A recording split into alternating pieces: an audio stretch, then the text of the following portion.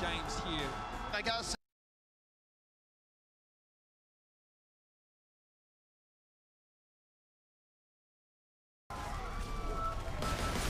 Another week of games here. I gotta say, I'm excited to see what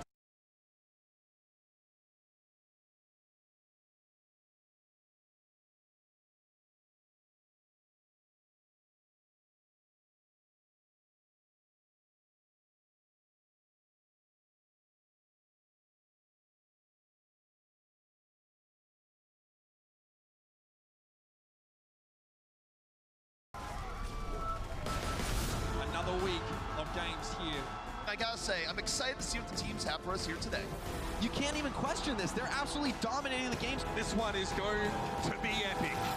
This is Watchpoint, presented by State Farm.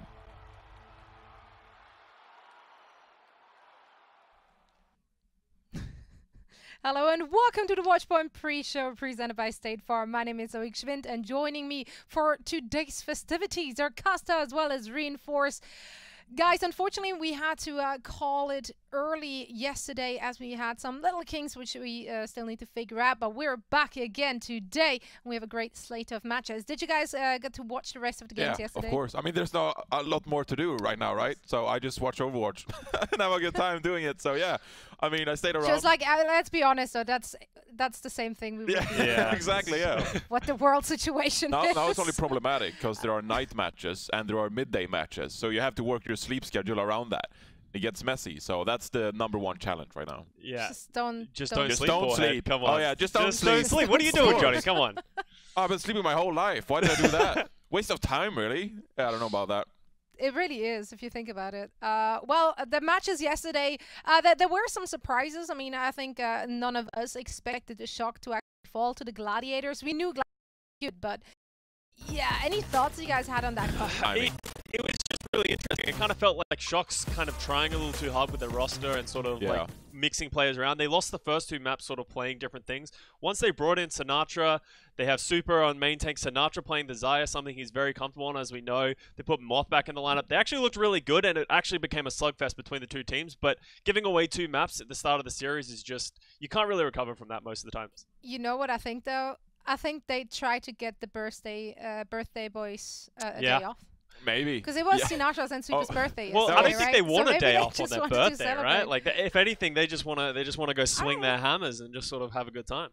That's actually true. Every day is. If I could win a match on my birthday, that would have been incredible. So I think, yeah, I mean, I agree with that. But I agree with you, Costa. They just swapped around the roster, and it didn't make a lot of sense. And I mean, the composition they brought out on Route 66. They were playing like Reinhardt, off-tank, Wrecking Ball, Tracer Genji. It just didn't make a lot of sense to me. So, I mean, we know San Francisco is like one of the best teams in the league, but that was weird. I don't understand. It was a weird one from them for sure. Speaking of weird and things that didn't make sense, that is a perfect transition into last night's matches. Chengdu going up against Shanghai Dragons. Well, that was a game, everyone. And I think, quite frankly, we have to use the term here. I think Shanghai got Chengdu'd. I think they managed to get confused in that chaotic, weird style the Chengdu Hunters just have always had a tendency to play, and Shanghai tried to match that, and then it was just a real aggressive brawl. Yeah. And Chengdu Hunters honestly, came out on it top. looked like Shanghai Dragons had too much melatonin.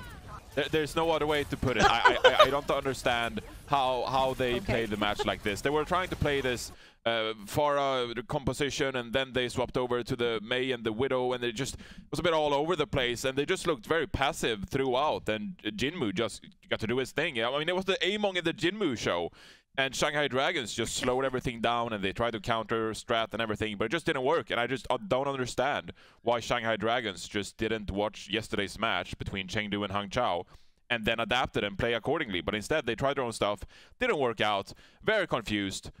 I mean, is Shanghai a top team at this point? I mean, this is weird. I think it's just not being prepared for Chengdu. We knew this all of last season. Anyone that goes up to play against this team, all you have to do is look at their past matches and be like, okay, what are they playing? What is their flavor right now? And then sort of look at it and adapt. And I think Shanghai did the complete opposite. They come into the first map and they play Ding, DM, and Fearless, 3 players that didn't play yesterday. Sorry, the day before that. And it just sort of, off the get-go, they were sort of trying to play dive against each other, trying to play dive with Wrecking Ball and, you know, Farah against Chengdu. Like, you're playing against them at their best, and trying to match that is a very hard task. You're better off trying to find a way to counter it, because the problem with Chengdu is if you do manage to find a counter to what they're doing, they generally just lose, and that's what you see. So Chengdu either works or it doesn't work. And Shanghai just played straight into their hand, and they just got rolled. So, as Johnny said, is this a boon against Shanghai? I want to see them play against, you know, other teams that aren't Chengdu to really get a gauge of where they're standing. Yeah, but they're not number 4 anymore. I mean, they're out of the top 5, right? Because they lost the match. I mean, they're out of my top 5. By one game. I don't know. Maybe. Yeah, Johnny his power rankings are just flying. No, but it's like, it's power, right? Unforgiving. They haven't shown it. So unforgiving. I guess you can make that argument. Day one, they did look good though, and even on control, I don't think Shanghai looked completely out of their depth. I think they had a lot of high points as well. I did love seeing DM on that Tracer, and I think Ding on Farah is always a highlight reel in itself. But yeah, in the end, there were just a lot of little mistakes of many kinds, which kind of made them crumble. Very unfortunate to see after such a dominant first day performance. Now, let's take a look at the second game we saw last night, and that is the Hangzhou Spark, who went up against the Guangzhou Charge. And this time, Charge came out on top. Once again, a game which went the distance. That was a hard-fought battle. I personally was very happy to see Happy getting a lot more space from his team, getting a lot more resources from his team, being put in a position where he can actually excel. I think that was one of the key points why Charge actually managed to come out on top. This was, for me, one of the first times we really saw a metaverse meta battle where the two teams are pretty much playing the exact same thing. They played a lot of double shields. Other than on the control maps, they played a lot of the same composition. So it was a lot of who was doing what right. We saw a lot of full holds. Both the teams were really struggling to get the first attack in, because once you gain control, it's really easy to play the double shield comps. But if you don't have it, sometimes it's very hard to break, and that's why a lot of people, you know, tend away from the double shield, especially on attack. But it was just a slugfest back and forth. Honestly, just a really incredible match. There was a lot of pop-offs from a lot of people on both sides. So it was really entertaining. But yeah, I think Spark on the dive is the thing that disappointed me the most. I think they didn't really have a good grasp. Gosby on the Genji just made constant mistakes, very rarely got the value that he needed. So I'd like to see some adjustments from Spark moving forward. Yeah, I'll tell you what though, it's fun that all the Chinese teams are beating each other. Yeah. But now it's very even, and we just don't know who is like the superior team because they're all beating each other. So, interesting region. I might just have to stay up late more. Sorry, Mom. Sorry. You know what though? Looking at those games, we saw a lot of different compositions being played, and this is directly influencing the hero pool draw, which we will be having on this post show at the end of the day. Now, if we're looking at the hero percentage usage, we have a lot of heroes which might make it into the pool. A lot of heroes have been played for more than 10%, as you can see. So everything's open, and this is just amazing. The tanks. That's ridiculous. They have 7 tanks above 10% right now. How many tanks are even in the game? Who's not in there? Roadhog? It's missing Roadhog. It's missing Roadhog. It's but just it's Roadhog? good, though. That is good. The odds of Reinhardt getting banned out next week is so small. I mean, we could have Wrecking Ball banned out, Soria, so many different heroes. So I'm very happy to see. Same goes for DPS picks. I mean, there's so many DPS heroes in this pool, right? Which is pretty bad because we cannot remove Mei. I mean, it's harder to remove Mei at this point. But well, but Sombra and Soldier can't be removed again since they were out Yeah, I'm worried about week, Tracer right? there, though. So yeah, well, because we're weighted. He's This is the first weekend that we're going to be actually doing weighted picks as well. So it's going to add a little bit of flavor. So the things that you see very high up on the list are going to have a higher chance of being picked. So, you know, it's going to be interesting. We'll see how it goes. Please, man. We'll see how it goes. We will indeed see how it goes. I mean, so far, our hero pool drawings were a huge success, right? Let's take a look at today's matches, as that is still happening before our hero pool action is taking place here on the post show. We have a great slate of matches. Once again, we're going to kick things off with the Florida Mayhem, who will be facing off the Atlanta Reign. And then right afterwards, Seoul Dynasty will be going up against the very, very good-looking Los Angeles Gladiators, who yesterday took down the San Francisco Shock. Big surprise for a lot of people watching. And then we have the LA Valiant going up against the Shock. Valiant, Costa. Oh, here we go again. After what happened yesterday? No, I'm selling my stocks. The stonks are down. That was. Selling. Are you down? I'm selling. I'm officially selling my stonks. The market is crashing on Valiant stonks because the thing is, Seoul played very well, and you can't discredit them for that. They obviously look like a force to be reckoned with coming into this season. But Valiant just look like a shadow of what they showed earlier in the season. It's obviously not their meta, and it started, you know, this niggling feeling in the back of my head. It's like, can this team adapt? You know, can they play not the meta and that kind of stuff? And I'm getting really worried for them. You are the #1 Valiant, Chill. What are we gonna do without honestly, you? Though, Hey, prove me wrong, Valiant. Prove me wrong, and I'll buy back, because no one else is buying Valiant stonks right now. That's not. Yeah, that's not how this works. Anyway, I do think that, considering that the Shock looked pretty shaky, maybe Valiant can take advantage of that. I don't know, just throwing it out there.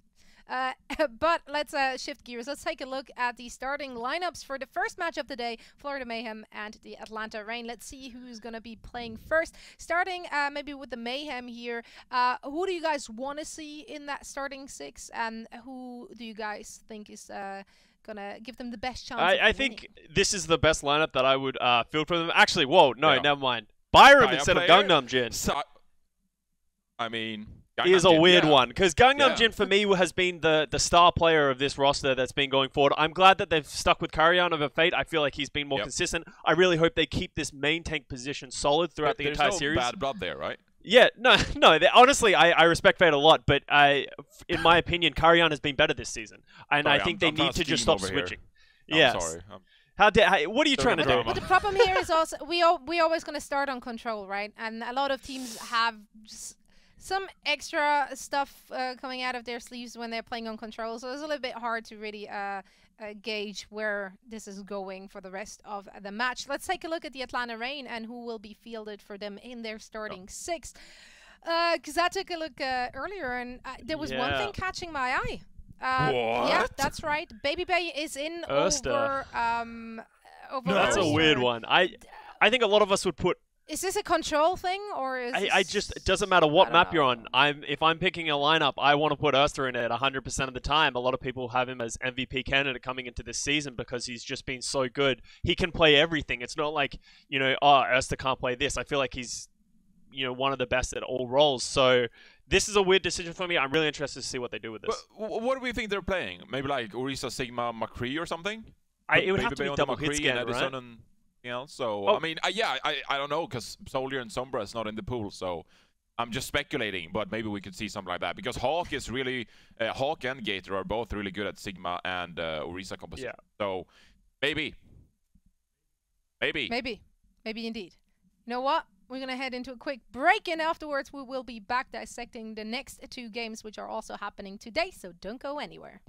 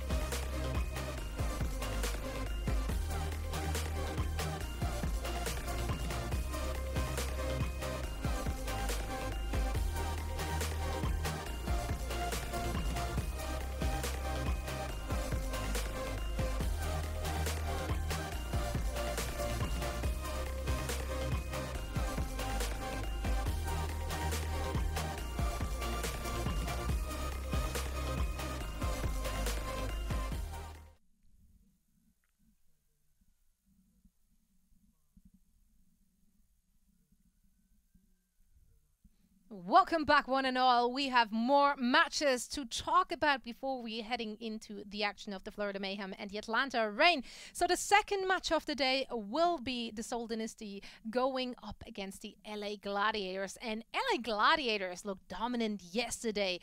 What are your thoughts and expectations here coming into they did look really good, right? I think Birdring is having a bit of a resurgence, and that's what we talked about going into this year, right? If the LA Gladiators want to be good this year, Birdring has to perform, and he's looked really good so far.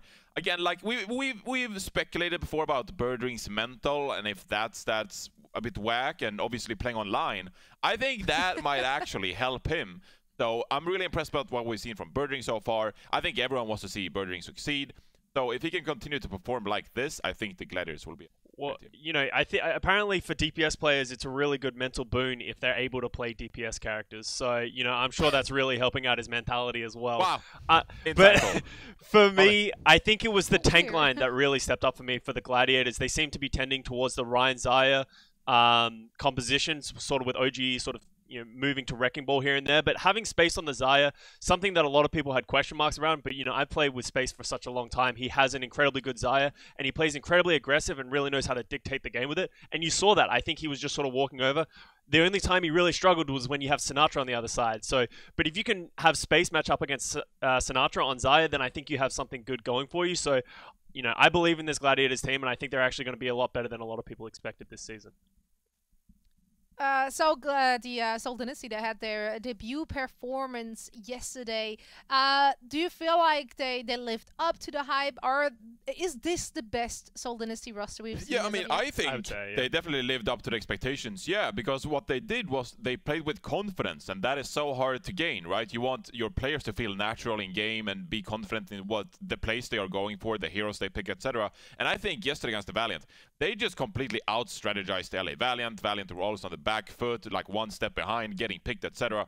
And that just shows the power of Seoul Dynasty, in my opinion. I think that Fitz and Profit looked really good. They took turns getting all the final blows. Like at first, I think it was Profit starting to deadlift, and then Fitz came back in the second half. Like, it was crazy. So I really like what we saw from the Seoul Dynasty. I've been one of the biggest fans of the Soul Dynasty in the offset. Yeah, we're working on it. We're working on it. It's still, I mean, okay, I was gonna say it's early, but it's almost 1 p.m. Okay, I'm still drinking my coffee. Feels early. But yeah, I mean, I think Soul Dynasty looked really good yesterday, so I'm excited to see more of that. I think this matchup is going to be great. It's going to be a great matchup, and if you're talking about confidence of the Seoul Dynasty, bringing in Bedosin, Gesture, and Profit, that's 3 players that, you know, are not lacking any confidence at all, and they're sort of bringing that to the team, and it's sort of enabling sort of the other teams. The interesting thing that I saw was they were playing Marvel and Gesture, and Marvel was just sort of playing whatever they really needed from him, and he impressed me across the board. So that's a really great thing to have in a tank player that can sort of just play anything, especially in this hero pools meta. So this is another team that I think a lot of people might have underrated coming into this season, because they're making a case to be a really good team this season. Yeah, and that confidence really suits them well. Now, speaking of confidence, this is something the San Francisco Shock historically did not lack. However, yesterday's performance just did surprise a lot of people. Let's dissect the match of the Valiant and the San Francisco Shock. Starting with maybe with Dreamer, a player we haven't really been seeing before. What do you guys think? Did he mesh well with the team, and did he fulfill his role? You know, the thing about it, a lot of people had question marks about Dreamer. No one really knew who he was coming into this team, so we didn't see him earlier in the season because Gig was playing on the sleeping on Dreamer. Yeah, people are sleeping. Oh no! All right, I don't even want to talk anymore. I just don't even want to talk anymore, Johnny. Okay, I've lost my train of thought. Okay, but he didn't really step up for me. He really needs to be more aggressive, take more space, and sort of enable his team, because that's what Gig does. I talked about it yesterday. The thing that made Gig great was he was willing to play aggressive and die, but giving his team space. And Dreamer's not really accomplishing that goal, and Valiant just sort of look lost in that. So I really want to see them take the initiative against the San Francisco Shock. Yeah, Valiant, they just look better when they are in control of the match and when they initiate. And I think maybe with Gig, they could do more of those engages. So I'm looking forward to see who they are going to play. I'm not the biggest Dreamer fan, personally. I mean, we talked about sleep earlier in the show, not getting much of it, so dreaming is not my forte. But I would like to see more of Gig, not only because of his Reinhardt, but because he, just like you said, he takes initiation, goes aggressive, and Valiant is performing way better when they are playing on the back of that. Now, we already talked a little bit about the loss from the San Francisco Shock. Sinatra, one of the players who has been mentioned. Was it just the players being swapped in any which way, or like what do you guys think was the main issue here? I just don't think the synergy was really there for the other sets of lineups. For the first two lineups, like when I think of Shock, I think Super and Sinatra as like the heart and soul of this team. And when you take those guys out of the lineup, they just don't look like they have the coordination, also the teamwork that we see from them, and that makes this team great. So I'm really hoping that, you know, they keep Super and Sinatra in the whole time, because they do have the flexibility to play a lot of things. Maybe not Super as much. You know, he can play the Winston and the Wrecking Ball incredibly well, but maybe it's worth putting Smurf. But I don't want to see them take Sinatra out of this lineup again, because I think he's the main shot caller. Yeah, he's super important. He's the main shot caller, and he's insane. I mean, last year, won the league MVP because he's just ridiculous. He's a ridiculous gamer, and I want to see him in the lineup. Okay, that you want to play around with your roster, substitute in maybe some of the bench players, okay? But do it like when you're up 2-0, not when you start out the series down 0-2. Yeah. That's not good. That's not how you win series. So I want to see Super and Sinatra permanently in. Then you can maybe put Ansin next to them. I mean, we saw last year how Shock, they'd like to play their all-Korean rosters on control maps, etc. But I just don't think it's a great move. I'd just rather see them leave Super and Sinatra in, and then you can sort of fill the void behind them and put in Ans or whoever you want to see next to him. Yeah, well, you know what? We were glad to see him at least at the end of it, and they did seem to pick up speed, and not just Sinatra really stepped it up. We had a lot of great plays across the board yesterday. Also some questionable plays, and we're going to dissect and show you some of that in Emote Control presented by State Farm. Guys, this first one is a tragic one. No. Something which should feel familiar to everyone. It was Ria throwing his Diva Bomb into the Ilia's well. In his defense, okay, usually you want to throw your bomb into the middle of the point. The one time you wouldn't want to do that is on Ilio's well, because there is a huge hole in the middle of it. So I think we've all done this before, though. We've all thrown a bomb, it's ended up behind a corner, or it's fallen off the edge. Speak for yourself, okay, Costa. anyone who says they haven't done this is lying, okay? Ria's a professional, and even he's doing it, so this is my matte face. You know, it feels bad. Yeah, we can't see your put it up a bit. I took Sideshow, because this is a Sideshow play. I watch his streams numerous times. This is a Sideshow gaming play, and then he cries out in agony like, "No, what was that?" Oh. That was great. Yeah, mine is the classic Matt, the typical, like, I hope no one saw that, but, you know, everyone saw that. So, yeah, rough times. Now, the next one is also, you hate to see it, but also you kind of love to see it. I guess it depends on which side you're on. It's a Mirror getting stuck with a Pulse Bomb, but then he's calling Meteor Strike, and the Pulse Bomb this is just... zero. This is just not allowed, Absolutely okay? nothing. I feel like this is a great reaction times by Mirror. You know, gets the kill, doesn't die to the Pulse Bomb, very impressive play. But, you know, I'm holding up the Officer Johnny, because this is just rude, okay? No one likes Doomfist to begin with, okay? Anyone who says they do is just lying, okay? No one likes Doomfist. And then he does this. Tracer gets a great skill shot with the Pulse Bomb, and then he just ults and everything is fine. So, Doomfist! Wait, so wait, why do you have the Josh face? Because... I just like, you see that Pulse Bomb and you're like, oh, he's gonna die, and then it's absolutely not gonna die. It's, yeah, lots of emotions. And Potato Josh, just, he's I love how you can play around with the angles on this camera. Yes. So you can just get a massive forehead on Joshua, and it looks but move it closer towards the camera. Yeah. Why you got cash money, Johnny? This is unbelievable. Yeah, that was a play cash is money. Yeah. The play is money. I love it. I think that's the thing. That looks like a 5-head, Johnny. You doubted me, but the play was money, and chat will agree with me. So. All right, the next one. Yeah, that's also tough, at least for one of the players involved. Violet hitting a sleep dart. And it's being followed by beautiful McCree High Noon. Oh, no. You know what? Honestly, poor OG. Let OG roll around. Come on, don't be like that. No, just let him roll. Why are you gonna do balling out of control? My favorite thing is Violet, who looks at Striker as if he's talking to him in game. He's like, "Hey, buddy, come over here. Come High Noon him." And then he's like, "Okay." And then I got something for you. I got something for you. It's like a Yeah, no, I'm not going to. They're role Never playing. mind. Fine. Video game. Virtual friendship. Mitch's emote actually covers Wow, me. Mitch is the new host for us. Welcome, Mitch. He is. Oh, guys. We brought him back by popular I took demand. the police sign because you cannot do that, OG. Sit down. You just can't sit down. Don't sleep on the job. All right. Well, I think these are our personal highlights and lowlights, but mainly highlights for this week's Emote Control presented by State Farm. Thank you so much. This was fun. Great. I always love rewatching these kind of plays because time. honestly, like sometimes they get lost in the weeds. There's so much stuff happening, so it's nice to hone it in and kind of magnify those beautiful moments the Overwatch League is bringing with it. We're gonna head into a very quick break, and then afterwards we will be back with our predictions.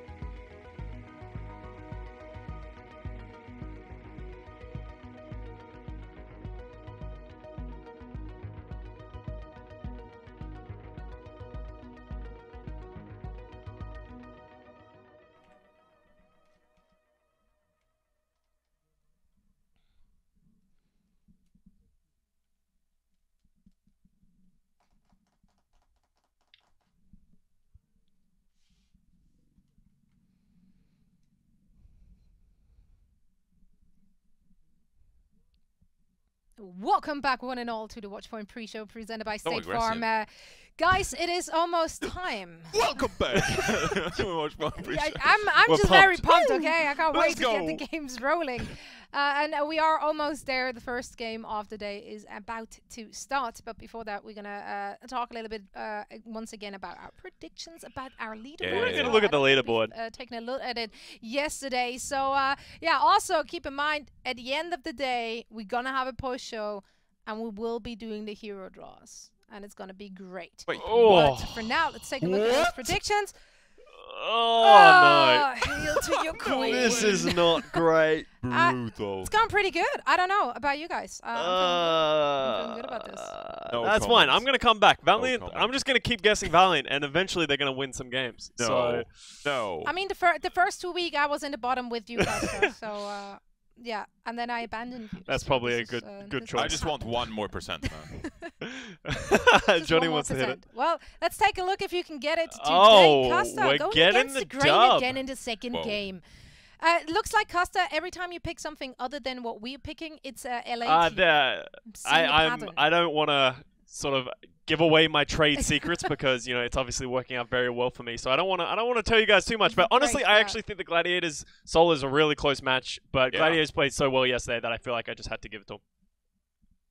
I don't agree. Right. That's why I picked Seoul. Okay, well. Why do you think Seoul is going to have I think Gladiators, they looked good yesterday, but I think San Francisco sort of threw a bit with their substitutions. They didn't look that crisp. So I think Gladiators, they just won that series because, yes, they were good, but also because Shock were a bit worse. So I think going into this match, I think people will be hyping up the Gladiators. They will be on top of the clouds or something. I don't know how the saying goes, but I think Seoul Dynasty is the better team overall. So that's why. Well, okay, we're gonna see what's gonna happen, guys. Thank you so much. We're gonna head into our first game of the day, and Mr. X and Mitch will call the action, and we will be back afterwards with the game break. The Overwatch League is brought to you by State Farm. For auto, home, or renters insurance, like a good neighbor, State Farm is there.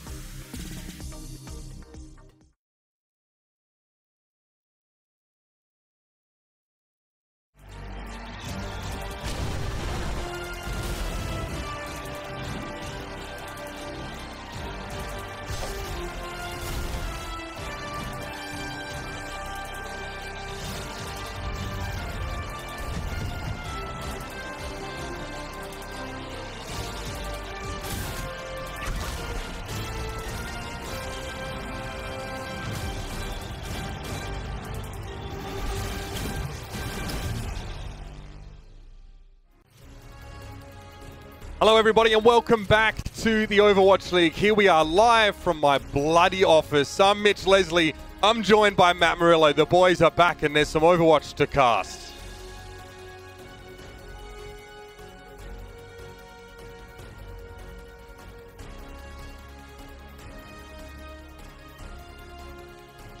Yeah, no doubt about it. We have, of course, still yet to see a lot of results out of the Atlantic Division. If you recall at home, that was the division that we traveled with a lot early on in the season. We're still going to see more from them now. Of course, our matchup today is going to be the Florida Mayhem versus the Atlanta Reign. Two teams, Matt, that we at least have something to go on. We've seen them play already over the last few months.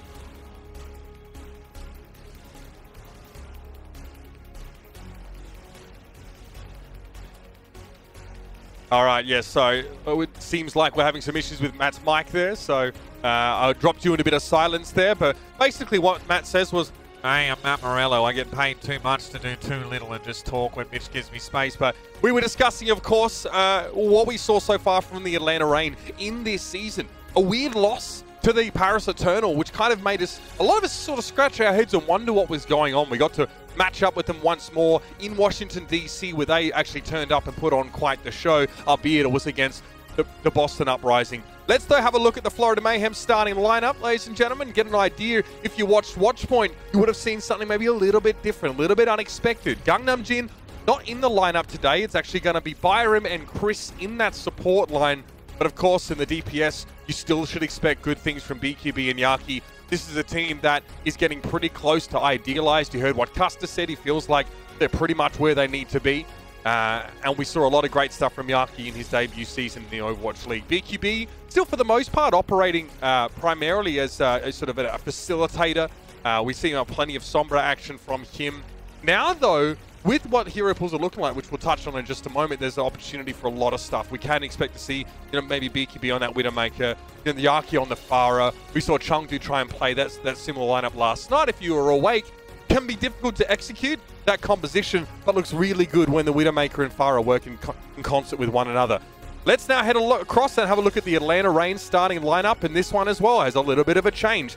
Edison and Baby Bay are going to be starting. Not the first time we've seen Baby Bay begin on the DPS spot. Sometimes throughout the series he does get swapped out, but it does mean they're without Erster for that first map at least. Gator and Hawk, now this definitely makes us think, an Orisa Sigma composition from them may be likely. In the absence of Lucio at the moment, that might just be the direction they want to try and take things in. And then Dogman and Master to round things up. Master obviously not be able to play on his favorite Lucio pick for the time being. But the Atlanta Reign still have plenty of options up their sleeve. It's a long series, obviously first to 3. So there are plenty of looks that they can throw out in the meantime. But sorry about this for the time being. We're just working on getting Matt's mic all sorted up. But you have your starting lineups. And we can sort of see how they hit the ground running as quick as possible. My cat is trying to get onto the desk. Well, I mean, you already saw Custer's cat, right? Say hello, Hugo. Hello? All right. Now, don't press any buttons over there, okay? Yeah, behave yourself. And yeah, so the first map is going to be Control. It's going to be Busan, for those that are wondering. And when we jump in there, we'll actually get to see how these two teams play out on Control. So the hero pools as well, for those who maybe aren't aware, it's Winston, Lucio, Soldier 76, and Sombra are out right now. We heard a lot of our analysts say that that's opened up a lot of different looks, a lot of different opportunities for teams to play other stuff. Many have speculated that maybe just getting Lucio out of the pool really opens up for a lot of diversity when it comes to the supports. And that's something that you should be keeping an eye out now as well. It's something that once Matt gets back in, we can start to discuss and actually look at in a little bit greater depth. And we'll be able to see how these two teams try and get the better of each other. And we're going to be heading into the map in just a moment. So remember here, the Florida Mayhem, I've already played quite a few matches. 2 and 3, should I say. And the Atlanta Reign, we're starting to see a little bit more from them now as we jump in the game. Saw some weird results overnight and yesterday, so we'll see how this online landscape affects these people. Jumping, though, now into Busan. And we're going to be starting here in City Center to kick things off. Again, keep an eye out for Reinhardt. We'll see if he actually makes an appearance here, especially with Atlanta Reign's lineup. That might indicate that we sort of don't see it at all. And we'll be flying right over in just a moment. Obviously, Mecha Base is the one map here that might be harder to see. I hear you, Matt. I don't know if the stream hears you, but I definitely do. And we are going to be jumping in. Initial lineups, actually, we could see the Torbjorn. We've actually seen that plenty from Atlanta. That might even be a throwback to when we first saw Defran get into the mix. We'll see if that's what they want to go for. I've actually... All right. I've lost my my game, unfortunately, so I can't see much. Stand by, ladies and gentlemen, while we're back. All right, here we go. On to Busan. BQB going to be starting on that McCree. Edison and Baby Bay on the Hangzhou here, so something a little bit different. I like the flavor. All right. A couple of now, ladies and gentlemen, throw to a break, and when we return, more action for this first game. Bear with us. We'll be back shortly.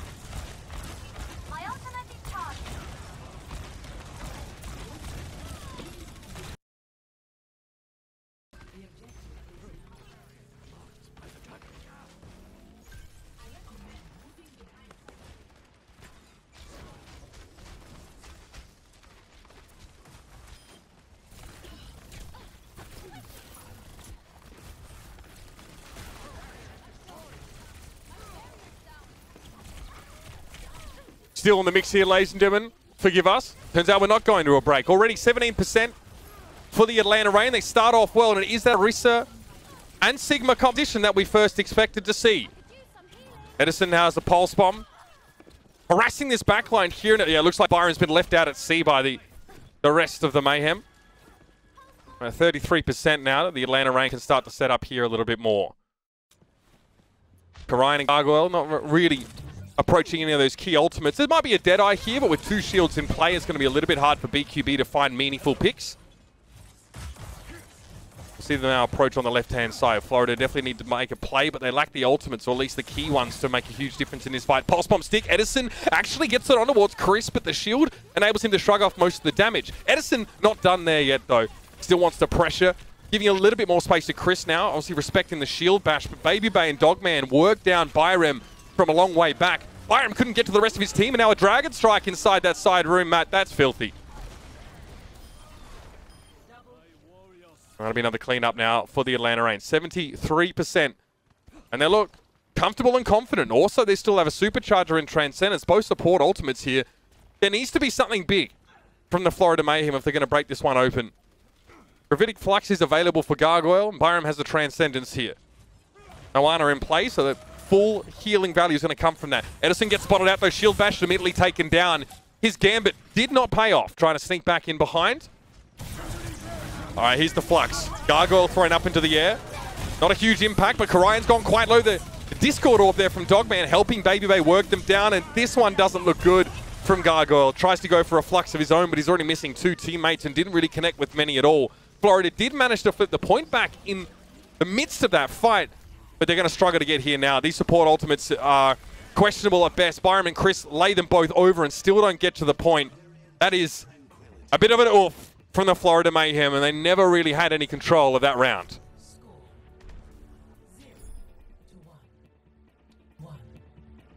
And we'll see now if they can bounce back in our second. Again, neither team were trying to play any dive, so we probably shouldn't expect to see them impacted by the switch over towards Mecha Base much at all. If we see some edge from Baby Bay, though, that would be quite a nice little treat. Very powerful on this map, especially with the walls up. Baby Bay's only concern is sort of staying behind barriers while he charges up that beam on shields, or conversely, burns down enemies. And with 2 of those in play right now, he should be feeling comfortable. Both teams with the Symmetra here, so TP's out the gate. The standard. Baby Bay doesn't take the TP. And he'll make his way over towards the point soon enough. A Tracer duel here between Edison and Yaki. Edison wants to be more aggressive. Even with the flashbang threat from BQB, he pushes forward. There's so much here that could shut down Edison, but he doesn't seem to be bothered by any of it. Into the back line now with Karayan down. Dogman falls early in the fight, but with his aggressive play, that shouldn't be any real surprise. And BQB doesn't last long either. So many stuns, so much CC for Edison, and he seems to shrug it all off. He don't care. The Atlanta Rain now can move to capture the point.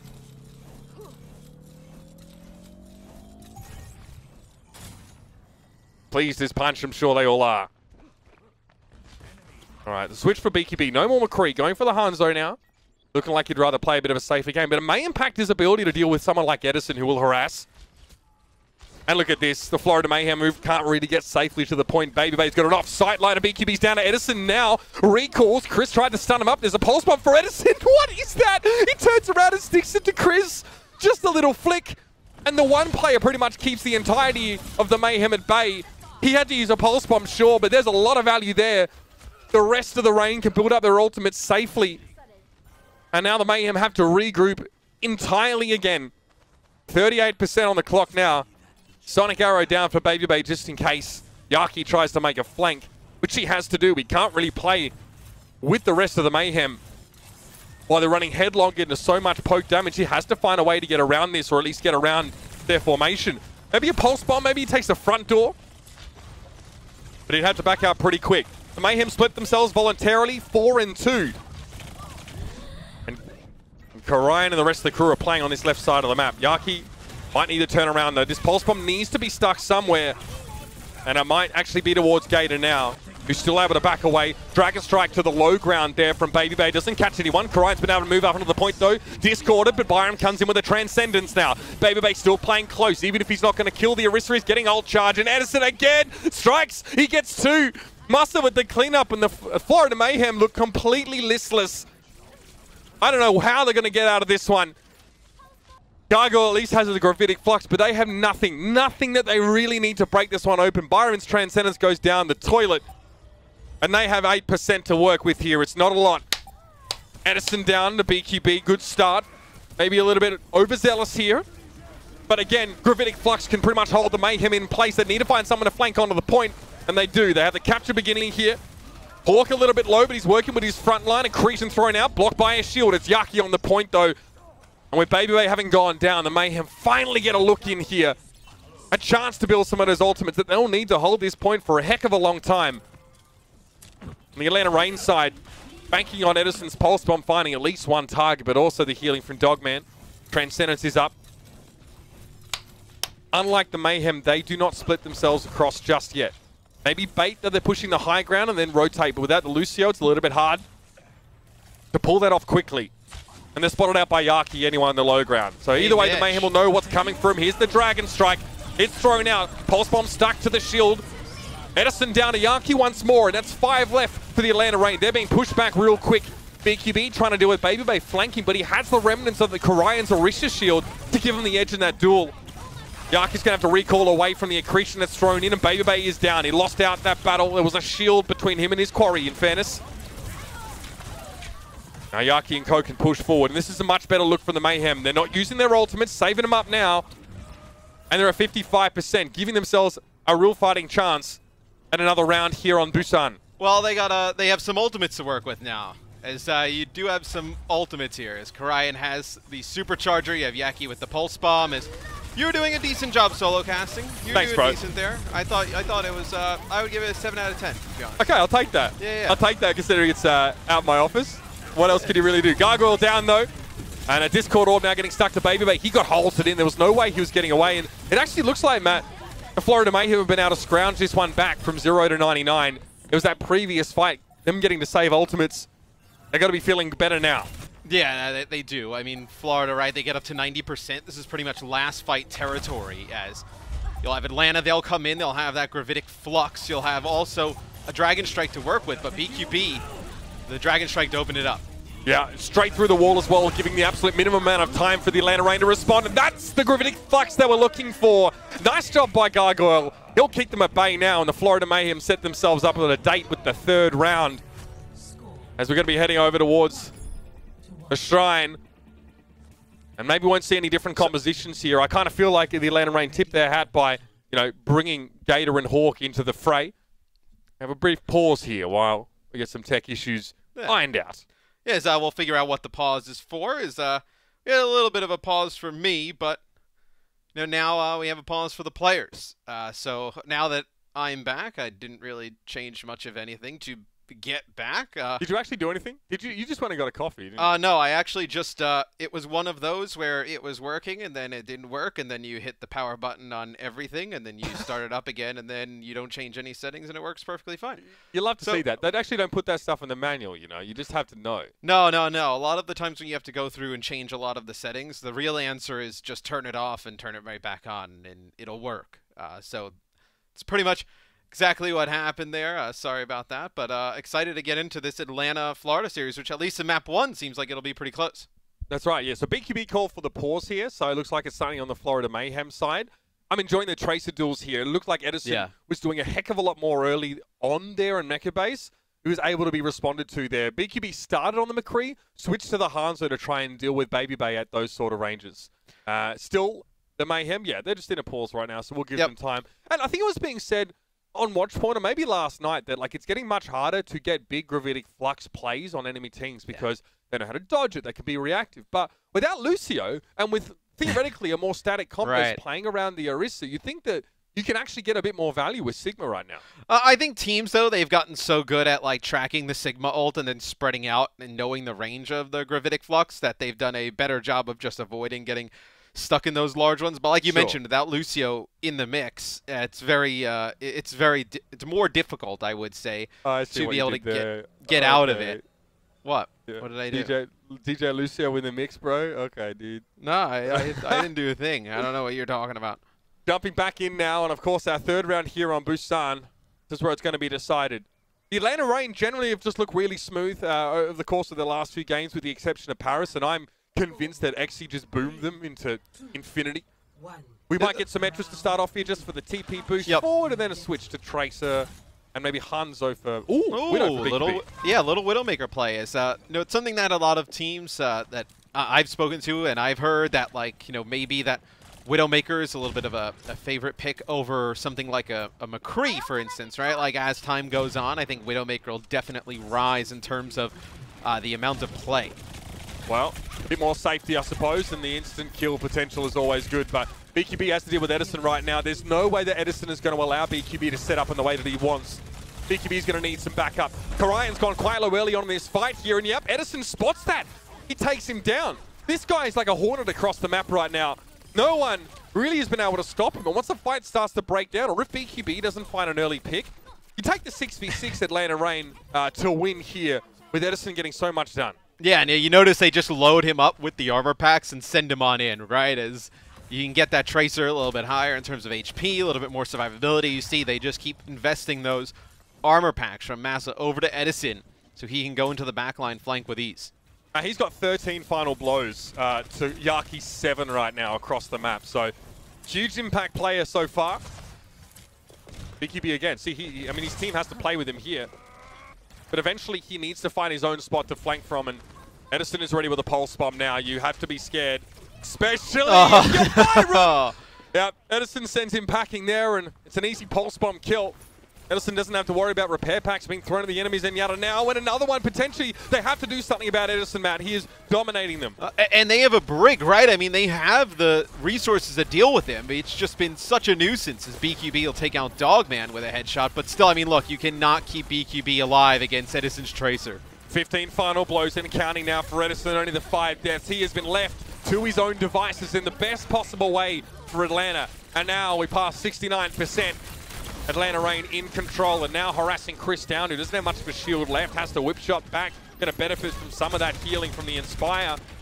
But this is frustrating for Florida. They have to take a huge back seat. I guess they hope for something here from BQB's infra side to open the fight up, but really, it's going to be a struggle. I mean, maybe an infra sight and then trying to get Yaki to land a pulse bomb onto Dogman, right? A target who's just kind of sitting in the back. But Dogman's got Transcendence, so even if he gets hit by it, he'll be able to pop it, at least save himself.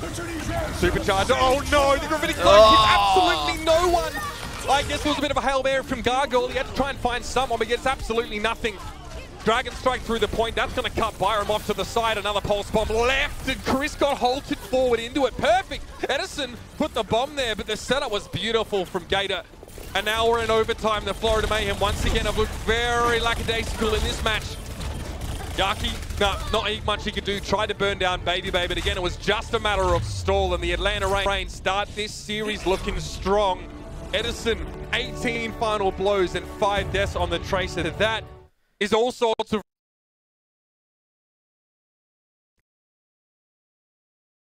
going to be a really quick match. To the back line and just let him do whatever he wants, especially if you're going to try and play somebody like a BQB on a Widowmaker, right, and some shorter range maps where he's not going to be able to survive. So that's a rough one for Florida at the start. Something tells me, Matt, it's just not enough to have Yaki trying to match him on the Tracer. Not at all. A little more. Yeah, I mean, look, you're going to have to really focus down and try and get Edison out of the back line. Like they had the Brigitte too, right? You had the Brigitte, you had the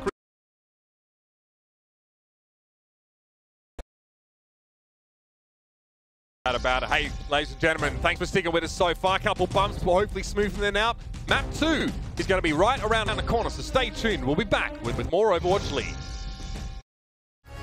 The Overwatch League is brought to you by Zip Chair Gaming, the official chair supplier of the Overwatch League.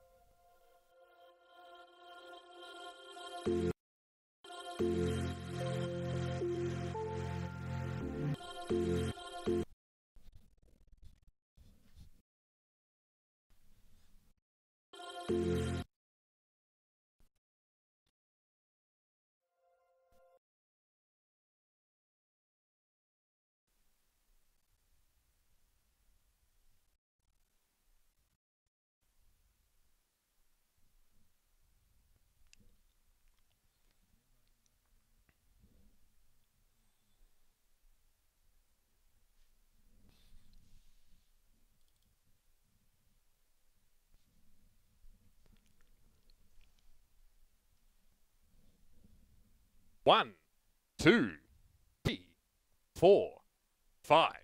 This has been counting along with Mitch. The Overwatch League is brought to you by Pringles Wavy. Big crunch, big flavor. Welcome back, ladies and gentlemen, from the break. Obviously, you may have noticed a little bit of counting in the break there. If my audio is only coming through one side of your headset, I apologize. We're working on getting that here.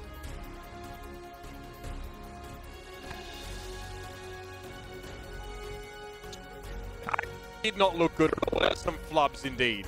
No, it was definitely rough for Florida in map number 1. But I do think, though, we expect good things.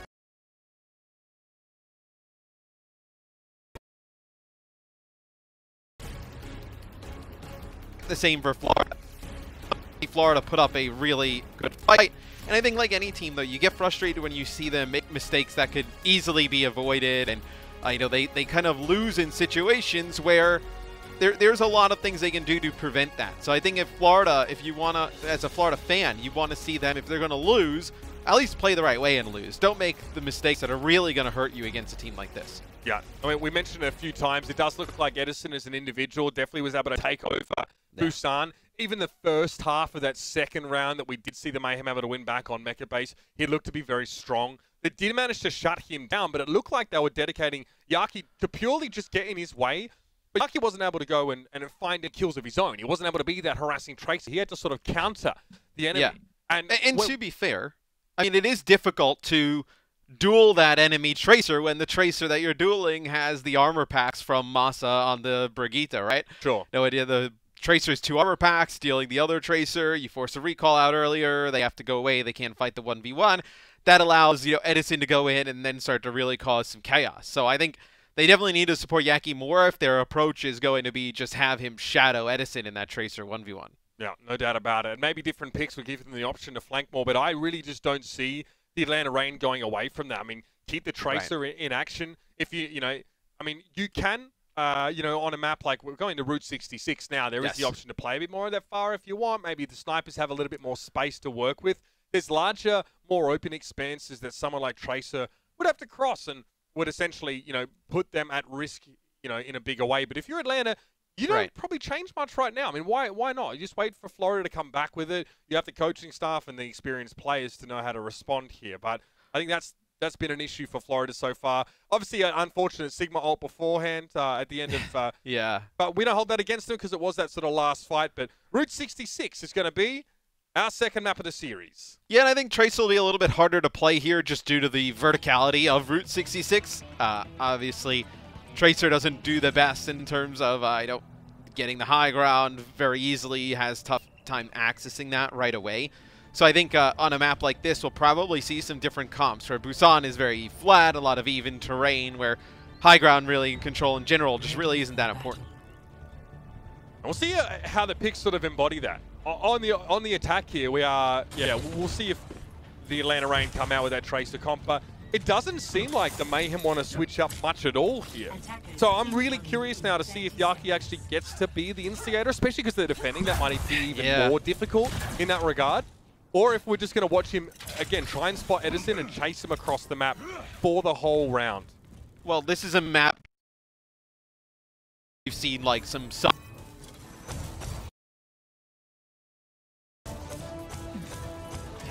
Tracer. You build tanks. It'll be offense. They'll run Arisa Sigma. They'll also be playing Zen Brig, which is kind of not really like a new support. I think is hero pools have advanced, and even in the live game, you've seen a lot of like not really main supports having 2 flex supports.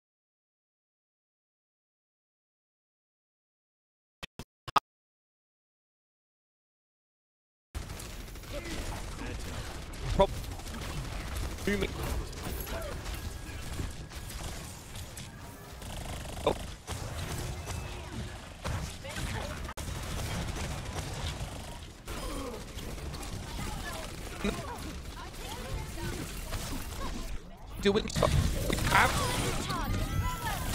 the deep.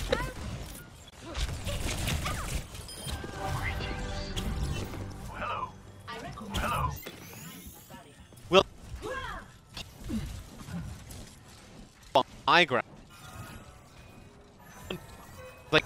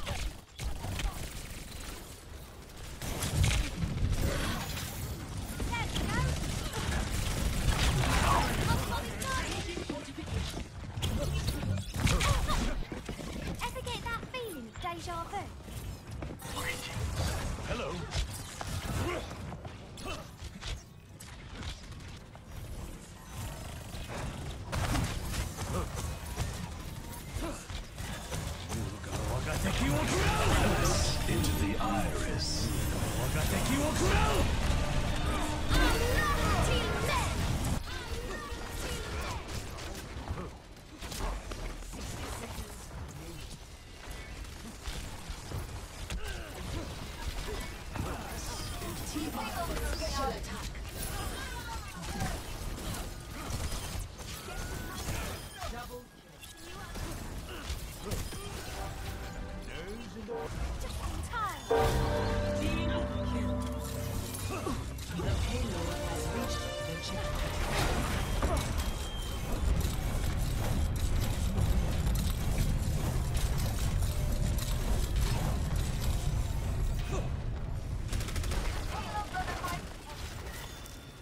And you're going to have me flying solo for just a little bit here.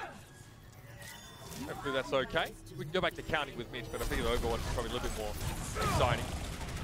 Good for a minute flight. Ryan doesn't get knocked up into that one. It actually only ended up being Gargoyle, who was discord at the time. And Edison, he dropped the pulse bomb. It looks like it was on the back of the shield of Gargoyle. So when he dropped down into it, he was done. Fantastic hold from Gate, and 3 players drawn down to the low ground. And Ryan just gets mixed. But Byron's been doing some solid work from the high ground.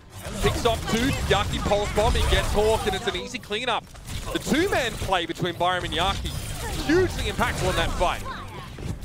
Now Yaki sits at maximum range here, and Baby Bay just needs a tickle, and Yaki will provide.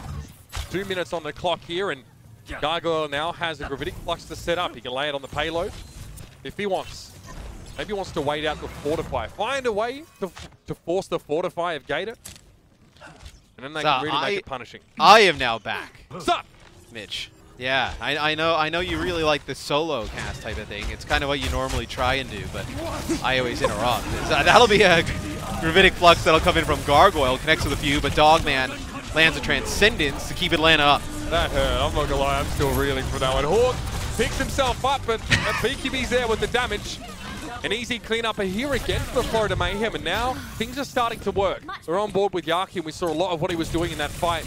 A little bit of a cheeky back cap attempt here from Edison, but now he's headed for the hills. He'll be sitting here inside that third part of the map until he has the chance to come and find an early pick. Yeah, no, you'd like be like, okay, well maybe he's trying to get one off the respawn, but nobody respawning right now for the Florida Mayhem, as you can see the outline of Yaki on your screen. So that'll be Supercharger here on the high ground. Kick things off for Karayan as you still have Edison on the flank. Yaki gets the stick though, comes in, but Hawk got so much shield there from that kinetic grasp that the bomb barely did anything at all. And that's a tough one for Yaki because they were really hoping for a pick there. Now they get mowed down. It was a fairly early Supercharger map from Karayan, to be fair, before the fight started, but he kind of already put it down. I was going to say, can you wait and actually make a play out of this? But you have Byram, who's using Transcendence on the other side of the map, and They use the Transcendence. They don't even keep Yaki alive, as this is bad for Florida. They're so out of position right now. They're being halted backwards off the cart, and they can't get there. Chris knocked down. Now, it's not C9 because technically they were prevented from touching the cart, but that's pretty brutal. Is it worse, though? Is it worse? I mean, they burn the Transcendence to try and keep a Tracer alive, and they don't even do it. And then they use a rally to kind of get back towards the cart, and they don't even make it. I mean, that was brutal. Some of these Transcendences from Byram have been a little rough around the edges. Saw a couple on Busan that were a bit questionable. It seems like in panic situations, Matt, the Mayhem sort of resort to just going hog wild and popping ults when they have them. People have more free time now. They're probably watching Josh's stream and learning some things there. How to use those Transcendences. Or unlearning the Or just way burn to do them, things. yeah. Just unlearning, yeah. Another pulse bomb in from Edison. That one was stuck to Chris's shield, and he's able to aim that away from the rest of his teammates. The cart's made some serious progress here in the last phase of the map. The time is dwindling here. Good gravitic flux. The Holt was there as well. Everyone's thrown up. BKB doesn't seem to have been affected, but they got Chris, that's for sure. Accretion now on the flank, and Hawks getting aggressive. A wave goodbye fondly as the Florida Mayhem get absolutely crunched. That payload's not far from the end of the map here now. It's going to have to be Yaki stalling it out for as long as he can, but even he can't hold it up in the heat. Yeah, and you have Ryan trying to come back on Wrecking Ball, just trying to get a touch, and they're not able to do so. It'll be Atlanta completing the map with 38 seconds in the time bank. Not a great amount of time, right? But still, on Route 66, just finishing the map is huge. Yeah, we treat this a little bit like Blizzard World in terms of having time banks left over. If you have, if you have any time left, then you're looking pretty darn good. And we saw, especially on Busan, what the Atlanta Reign are able to do against the setup around the Orisa and, of course, the Sigma. And they're using the Tracer here. Maybe Edison gets a bit more freedom now, or, while they're defending. He can sort of just try and make more of those flank plays. It's going to be up to Yaki to make difference. I guess we're kind of, spending a lot of time talking about the Tracer matchup here. It isn't the most important, but it is the most easy to spot. And with Edison sort of running through multiple targets, connecting those pulse bombs, it's kind of something we try and keep track of as much as we can. Yeah, I mean, look, he's popping off, right? I mean, he's making a huge impact. May as well highlight him as looks like Atlanta on defense. Double shield Hangzhou Tracer with both flex supports. Don't really think we'll see anything different from Florida. It seems like that's what they want to play these first two maps. We'll see if there's going to be a push up here. I think we saw there's a San Francisco Shock that had a lot of problems against the Gladiators on this map, getting pushed back into their own sport. And we know that the Atlanta Reign like to play this aggressive kind of style. So we're going to have the Sigma of Hawk actually inside the train carts here. And Baby Bay's the only one that's really sort of standing back here towards the bridge. BQB back over towards the Hangzhou here. So mirror comps for these two. Either they're practice partners or they have just a very similar take on the meta right now. Yeah, I mean, they could be, they could practice quite often, right? Playing in the same division, the same region, probably some of the better internet connections either of these teams can get, so probably have a good understanding of each other. Chris a little low. Karayan Discord on a BQB is not in great shape, and still he takes a duel against Baby Bay at long range and wins it out with like 10 health. I guess it helps that your sport is so close to you, Matt. You'll be back in the fight sooner or later. You can play just that little bit more aggressive. The Atlanta Reign have to match that kind of aggression, and Gator is leading the charge. Chris, ooh, okay, whip shot almost knocks Gator off the map. And there's no supports, right? And Gator's extremely low, so he will fall rather quickly there to Yaki. And Florida, they'll be able to get this card going. Yeah, eventually work them down. It all started with Baby Bay getting picked off by BQB in an audacious duel.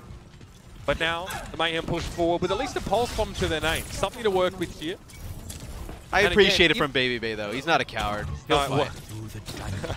I mean, only old school Overwatch fans knows what the connotation "he's not a coward" actually is. Thanks for that, Taimu. But here we go. Chris and BQB up on the cart. Make their way forward here. All right, Karayan down early. Oh, it's actually a salvo with balls from Dogman with a Discord Orb to help work down that tank. And now what? Darky has to be the one pushing the cart when he really wants to be going forward, getting aggressive. Baby Bay's getting a lot of looks right now, though, Matt. There's a Sonic Arrow thrown in this direction. But look at BQB. I mean, he just has to get out of harm's way, just getting harassed by Edison.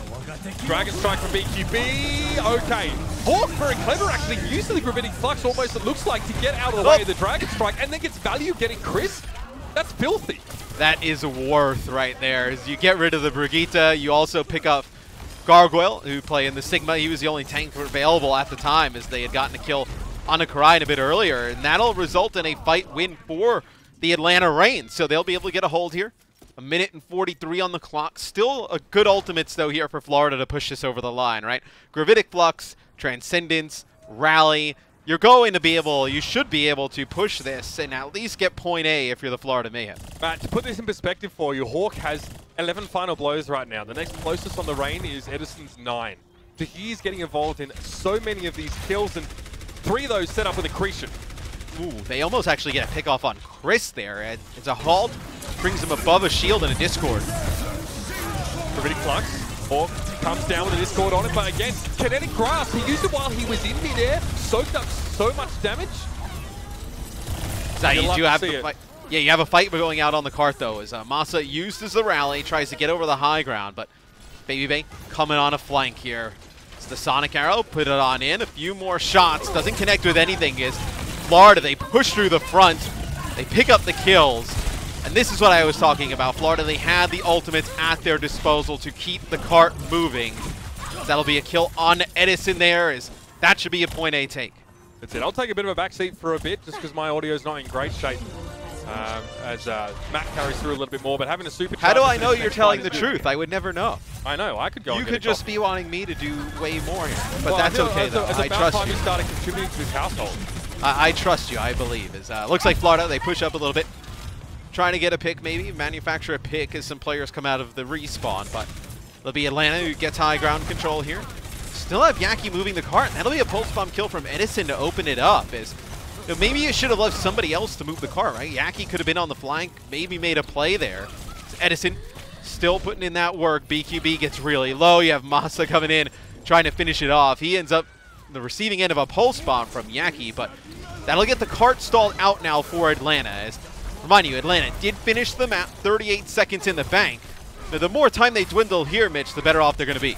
I mean, aren't they putting Yaki in the right position, Matt? We talked about this before. I mean, in the previous map, his whole job was just trying to keep Edison quiet. Now he's pushing the cart. I mean, they need him to be able to get aggressive, but the Mayhem are splitting up their forces, right? You saw their tanks get Gravitic Fluxed on the bridge well away from the rest of their team. At that point, right, you probably would have been better off with him on the flank. Like, you were trying to rotate, try and get a pick off, and you didn't have your Tracer there, and then that gave them the high ground control over to Atlanta, and Atlanta was able to hold it ever since. BQB with a Dragon Strike, and this is just to force them down from the high ground. Karayan will use a Supercharger. A lot of ults being invested here by the Florida Mayhem. They'll have a Gravitic Flux come into play as well as Gargoyle. See you later, buddy, as he gets knocked off the side. That was cracked. Masa hit the whip shot from across the map, and Dogman had a perfect Transcendence inside the Gravitic Flux, so that the Rangers shrugged it off. Now Yaki, this is what we want to see from him, right? Being put in a position where he can chase some of his kills down. Byram's had a very good Zen round as well. Now with the Transcendence, that means that the Mayhem can play while the sun shines here on the card. They've got 1:04 left. They look like they'll get that next checkpoint. Yeah, they layer both support ults there, but really it's the fight where they have an advantage, and it's their best opportunity to get a good win and potentially push the cart over the line. As we'll see if Atlanta decides to contest, at least from the outlines, it looks like they are not, so they will give up that second checkpoint to the Florida Mayhem, as Florida looking to push it the distance. But this is where Atlanta can stall out a lot of time, right? From getting from point B to point C is proven to be extremely difficult here on Route 66. Can you do it? Really, if you're Atlanta, you're looking at 2 fight wins and you're in good spot, and that's a good way to start it off as Edison takes out Gargoyle. Somehow gets that pulse bomb inside of Gargoyle's shield, and then there's nothing he could do when he tried to back away. Another halt there from Gator for the assist. Baby Bay's able to deftly dodge the pulse bomb that's left at his feet, and Edison can chase Yaki down. It just feels like the cohesion is much more there for the Atlanta Reign right now. For Florida, they bring that explosive brand of play. I could still see them get the map done here. But Matt, they're walking into a Dragon Strike. The Gravitic Flux is close. Dogman, with his aggressive play, is sure to get a Transcendence online soon enough as well. Yes, and these are the worst situations for a team like Florida in the standpoint that you're forced as soon as you get ults to invest them into fights to try and win it because you need so much payload progress to go the distance. And Atlanta, they can play the long game. They can hold on to some of these and wait. That'll be a Dragon Strike there, combined with a halt. Doesn't really connect with anything, but it allows them to split off Byram, and Edison gets the pick off. So there's no Discord Orb now available. Dogman with the Transcendence, so you know that we're switching gears on the Atlanta Reign side. They're trying to go aggressive, and they honestly can. BQB just can't peek at all, really, for them. Hey, Edison tries to challenge him. Again, BQB wins out a low health duel. That's all you need, bro. One arrow. Hanzo Main's in the chat. Yeah, so he tries to push straight past the Orisa, doesn't worry about Karayan's damage, just trying to take out BQB because he's so low, but he ends up falling. Gator will end up using a supercharger, and you see these ults from Atlanta just pushing Florida back, and Florida's in such a dilemma. They don't know whether best sword is safe. That'll be a halt, plus a Gravitic Flux here that comes in for the Florida Mayhem. And they're able to deal with Hawk. They get another one here, so they have to hold on to some of these other ultimates here. They're going to be able to have the supercharger, the pulse bomb, and both support ults to potentially move it over the line. Now Florida's in a good position. Atlanta were hoping to get things done there, Matt. They used a lot of their ultimates just, I mean, as they could to try and slow Florida down. The result of that is that Florida save all of theirs because they get a huge value kinetic flux. They catch 2 players, and now they have 5 ultimates for this last fight. They should be getting this map done now. Here's the Dragon Strike coming through. Holt was trying to combine with it. Supercharger from the high ground. You have to win this fight if you're Florida. You have all of the tools. It's just the execution. Buster goes for the rally, though. That's one of the few ultimates that Atlanta had available, but that shield from Gator is down. Yaki tries to go for the stick here on towards the enemy Zenyatta, but Dogman's able to get away from it. But as you may expect, sheer weight of ultimates is starting to win the day. Gator's knocked back. He couldn't fortify and get there. And the Florida Mayhem win the round, and you have to point fingers there at the Atlanta Reign. A lot of ultimates may be slightly frivolously used just at the start of that stage. There was still a minute left for Florida to win the map. I think it's actually just a big play from Gargoyle. Well, it's Karayan and Gargoyle, right? You use the Gravitic Flux, you get a good halt in, you lift them up to the air, you're able to get a pick off of that, and they pick off one more. That allows them to hold on to 5 ultimates, man. Like, you get those 2 pick-offs out of that Gravitic Flux, it allows you to hold on to 5 ults. You can then use those ultimates towards the end of the round to push the card over the line, where Atlanta, they thought that was a winning scenario where they invested into it and they don't end up taking that fight. That turns the tides. Matt, Byram has 11 final blows. Dogman has 5. He's definitely standing up. We see a bunch of his kills in the kill feed, often in concert with Yaki, often late in the fight when there were no tanks left. So, a bit of that individual flair showing up here, and you know you're looking pretty good if you're favorably being compared to Dogman in terms of your kill participation, because that's so classic of Dogman's style, is to actually take huge risks, these huge wide right-click peaks to try and find kills. Something that we saw MyXL punish them for last year. With the Widow here for Babybay to start off. I do like the Widow pick. Like I mentioned before, whether you're discussing like Kree, Hanzo, Widowmaker, I think Widowmaker will be the hero who wins out as time goes on between all of those heroes. It's obviously the one-shot kill potential with the headshot, with the Overwatch League players being so talented to be able to do it often. We're online though, Matt. We're online. You know, it's a different story. So many players have said it feels so different. And they played thousands of hours online. Well, that's true. I mean, Ansan Sniper didn't have any problems. Yeah, he's totally fine. Gator's a little low. Just the pressure of a Widowmaker, right? Yaki has to be so careful. The sightlines that he picks. BQB makes the switch over to Widow as well, trying to take the duel. Yeah, Master dropping down early, and yeah, Dogman's going to be right behind him by the looks of things here. Again, the Atlanta Reign, I mean, you know, you're not too worried about this. You're not really intending to full hold someone. No. There was a whole minute for Florida. Eventually, you're going to lose the fight. But if you can just not waste ultimates and build them up, then you're in good shape. Both Yaki and Edison, you can see, have had pretty similar contributions to damage so far in this round. Yaki has the pulse bomb, though, first. But Atlanta doesn't extend that long enough to do some damage and gain meaningful ult charges.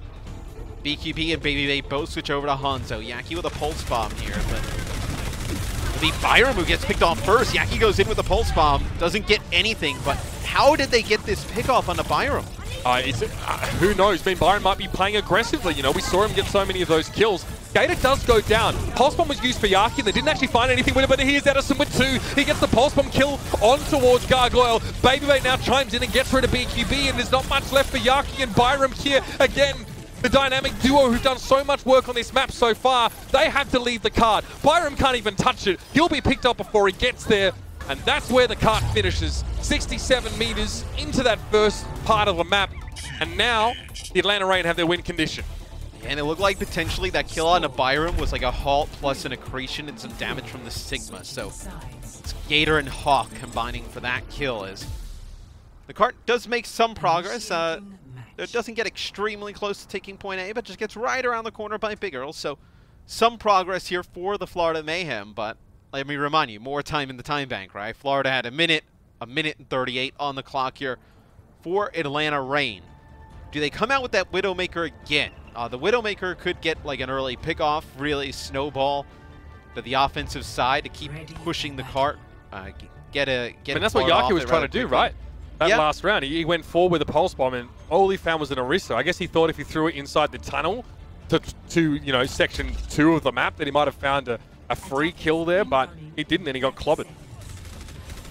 We'll see how they decide to play this defensively, Florida. Do they want to play cart? Do they want to play up on top of Big Earls, give up some payload progress first? At least what it looks like from the start is that they will play on the backside. So they will not play up defensively aggressive, try and play for that 2-fight scenario. They're going to play on Big Earls. This really gives them one shot at it, right? Because the cart will probably get right around the gas station area, right around that corner. It's usually where that first fight kicks off. If they lose that one, it's GG. I mean, Atlanta will be able to take this map. Out of the gates already. No Widowmaker on defense here from the Mayhem. They're not actually going to copy Atlanta in that regard. And they'll sit back. They don't take an early fight. So this, I mean, it's maybe not as risky because of where the cart needs to get to. They might not get time to get back to this second location for a second fight if they play forward. But that puts them essentially immediately in one-fight territory, and these picks from Hangzhou, from Traces, even from Accretion stuns are going to be so important. That is so aggressive from Dogman. He pushes up, but they're not punished for it at all because Byron and Chris have already gone down, and there's no healing left now for Florida. You have to think that this is where you go aggressive as Atlanta. Gargoyle's forced to try and flank on his own here, but Master's been moving that cart forward most of this time, and Baby Bay finds yet another one. He's Hangzhou starting to finally come alive, and back goes Gargoyle. He just has to try and move away, try and stay alive, but everyone's jumping on him, and just one player on the card is all Atlanta need, and Master will stand there until it's all done. Second map now goes over towards the Atlanta Reign. I mean, look, Florida, they lose both supports at the beginning of that fight.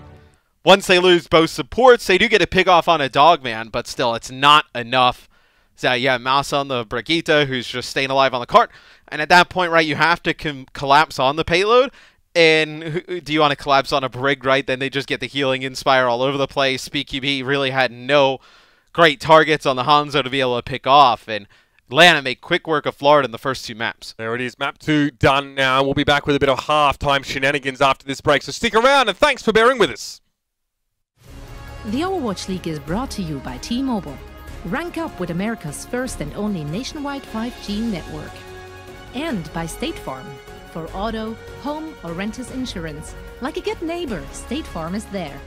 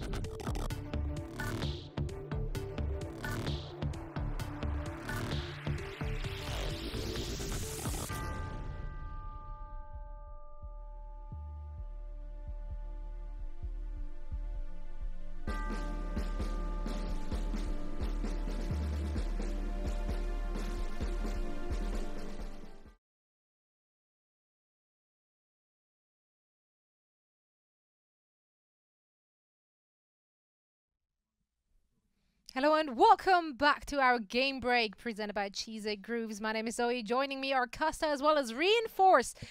We just saw a quite exciting first half, I would say. I love what we saw from Atlanta. I love what we saw from Mayhem, or at least some of it. So let's dissect all of the action, maybe starting here on the first map we've seen. Atlanta looked very, very dominant in that first round, and overall I do think it was a more one-sided control map in their favor. However, we did see some signs of life coming out from the Mayhem as well. Yeah, I think it's... Oh, sorry, Johnny. I'm going to cut you off. No, you go ahead, sir. Yeah, sir, you're the newest addition. You're the rock star of the show. Go ahead.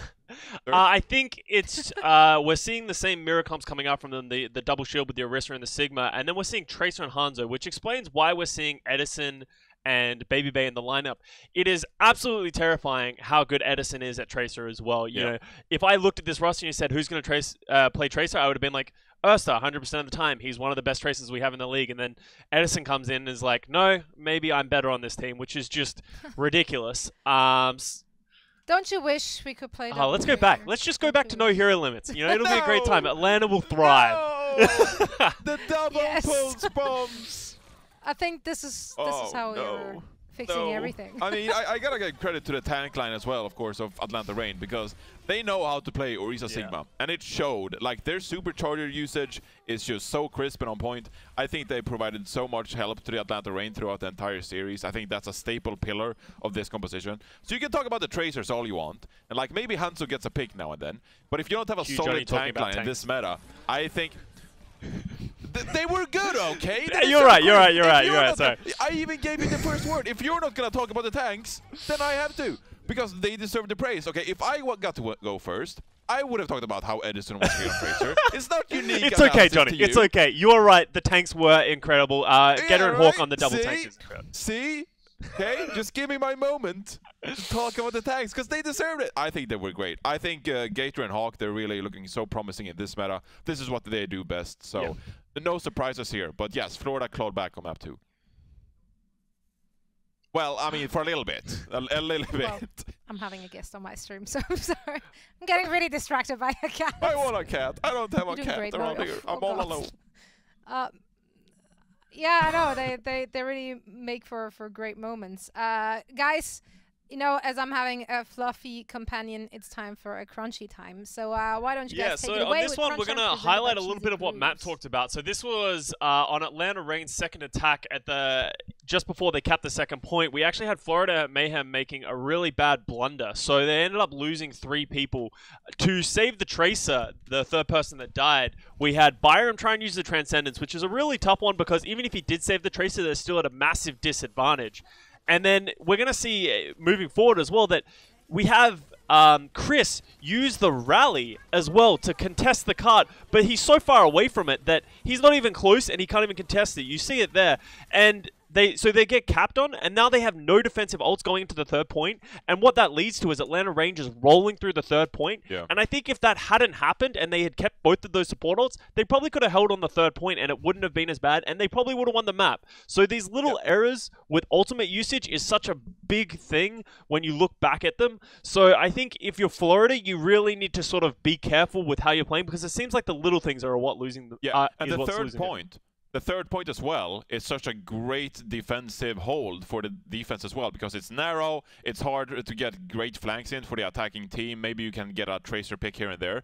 But overall, third point is great to hold, so throwing away those ultimates on point 2 puts them at a huge disadvantage. And I mean, Atlanta Reign capped it out, right? So I think maybe you should be a bit more strict on your ultimate usage. I think most ultimates in these compositions, they're so great, so maybe you should hold on to them for a bit longer and initiate and have good presence of mind when you actually pull the trigger, because there are a lot of skirmishes going around, but you need to make sure that you get a lot of value out from them. So maybe not the right choice from Florida in that case.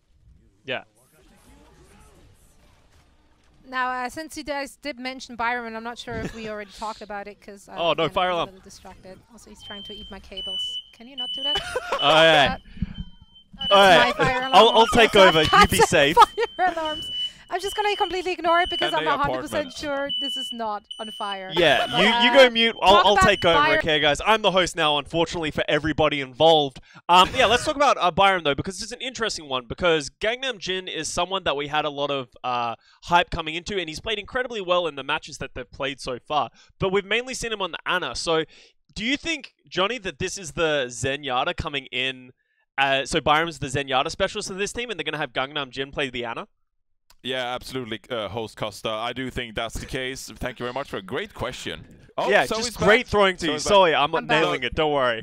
Costa did a tragic job. Nothing's So on can fire, you please turns just out. wrap this up already? I'm Never I'm leave us over it. again. I'm over it.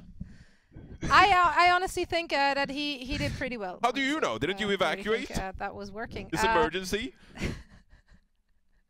No. No. Oh, okay. Yeah. No, fire That alarms happens. just go off Happens. every once in a while. That's just my life. That just happens.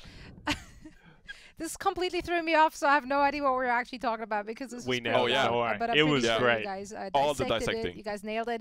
Looking at the second half, we're heading into Eichenwalde, our hybrid map.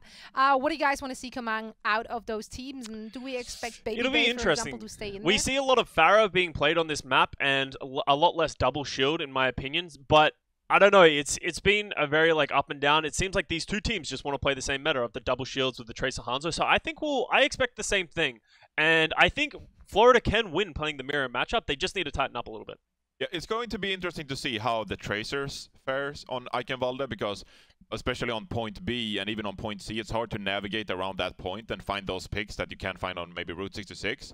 So I definitely think we'll continue to see more Orisa Sigma and probably Hanzo, but maybe change up the Tracer pick. And I say that knowing that Tracer is probably the best hero in this composition. She's so useful in these compositions. But on Eichenwalde specifically, it can be hard to get that value and hit those flanks. So we'll see if either of the team changes it up. Yeah, I do love that it is looking to be a close match, even though Atlanta Reign is currently up 2-0. Mayhem is definitely making them work for their money. We're heading into the second half, all the action being called by Mr. X and one side Mitch, and we'll be back with our game break, or rather the in-between games afterwards.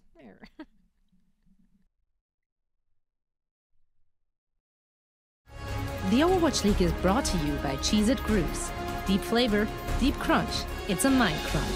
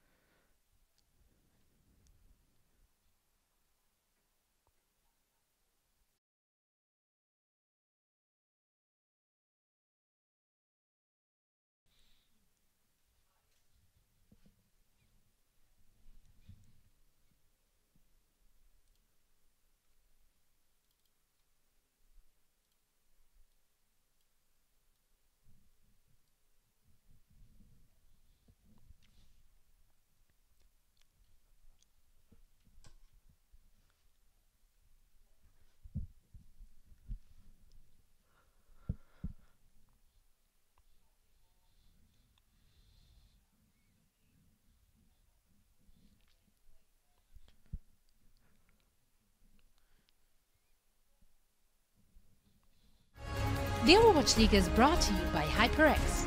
Unleash your style, unleash your fury. With HyperX Fury Memory.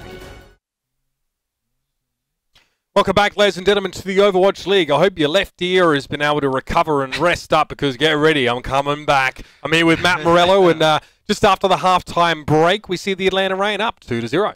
Yeah, 2-0. And I know Mitch can count to 2 because all I've been hearing in my ear the whole day is him counting to 10. So I know he knows how to get from 1 to 2. I don't want to ask him to go from 2 to 10. But, no, Atlanta, they look like in a very good position to win this with a 3-0 in this series, right?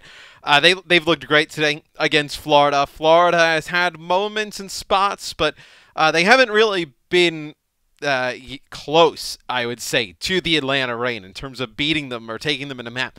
Map 1 was close, but Control's always pretty close depending on who wins the first fight of a given point. So I really kind of hold stock in game number 2 where Atlanta was in control. That's it. Just want to take a brief moment to acknowledge as well that, yeah, I've had plenty of messages come in from fans that are watching the broadcast, and we are aware of the issue, and we're doing our very best to get it fixed up. If you keep flaming me on Twitter, though, I will find you.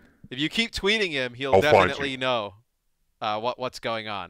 Yeah, so just in case I forgot in the last 30 seconds, feel free to flame me again. But Eichenwald is going to be our third map, and I'm just taking it all for you, Matt. I'm just, I'm like spread out, taking all the bullets for you, bro. Well, we do have 2 subs. Well, I mean, that's just because you're bigger than me, right? I mean, you're able to just hold. Ha! I got into a minute! Yes! Yeah, I mean, I'm tiny. I mean, look, the benefit of me casting at home is I don't need a box. I can adjust the camera however I want. It's all about framing, bro. We do have some subs. We have Gangnam Jin in for the Florida Mayhem, which I'm a fan of his. We casted him at some of the earlier homestands, and I thought his play was strong. Didn't really understand why he wasn't in today. Well, now he'll come in, although Byram did play pretty good. And then we have Sharp. So Sharp will come in for Edison. So you have Edison go out, Sharp come in, Reinforce becomes happy. He's so happy to see him back, bro. We'll get our look at Sharp here today. Is Sharp very good hit scan player. All right, in we go. Gangnam Jin, absolutely filthy on the Ana. Just a deadly player on that role. Zenyatta, of course, has just as much of a lethal edge. Let's see how it plays out. Will be similar compositions, though, when these two teams are locked in for these setups. We'll see what Sharp can do. Live up to his name. He's definitely been talked up a heck of a lot. Depends who you ask, I suppose, but young player with a lot of talent. His job right now is to try and get away around this Orisa shield that's on the right-hand side. So Karayan set up a bit of a crossfire, and Gangnam Jin, he's in the batch, and he's already taken him down. Yeah, I mean, you're not going to be able to push that as a Tracer, right? Like, kind of hook around that corner and make a play onto the Orisa. You're just going to have so much spam, right? Between the Zen, the Sigma, the Orisa, just going through that doorway, you're going to get picked off. So, Florida, they get a first fight win here on defense. Don't think you'll see any switches. Nothing like that right now. That's a little bit soon, but see Yaki, though, he gets the armor packs. We'll see how he plays around it, whether he plays aggressive. That's what we've seen from both teams. Yep. Load up the Tracer with an armor pack or 2. Cinder it, see if she can get a pick.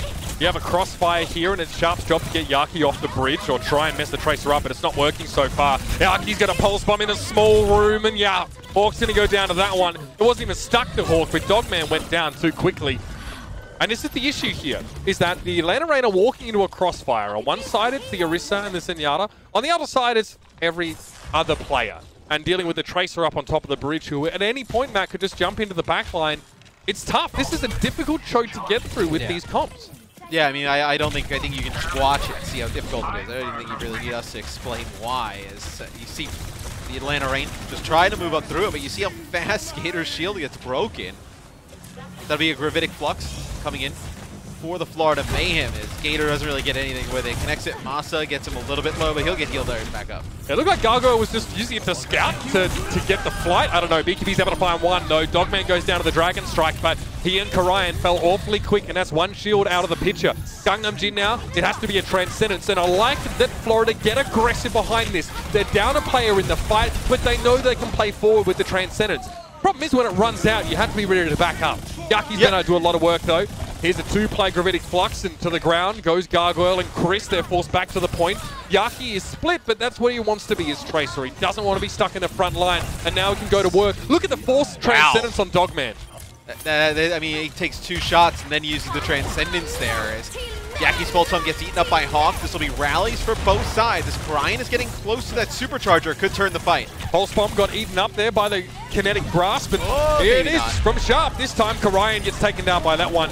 A lot of ultimates here being used by the Atlanta Reign in a very short space of time. It started off with Dogman on that hair trigger, just hit the Transcendence as soon as he felt threatened. But they've had to expend these ults. I think, Matt, if you're Atlanta, you realize it's hard enough to break through onto the point, so now we may as well just get this point captured and spend whatever we have to.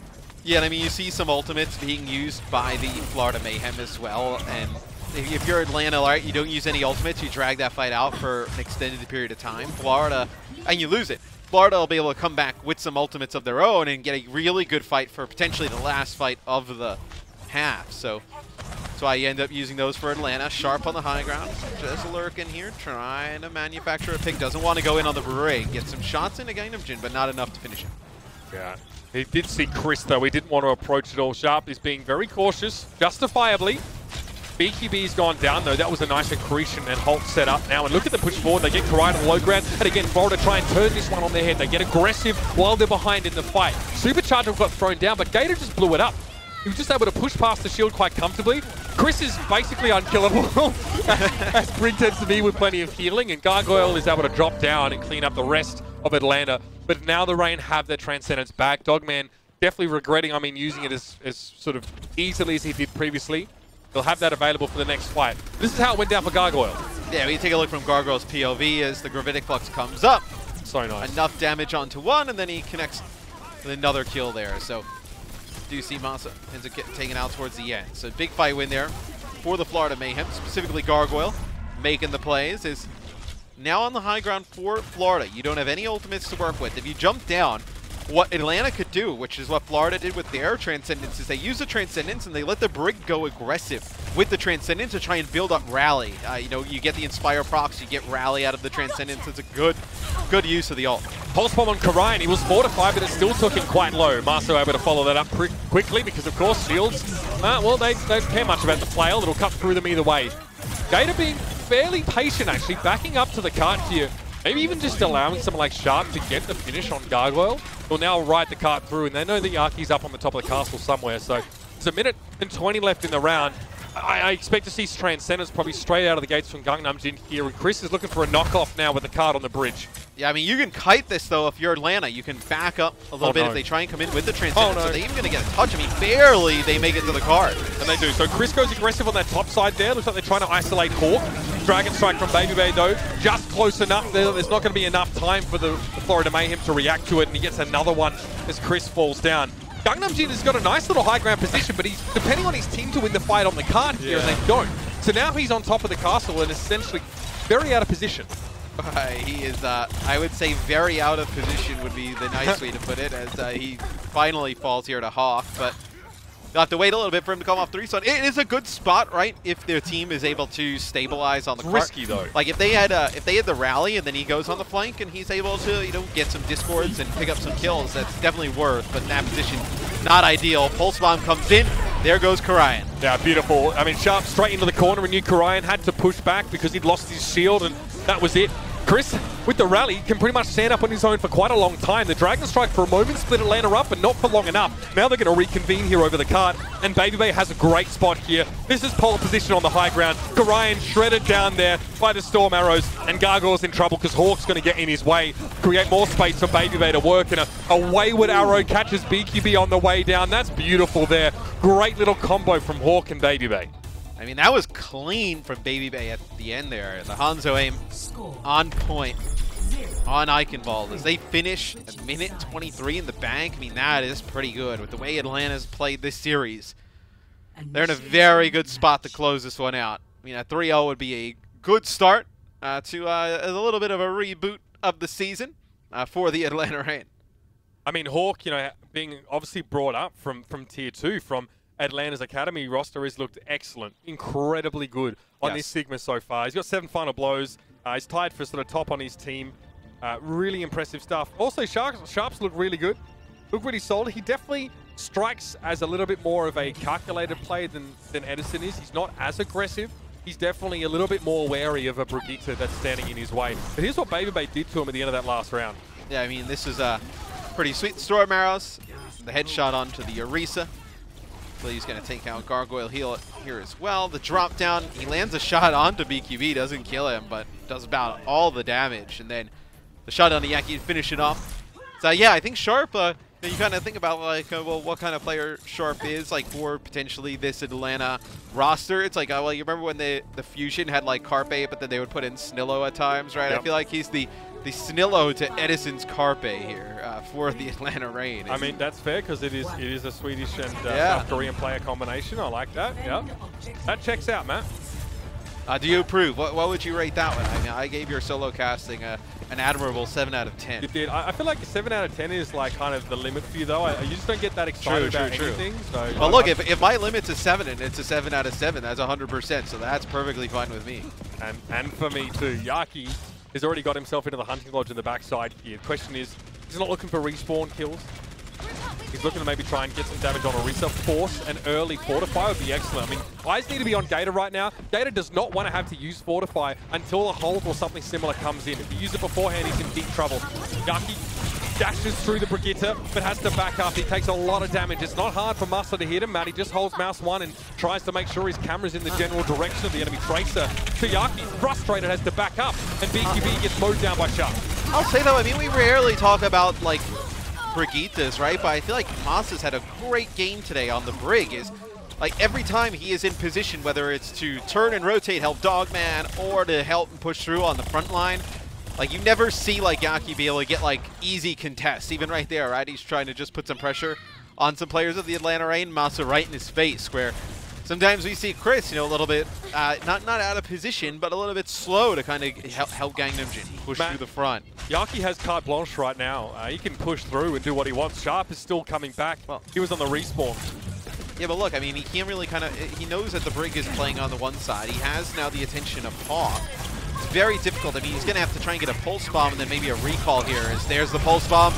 Beautiful pulse bomb there from Yaki as he connects with Paw. Yeah, that's the recall, just like you said. It keeps himself safe for the time being, and this allows Gator to get crushed by Gargoyle. He can roll straight on through. Babybay has to commit to the fight, and he's found his second kill. Now that's 3 for Babybay. Gargoyle stand up. Oh, Babybay. Another for the man. Oh, he just cleans up. That's 5. What is it about the Atlanta Reign and Eichenwald point A? Because Babybay just absolutely took them to Browntown.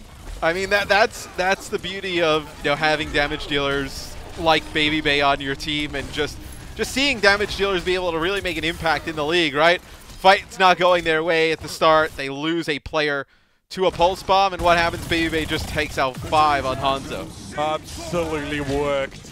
Now, Gargoyle looking for a gravitic flux. Only caught Hawk, who looked pretty comfortable. He can always just go for kinetic grasp in midair. Here's the Transcendence. Here's the aggressive push. Gangnam Jin caught out there. Looks like it was a whole accretion combo elsewhere on the Florida Mayhem to try and take them down. And all Florida, they're feeling the burn now. And Babybay again doing his best Robin Hood impression, except he's not stealing from the rich, he's stealing from the poor. Where are the ultimates here for the Mayhem?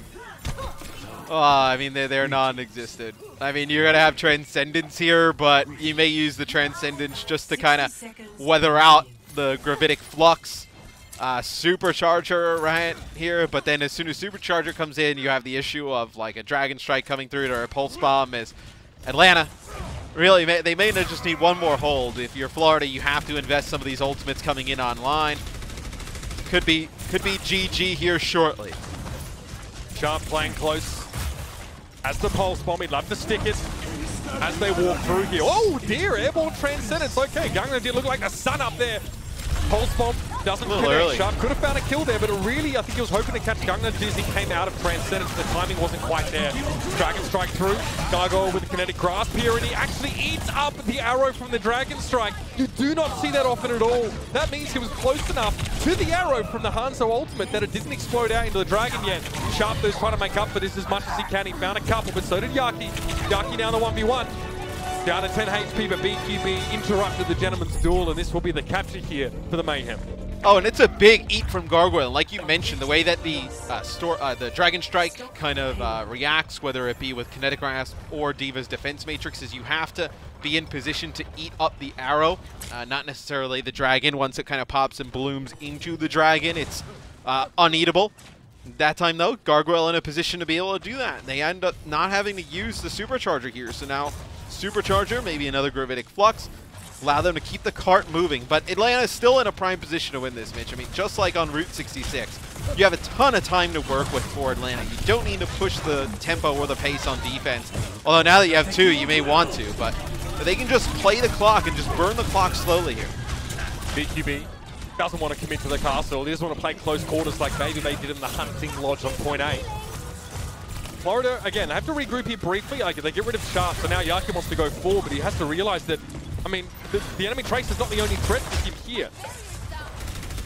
Master trying to back away. This hold will prevent him. He had to shield bash, trying to get behind Gator. Transcendence from Dogman. That wouldn't have saved anyone from the pulse bomb. It was going to kill them. And it's the one-play Gravitic Flux by the look. Hawk went for one of his own. He got knocked up. Came down with plenty of health to spare, though. But with Master and Baby Bay out of the mix here, once again, it's time for Florida to march onward. And that's 2 support ultimates match and were committed by Atlanta that go by the wayside.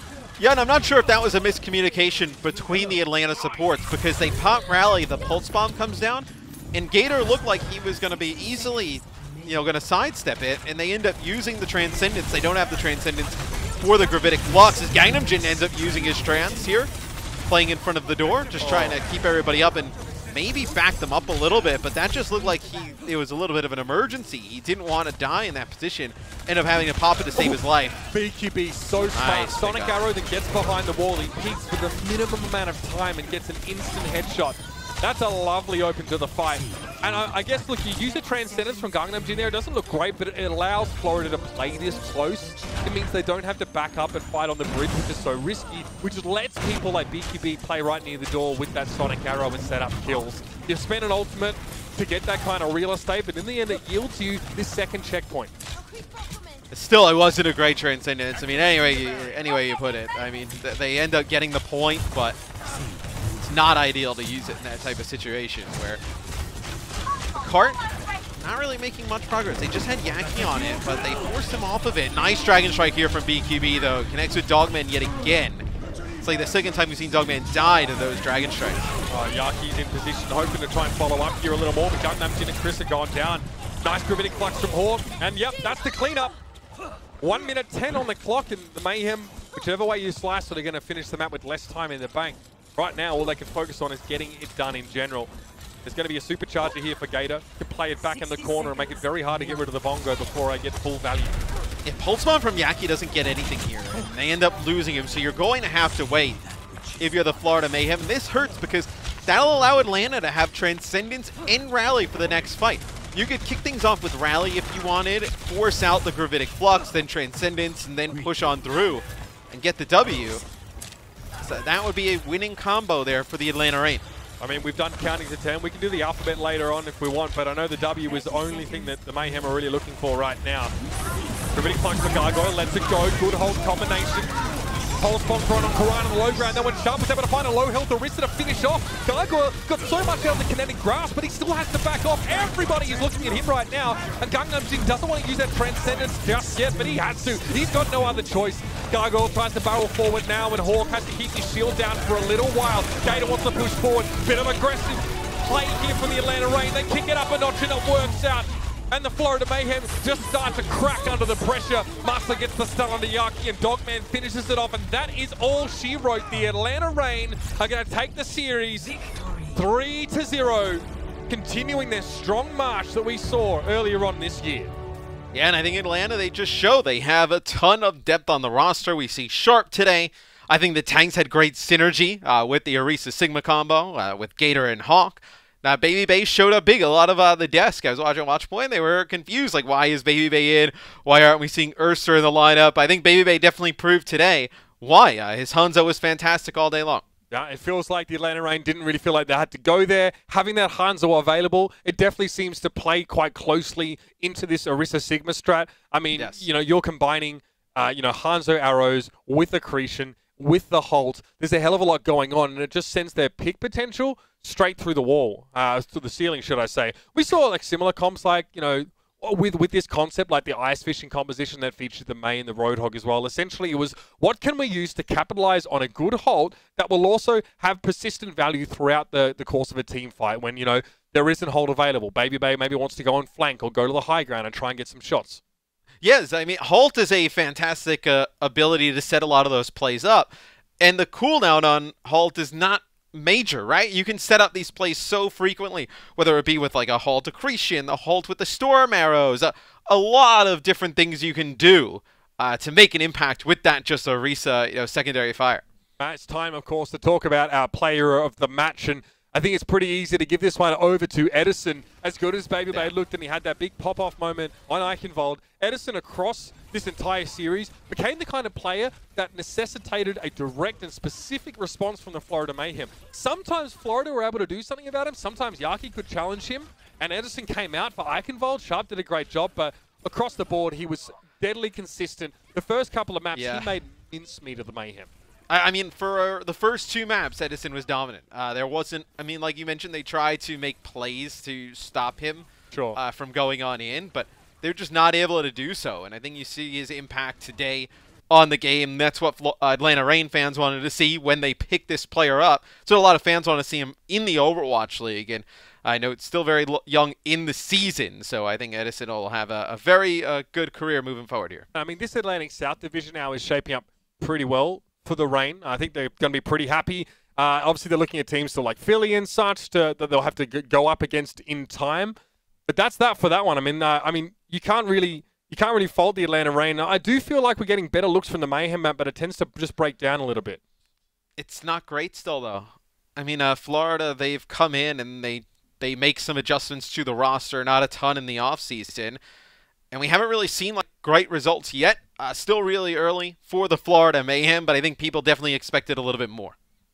Well, coming up next, ladies and gentlemen, is Seoul versus the Los Angeles Gladiators. So stick around for that one. More exciting Overwatch League action happening from here. By the way, your left ear, yeah, it's a little warm in here. Could you just go air it out? Maybe use a Q-tip a little bit? Thanks. I'll be right back in there after the break.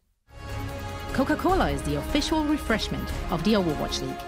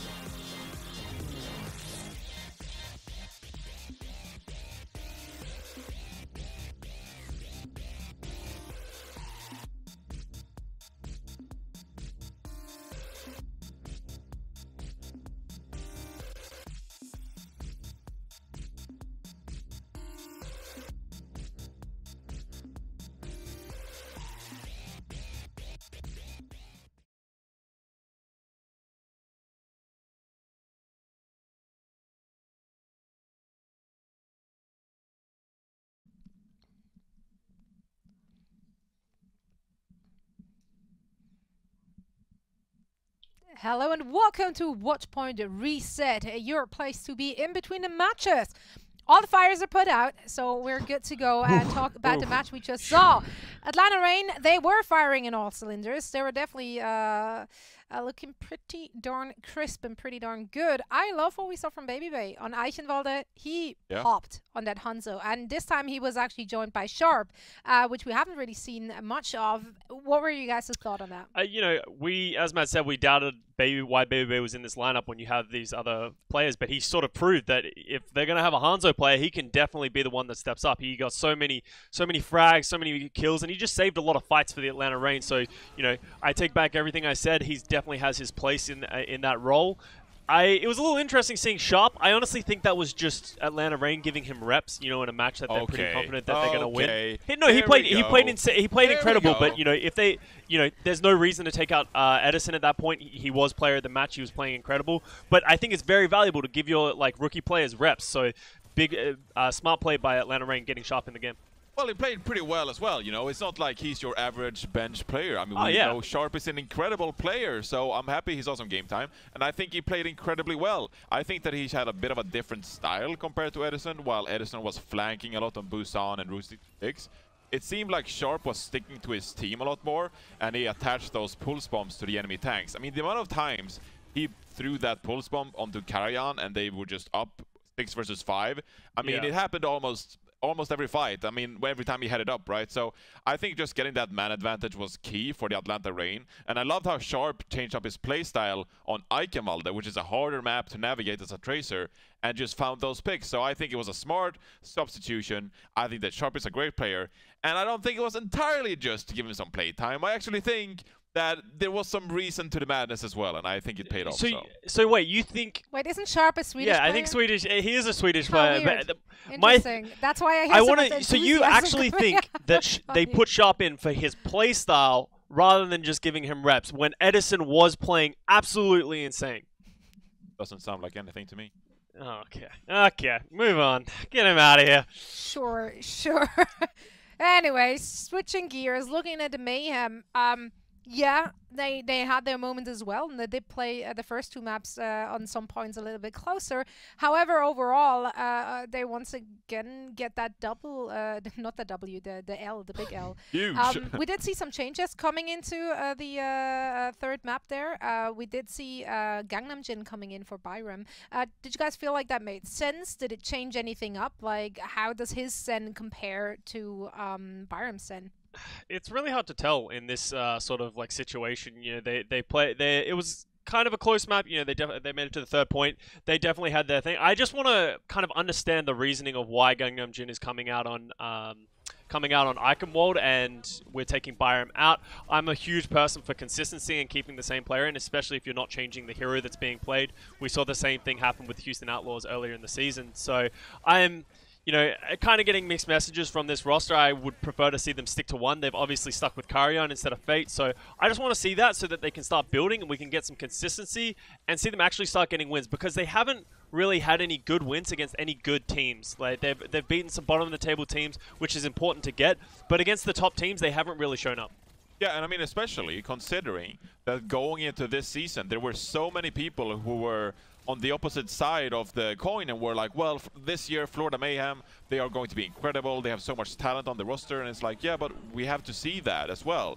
And we've been waiting now for many weeks, not only for Overwatch League finally being here again, but for the Florida Mayhem to actually get those wins against good opponents. So I understand Atlanta Reign, really good team. It's a tough matchup for the Florida Mayhem, but we need to see them get some of these wins, or at least put up some resistance, because this was a pretty clean 3-0 from the Atlanta Reign, and I want to see Florida Mayhem actually perform pretty well, at least against some of these better teams, if they are going to stand out from the middle of the table, from the mid teams.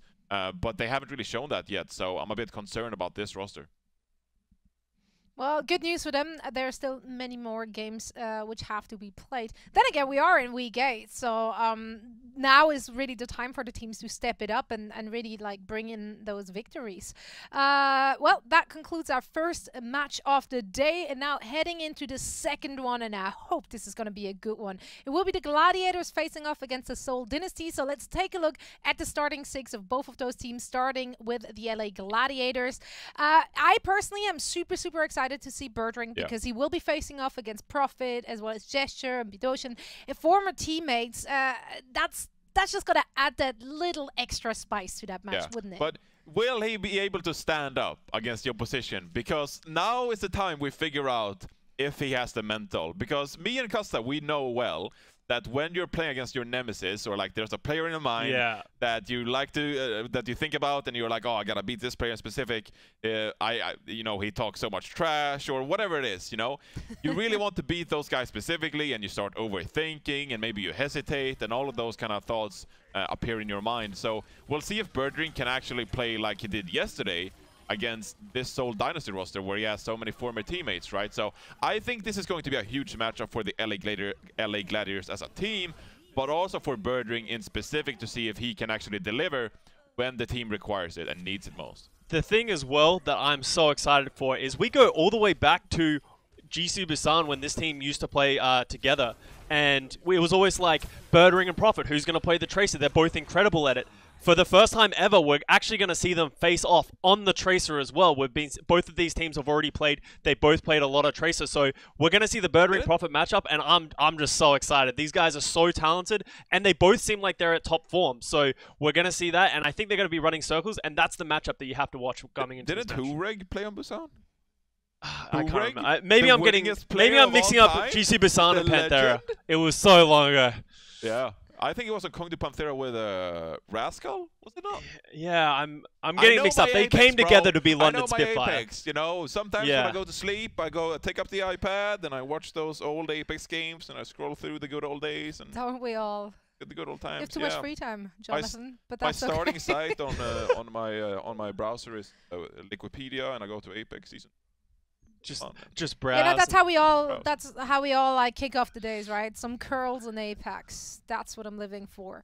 Now, looking at the other side, at the opposition, let's take a look at the starting 6 for the Seoul Dynasty, where we will be seeing Prophet and Gesture coming in. So yeah, again, it is the battle of the former teammates. What are you making of this match?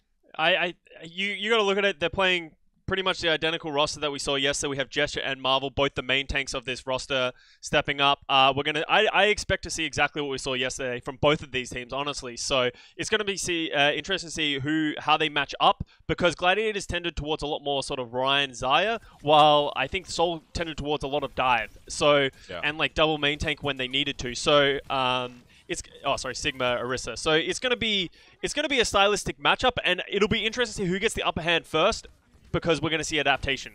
And that's when teams are really tested, is when they're forced to adapt on the fly and their game strategy has to change. Yeah, I think we might see two teams being really aggressive in this matchup, which I think everyone watching enjoys to watch as well. I think if we have OG and Space on one side of the coin, they might actually go pretty aggressive. We saw them play some Reaper Tracer yesterday, which was really fun to watch. And then you have Seoul Dynasty, who dived yesterday as well. So I hope both teams go really aggressive, and we see some great fights coming out of both teams. So we could build this up to be one of the best matches of the weekend. So I hope they deliver. I definitely believe that to be true. I think this is the match you need to watch. I want to know, though, if we're looking at those two teams and the matches they played yesterday, there were quite some stylistic differences from their approach, both aggressive but in different ways. Which of those two teams, if you had to make a guess, do you think has to be the one adapting? Which one of them will actually decide the pace of the game? It's really hard to actually know, because we haven't seen these two styles come up against each other. Because it is very regionalized, it seems like a lot of teams are sort of playing within their region. So you see a lot of different things from the Chinese region. I think the NA West teams are playing a lot of this Ryan Zaya, and we saw that with the Gladiators versus Shock yesterday. So Seoul is playing something different entirely. So we're going to see these two different sort of almost regional playstyles combine. And I honestly don't know who has the upper hand, because there is strengths to both. The Gladiators, right? Yeah, so I actually think that the Zaya, if they can make the Zaya work, then I think the Gladiators have a good chance of winning this match. But I think if they're forced to adapt, go into the Wrecking Ball Diva, or Wrecking Ball Sigma, or just like all the double shields that we've seen, I think Gladiators might be in trouble if they have to play Seoul's game. So maybe run us through this then. How do you make that Zarya work? Like, how are you the one pushing the pace when you're playing? You just need to play aggressive with your Zarya. You need to be giving him a lot of resources, get him a lot of energy. OG creates the space by going aggressive, and then space just sort of outputs a ton of damage. My key to success for the Gladiators is making sure Prophet doesn't wreak havoc in your backline, because if he wreaks havoc, then Space is going to be forced to turn, adjust his playstyle, and I think the whole thing will fall apart for the Gladiators. I actually think that Seoul Dynasty is going to take control of this game, because I think they will go so aggressive, especially with Gesture on the starting lineup as well. I mean, he loves being aggressive, right? Yeah. And then you have Profit being a nuisance in the backline as well. So I think Seoul Dynasty will take control, and Space on the Zarya will find himself constantly like flailing around his aim, trying to beam down all of these dive targets, right? So I actually think Seoul Dynasty will be the one to be the aggressor in this matchup.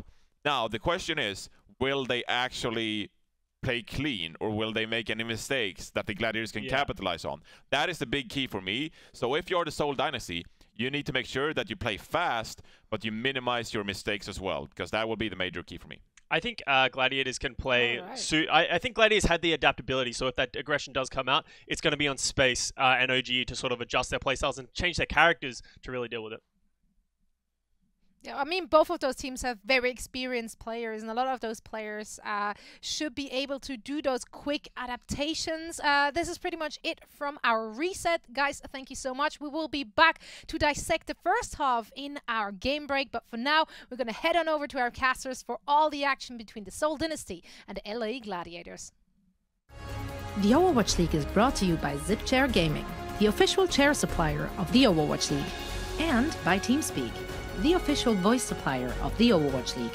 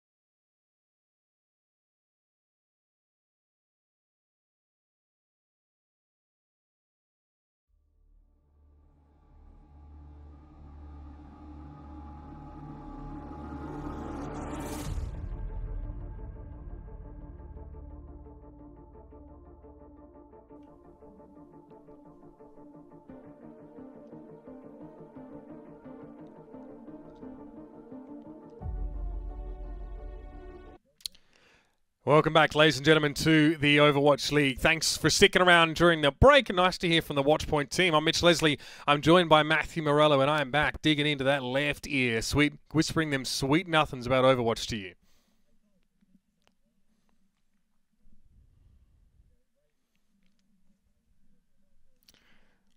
I will acknowledge to people really quickly. Now, obviously, it's on us to get this fixed, and I guarantee you we are working on it. There is a way to make it more bearable for you guys in the meantime. So if those of you are at your PCs, you can try this out. It's just me, apparently, so we can't hear Matt right now. But you can open your Start menu, go to Settings, click Ease of Access, go to the Audio tab under Hearing, which is on the left bar, turn mono audio on, and then you should be able to hear me in both ears. Now, theoretically, I should be coming through, obviously, your stereo, and you should be able to be hearing both. That's not happening right now. We are working on it, so do bear with us. I'm hearing from a lot of you guys online, which is great.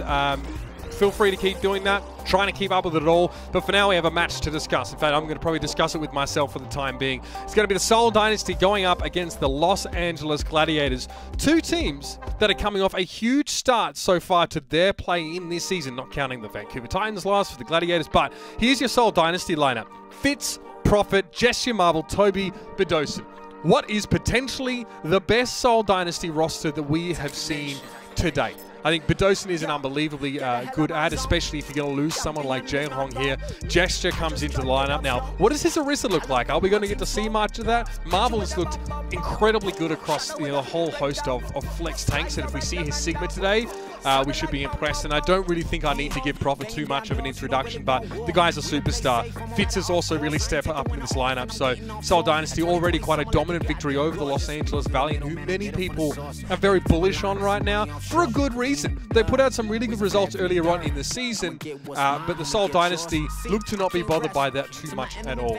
The other side of things is, of course, the Los Angeles Gladiators, a roster that has many familiar faces, both old and new, to this particular lineup. Mira comes in now as Doomfist looks excellent. Birdring is going to be going up against some of his old teammates from yesteryear. OG's on this lineup with Space, and then Big Goose and Shaz to round it out. There's a heck of a lot to like about this. If you're a Gladiators fan, it's no longer sort of 2018, 2019. This is the time for you guys. Mira is young, very talented, and extremely good over a whole different clues. Now, will we see that signature Doomfist from him? Is it going to create enough space for Birdring? We'll have to find out. Let's have a look at our map set to start things off. It's Nepal to begin. That's where we head for control. Then Rialto, Eichenwald, Volskaya, Lijiang, and if we need it, we've got a couple more maps there. They'll both be control, and this could be quite the close game. We may end up needing to go to those. But yeah, I think that's something that y'all should be looking out for. And I want to see if we get Arista comps here, because we'll see what Gesture shows on that. OG has obviously always been more dominant on a playmaking, sort of aggressive tank as well. We know his Reinhardt is very powerful. We should expect to see he and Gesture look forward to trading blows here, as that tank lineup on both sides is great. Space, I haven't had enough time, or really haven't spent enough time talking about him, but the guy's a linchpin. The guy is a young genius, and on that Sigma, I expect him to make a big difference. Now, we've seen some dive cons being played. A couple of teams have attempted to do it. We saw the Hangzhou Spark try to get the Genji in there from Godspeed overnight. Didn't really do the job. Didn't look great. And that could have been an individual issue there, but also, this is tough for Genji out here. You're dealing with Brigitte, you're dealing with Sigma, you're dealing with Orisa. A lot of stuff that can stop you in your tracks. And yeah, I didn't really expect to see that out of the gates. We may still see Fitz go with it. He'll switch off the Symmetra potentially after everyone uses that TP4, but no. So it is going to be a Hangzhou Tracer. Profits on the Mei. Major point of difference here. And again, when it comes to controlling space over the middle of the map and also capitalizing on those holds, it could be a big difference maker. Gesture's been left here as sort of a loose end now. You see he just bangs the shield around there and is probably hoping to hide the fact that they're trying to flank from the Gladiators. Los Angeles are happy enough with this though. Space is there to protect Mira. Hits a... And they have point control. OG already moved up to the point pretty much straight away.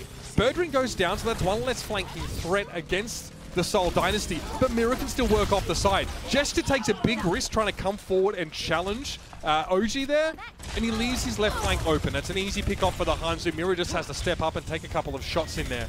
Not a great start for Seoul, and they're going to try and regroup here as quickly as they can. They'll be waiting, of course, for the Arista to rejoin them, and Gesture, even though he's coming on 4 legs, he's pretty darn slow. A bit more like a Clydesdale than a Stallion. OG onto the point. Maywall's up though, so he does need to chill for the moment. He won't get much healing. Birdring is going to quickly jump on in and join him now. The Gladiators bolster their defenses on the point. You might see the Dynasty try and drop down on them. Fitz is in a great spot to do damage though. He needs to be challenged. You can see off screen Shaz is trying to pressure Fitz, but doesn't push up close enough, doesn't get enough of the guaranteed damage. Fitz is able to build up the Dragon Strike now. He's going to send it straight on in. Transcendence has to be used here, but Fitz, oh, we can climb back up the one target. You're not going to get a safe hold on. OG goes down. Dragon Strike now in Gesture's direction, but the Dynasty are actually able to spread out and avoid that. And it should be pretty smooth sailing now for Seoul to regain control of the point. And they will sit there behind Gesture. Come into the next fight now with that Transcendence advantage. Shaz isn't going to have that available. They try and use that supposedly as a response to the Dragon Strike that came through. So Seoul are well equipped here. Birdring is going to have to try and find something. And it's going to have to be with that Pulse Bomb, but you've got a Blizzard and you've got a Transcendence. No real reason for you to lose this fight out. Marvel gets stuck with, oh, yeah, OG over the edge. Now Shaz also is going to struggle. He has to walk around the edge of that pillar. He keeps a cool head though. A lot of players would have sort of just fallen off the lip there. But again, it's another essentially one fight where the Seoul Dynasty don't have to spend ultimates, so they feel very good. That lets Marvel get ready. And he's actually going to go for the flux straight away. Maybe chasing kills there, but that one was questionable. I talked Marvel up at the start of this match, and that decision there is definitely an ult that you could have saved for when the Gladiators are trying to challenge you front and center on the point. Space goes down though. Fitz comfortably dispatching him, and now Marvel can push up. I think he's trying to really channel aggression. Definitely trying to telegraph the fact that he wants to push the Gladiators back, and there could be a psychological impact to that. 57-50 though, so after a good first fight and a second fight win that Seoul don't have to spend ultimates in, now they have 4 to come in for the next one. And Prophet, he's going to do the dirty work here. No one's looking. My man's going to go for the freeze down. He actually tried to get some mouse 1 freeze on the Hunter to make sure he couldn't get out. Okay, OG's able to hold him off there. I didn't know if he somehow managed to just vault himself over the edge, but it was a great hold to do with Prophet. But the damage was still done. The Blizzard still came down. Space now's trying to push forward, but that forces the Transcendence out of Bedosian, so Space can step back a little bit more. Gesture now sat behind his shield with the Supercharger. Those ults are finally getting drawn out of Seoul Dynasty, but the Gladiators are using them too, and they are behind by a lot. It's 90% and counting now, and Gesture's able to burn Mirror down. It's looking very bad now for the Gladiators to make it back into this round. Seoul, I mean, only a few seconds. This has been an easy win for Seoul. You can now hear me yet again. I said pregame is that there was a petition for your right ear, and then oddly enough, I became muted, probably because of you. Probably you're doing that because I'm trying to get the message out there about you trying to speak to people's right ears, and you're trying to silence me. What did I didn't do anything, bro. Literally, I got on here. You know, the funny fact is I didn't do anything at all, but evidently it just didn't go at the time. But you know what I'm gonna do, Matt? What? I'm gonna walk across our apartment complex and put a rude letter under your door. Oh, I mean, they've already done that a few times here in this complex for me. That would be the first time. Always barking, bro. I'm excited for this match. What I want to talk about pregame is I think the Gladiators are going to be a much stronger team than people expect. And like Johnny mentioned on Watchpoint, I think Seoul Dynasty is a team that can contend at the end of the season for a championship. As you see Prophet on the bank, gets right up in the mix. He's going to use an ice block, keep himself alive, and that allows this team to pick up some kills.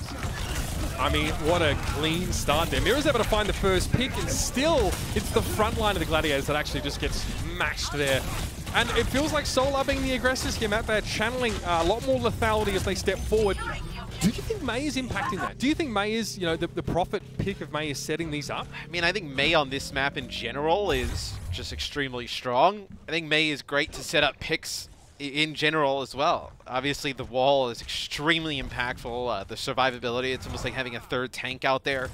So we do see some changes for the Gladiators. So they'll bring in a ball with the Zarya. So OG goes Wrecking Ball. It's obviously a good disruptor to players playing close together. It's a little bit more of a divey, fast-paced comp as they bring in a Doomfist and a Tracer, too. But unfortunately, there's no anti-freeze in those circuits for the Wrecking Ball, and May can still stop OG in his tracks. Good point control here. I think OG attempted to try and go for a quick cap, but they caught Prophet out there. They actually bait Prophet forward, but Toby's going to rejoin now. Throws the Immortality Field in there. Prophet gets knocked out of it briefly by Mirror's uppercut, but he's able to get back to safety. Mirror, though, goes and turns on towards Marvel. With that May wall up now, the Gladiators have some time to regroup, and so do the Dynasty. Amplification Matrix is thrown down, though, here, and Toby's getting the extra healing value as well. Not going fully aggressive with it. Mirror is doing some pretty impressive things on this Doomfist map, but one pick at a time is not going to be enough. I mean, they get a Meteor Strike there, connects it one as Birdring and OG and Mirror still alive. The support's pushing through the point, so the Gladiators will be able to flip here.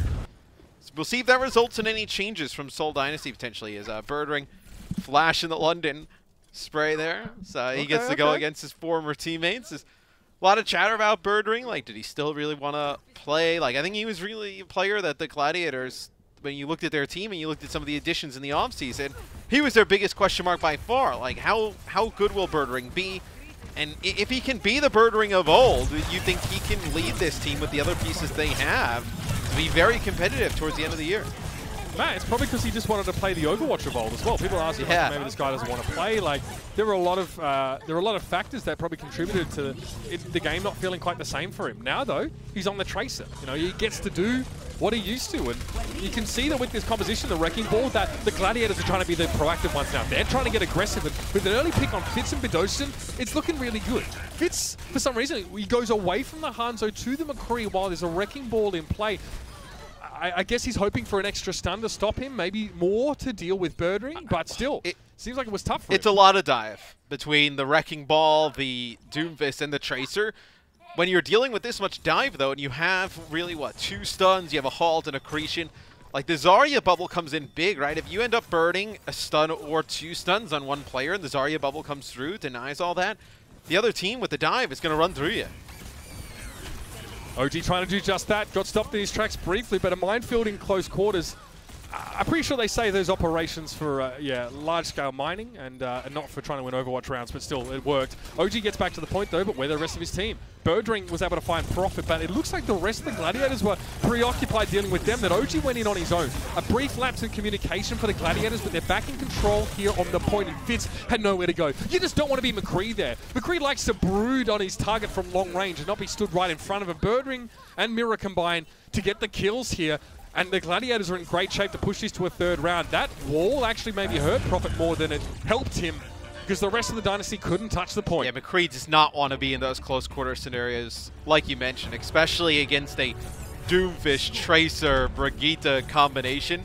All he had there was his Orisa and his Zenyatta. They used Transcendence to keep him alive, but still just so much towards the end that pushes the Gladiators over the top. So Symmetra out for Mirror just to give them a little bit of an advantage towards the point. Birdring going to play McCree, so maybe we see Tracer McCree here? Yes. Potentially. Give it to me, I want it. Hangzhou McCree is OGly playing Reinhardt. So we don't see a ton of Reinhardt. We've seen it from the Gladiators over their last match. But still, a lot of teams that we've been seeing have been going towards this Orisa Sigma setup. Let's see how they make the Rein Zarya work. Okay, so there's obviously a lot of opportunities for OG to get good charges when they're playing on the point. The walls, they're close to each other. That's also why I think that the Doomfist is going to be powerful. And for Fitz to stand here on the point as McCree, no matter where you are inside this square, you're at great risk of getting, I don't know, like knocked back or stunned or anything like that. So he on the McCree has to play specifically carefully. And of course, the same can be said for Birdring having to avoid Marvel's accretions. But OG now takes a lot of poke damage because that's what this McCree comp's going to do when they set up on the high ground. Mirror wants to get across, and look at he gets the Zarya shield. Immediate immortality field had to be forced out. Unfortunately for Mirror though, Birdring and Chaz fall very quickly on the point.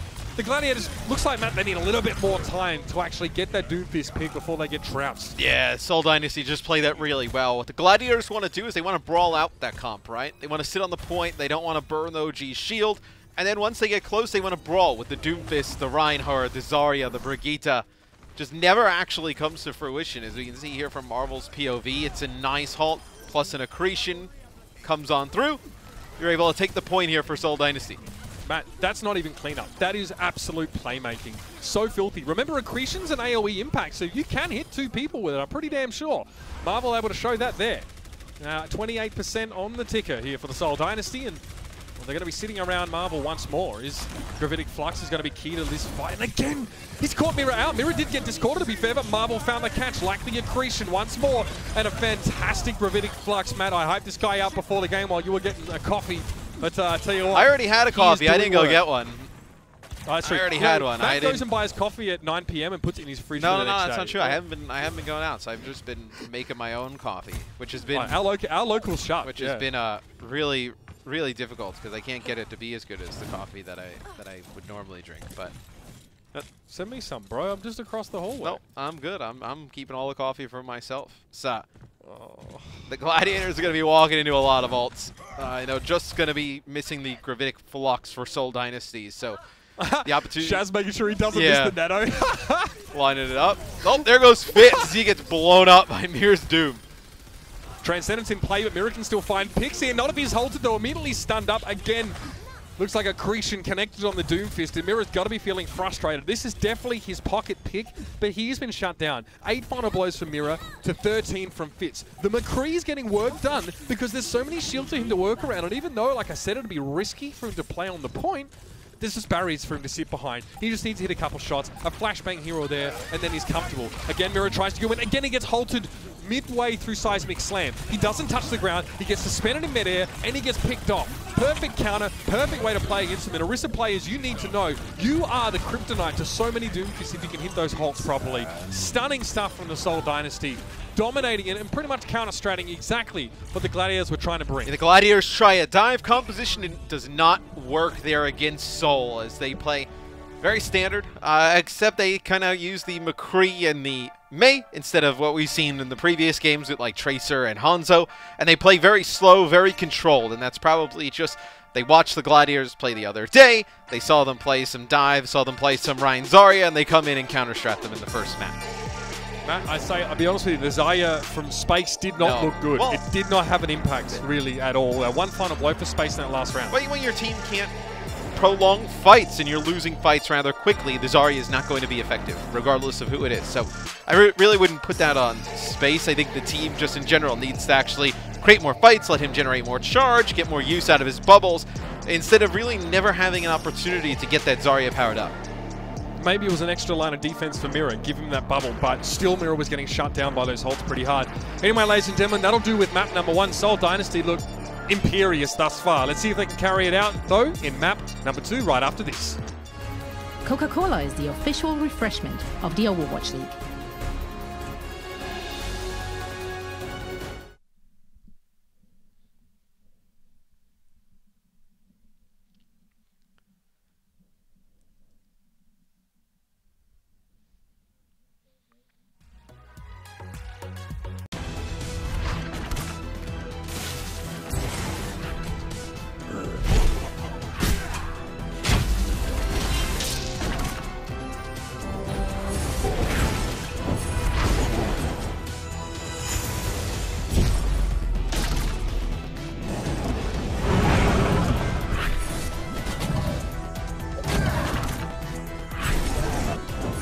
Legend of Soul Guard. Download now.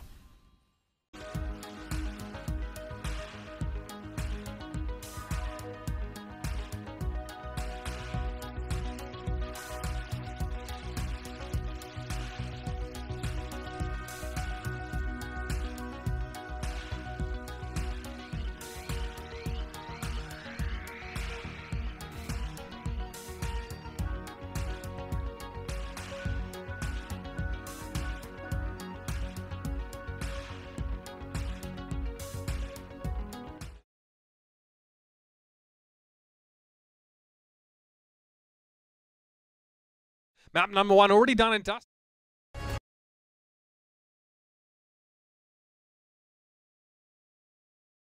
I'm Mitch Leslie, joining you by Matt Morello, excuse me. Real quickly, if you haven't already done this, obviously I'm only coming through one of your ears right now, and I know it's painful. Trust me, I know. You can change that in your ease of access settings and set your speakers to mono, just for the time being while we get stuff sorted out. We want to make this as comfortable as it can be for you. But Matt, that didn't look comfortable at all for Mira and the Gladiators in that last round. Look at that segue. Let's go, bro. Oh, I mean, yeah, I still would put you a peg below Golden Boy. Golden Boy is the king of that stuff. I did the Bruce Buffer intros in Washington, bro. When? And no one said anything. Like Golden Boy did. I did the team intros. I did just like him. That. And everyone was like, no, that was okay. Nobody remembers that. Nobody remembers that. This guy gets such an easy ride. But, well, I think the Gladiators, look, they have a strat. They have a few different things that they're able to do that we saw worked against the San Francisco Shock.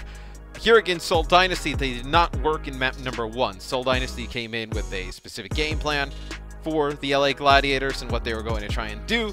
We'll see if the Gladiators have another piece in their arsenal, right, to switch things up. Maybe it's different comp, different substitutions, maybe later in the game. No subs coming in here for this map. Yeah, so we'll see from the Gladiators if they're able to try something different, or maybe it's just control maps in general where they're not able to get that upper hand against a slower, more methodical type of composition that includes McCree and May. I mean, I love that we're in a meta where you can sort of play your comfort picks, and Prophet is still playing May. Oh, that's so brilliant. Tells you something about May, right? This impish smile on his face while he just freezes people. Rialto is going to be our second map, ladies and gents. We're going to jump in there in just a moment. And again, I mean, you should expect to see plenty of Orisa here. Holt, very powerful, especially over the first part of the map. And yeah, maybe we get that Fitz McCree again. I'm about it. It's crazy too, right? Prophet is such a good tracer when some of the tracer we've seen at the beginning of the games.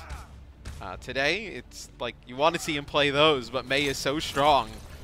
You can't really fault him for doing it, taking one for the team. But it'll be the Gladiators on defense. They'll be playing the Tracer here. Tracer Doomfist with the Rein Zarya. So they're going to go with this Rein Zarya yet again. Okay, so give Mira a bit more time or make it harder to sort of CC him. I mean, against Double Sniper, it could be really good, but a lot rests on Mira's shoulders. I think this guy, he's not a one-trick, but this definitely seems to be right where he's comfortable. But he actually has to dominate if that's what he's going to play here, I think. Otherwise, he shut him down. Is this just a Sonic Arrow and then maybe a peek on the Widow? Let's see. See if they decide to... Doomfist yet. Yeah. See if they decide to change after. Prophet. Ooh, next to the shot of going across. As soon as they see him. Now they'll switch off of this Widow. They'll go Pharah. Interesting. So you'll play... nope. Gonna go Hangzhou. So you'll play Hangzhou with May. I was gonna say Pharah is interesting because you wouldn't have a Mercy. You could just play like a Harmony Orb on the Pharah. I mean, a little bit of a flank going on here. No, not against a May, Matt. It's just too like you can get burned down even with Harmony. Like you can still get wrecked. Okay, look at this flank. So it's gonna be Big Goose and Mira push around the side to get Bedosed, but whoa, tell you what, a hefty toll was levied there. And look, Mira's done this again. So even though he goes in and gets a big kill, they lose Birdring in space. So. You know, the Gladiators try to be the aggressors here, but as soon as Seoul realize they're getting flanked, they go forward themselves. Seoul's going to get some payload progress out of this, too. Gladiators do come back. They'll be at full strength for this next fight. You're going to lose Marvel here, most likely, as gets pinned in the corner by 3 players and not able to make anything happen. So Prophet almost catches one with a May wall, but now you'll have Bits play McCree. So this is what they did on Control. Different support lineup, but they were able to make it work. Let's see how they get through this choke. I guess you just methodically push up, you get a good May wall. If they try and dive, you have the flashbangs, and you have Immortality Field now to keep your team up. OG chilling, almost has an Earth Shatter here. And gonna back off. Does get May wall briefly. Is it enough to catch him? The Zarya bubble even used to try and keep the Reinhardt alive. Oh, he goes aggressive anyway. That's I get the idea, but maybe he could have saved that for another fight, Matt. That one blows up in their face. Yeah, you have no option at that point for OG. You're so pushed in. You're fully committed. You have to get past the Arista shield, and then you may as well just drop the Shatter. You know you're going to die. If you drop the Shatter, maybe your teammates can come through and trade that kill out at least, but does not work in the Gladiators' favor. Is Seoul Dynasty, they push up, they want to take some of this space. They want to deny the chance the Gladiators contesting again. That's why Gesture uses his Supercharger as OG goes into the drink. They lose Mirror too, as Seoul Dynasty will be able to take this first point. All right, the Gladiators need to reset properly here. OG goes down early in 2 fights where you really need to keep him alive. The first one, in fairness, was when he got walled and you saw the Gladiators tried to keep him alive. The second one getting halted off the map there. This Orisa Sigma composition has looked better than the Ryan Zarya one the entire time that we've seen it played in this series. OG now without an Earth Shatter, of course. He tried to use it beforehand, so something's got to give. There's got to be something else. Is there more depth to the Gladiators? It's also hard to play this without, like, Lucio, right? You have a Deadeye. We'll talk about that in a second. You have Birdring switch over to Reaper here as well, so even more just damage from the front as Mirror gets stunned and Nano Boost goes on to Fitz. Fitz has to go for a reload there. We got Nano Boost, and OG quickly realizes he doesn't want to deal with the Electric Cowboy, but Birdring's able to find him. He pushes up a little more, and the Gladiators switch up their style. They go for the Reaper. They want to play even more closer, even more aggressive. And Prophet actually has the Ice Block. He's done. There's no way he'd get away now. And once the cracks start to appear in the setup here for the Seoul Dynasty, that's when the Gladiators really can push forward. They had a good start to the fight. And it was also helped that Toby had to use his Immortality Field to protect his backline against that Meteor Strike. Yeah, Birdring and Mirror up top. What I was going to mention before about not having the Lucio is, like, the Gladiators comp, you can make a lot of things happen with a Lucio if you have the speed boost, right? To close the gap in a position like this where Seoul Dynasty just backs up. They want to kite this. They use the Amplification Matrix, and they're able to actually get 1 kill out of it. And, ooh, Space trying to get that kill there on a Prophet. He ends up in an Ice Block. Birdring behind enemy lines. He'll take out another tank. The Gladiators get another fight win. But you see how dangerous it is to just kind of walk into all of that fire as you're trying to close the gap. You just have to use, they have to use a rally to get close and keep everybody up. Jazz is in trouble. One more hit after this drop and he'd be done. Yep, Fitz is able to find him. It's so easy as McCree to capitalize on those Gravitic Flux suspended targets. And it looks like this composition, Matt, the Gladiators have to be all in or they're going to get dominated. This Reaper really telegraphs the fact that they have to push past the double shields of Gesture and Marvel. So you'll see Marvel do his best to try and hit these accretions to make it really hard for them to do that. It's less of a tricky composition of the Gladiators here. I mean, this Reaper might TP just straight up behind him. It's not subtle. I mean, Mirror's down there. Fitz is going to go for the Deadeye. He gets a free reload and a kill on a Doomfist, and he's not complaining. And Prophet's going to use the Blizzard. He'll connect with Big Goose OG in a lot of trouble as well. They end up using the grab here. Space tosses it in, and you're going to use a Death Blossom too. This signals that you're going to see changes from the Gladiators. You lose OG here at the end. Mirror just diving in. He'll have a Meteor Strike for the next fight, but they use some of those big ults. You think maybe we see some changes here for the Glads. Well, it's back to the Tracer, man. So they're kind of feeling like the Reaper hasn't really worked out. Fits on the Doomfist. Okay, that's interesting. Maybe it's because there was a Reaper switching off down to Tracer so you're harder to hit. But Bedosen there, great clean-up frags towards the end of that fight there, catching Shaz as he walked on out. And that's just another tool in your arsenal when you're Seoul Dynasty now with these changes to your roster. And do you decide to stay on the Zarya, which is interesting because you burn the grab and didn't really get much of anything with it. As Prophet will freeze up space, he'll take him out. You see how aggro the Gladiators have to do to make any play happen is they do push on forward, but look, everybody's so weak. Marvel takes out one with his Gravitic Flux. Birdring, he'll be dealt with rather quickly, and although the Gladiators push forward, they get the action they want, it's still not enough to win a fight. Yeah, even with Birdring, so he switches back to the Reaper from the Tracer because obviously he sees that Fitz is probably was no longer playing the Doomfist, but Birdring looks like he's trying to get a favorable matchup. I don't think he's feeling super comfortable. How do you win? He's just trying to counter. How do you win the neutral here as Mira goes in yet again and gets taken out? How do you win the neutral against a May McCree when you're going to be playing the Doom and the Reaper? I just don't think you can do it, especially now that you try and match with the double shields. Well, not when you have Fitz being given a ton of space, right, to work. Space is actually the player has to switch over now towards the Orisa Sigma setup because they realize what they're trying to play is not working. Better late than never, Matt, but they've lost so much progress in this Matt from playing a composition that Seoul just had all figured out. The Dynasty get across the line with 1:15 on the clock to spare. Well, the issue at the end is not necessarily the lineup of tanks you're playing. When you're playing the Orisa Sigma, it's when you combo those with the Doomfist in the Reaper. Like, you're all in on that back line. And if you just sit and play the neutral, like, you'll have the McCree, you'll be able to burn down the shields a little bit faster, and you're just going to have to, for the Gladiators, just keep backing up, backing up, backing up. The Brig can't really heal the flankers, and neither can the Ana because you have the double shield in the way. So it makes it very difficult for Mirror and Birdring to get anything done.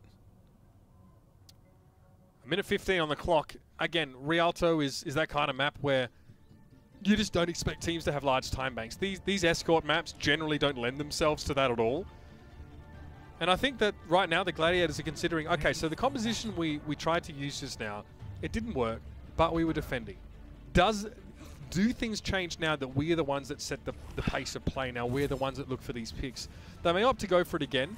I think OG's going to play Diva, but, you know, would you rather see them play the Orisa Sigma and just sort of make use of the Doomfist somehow without May walls, or try and make this Ryan Zarya composition work? I mean, I would rather see them, like, I think you can play the Doom, but not with the Reaper, like in that type of double shield scenario, right? I think you can play the Doomfist, try and have them go in, get picks, get out.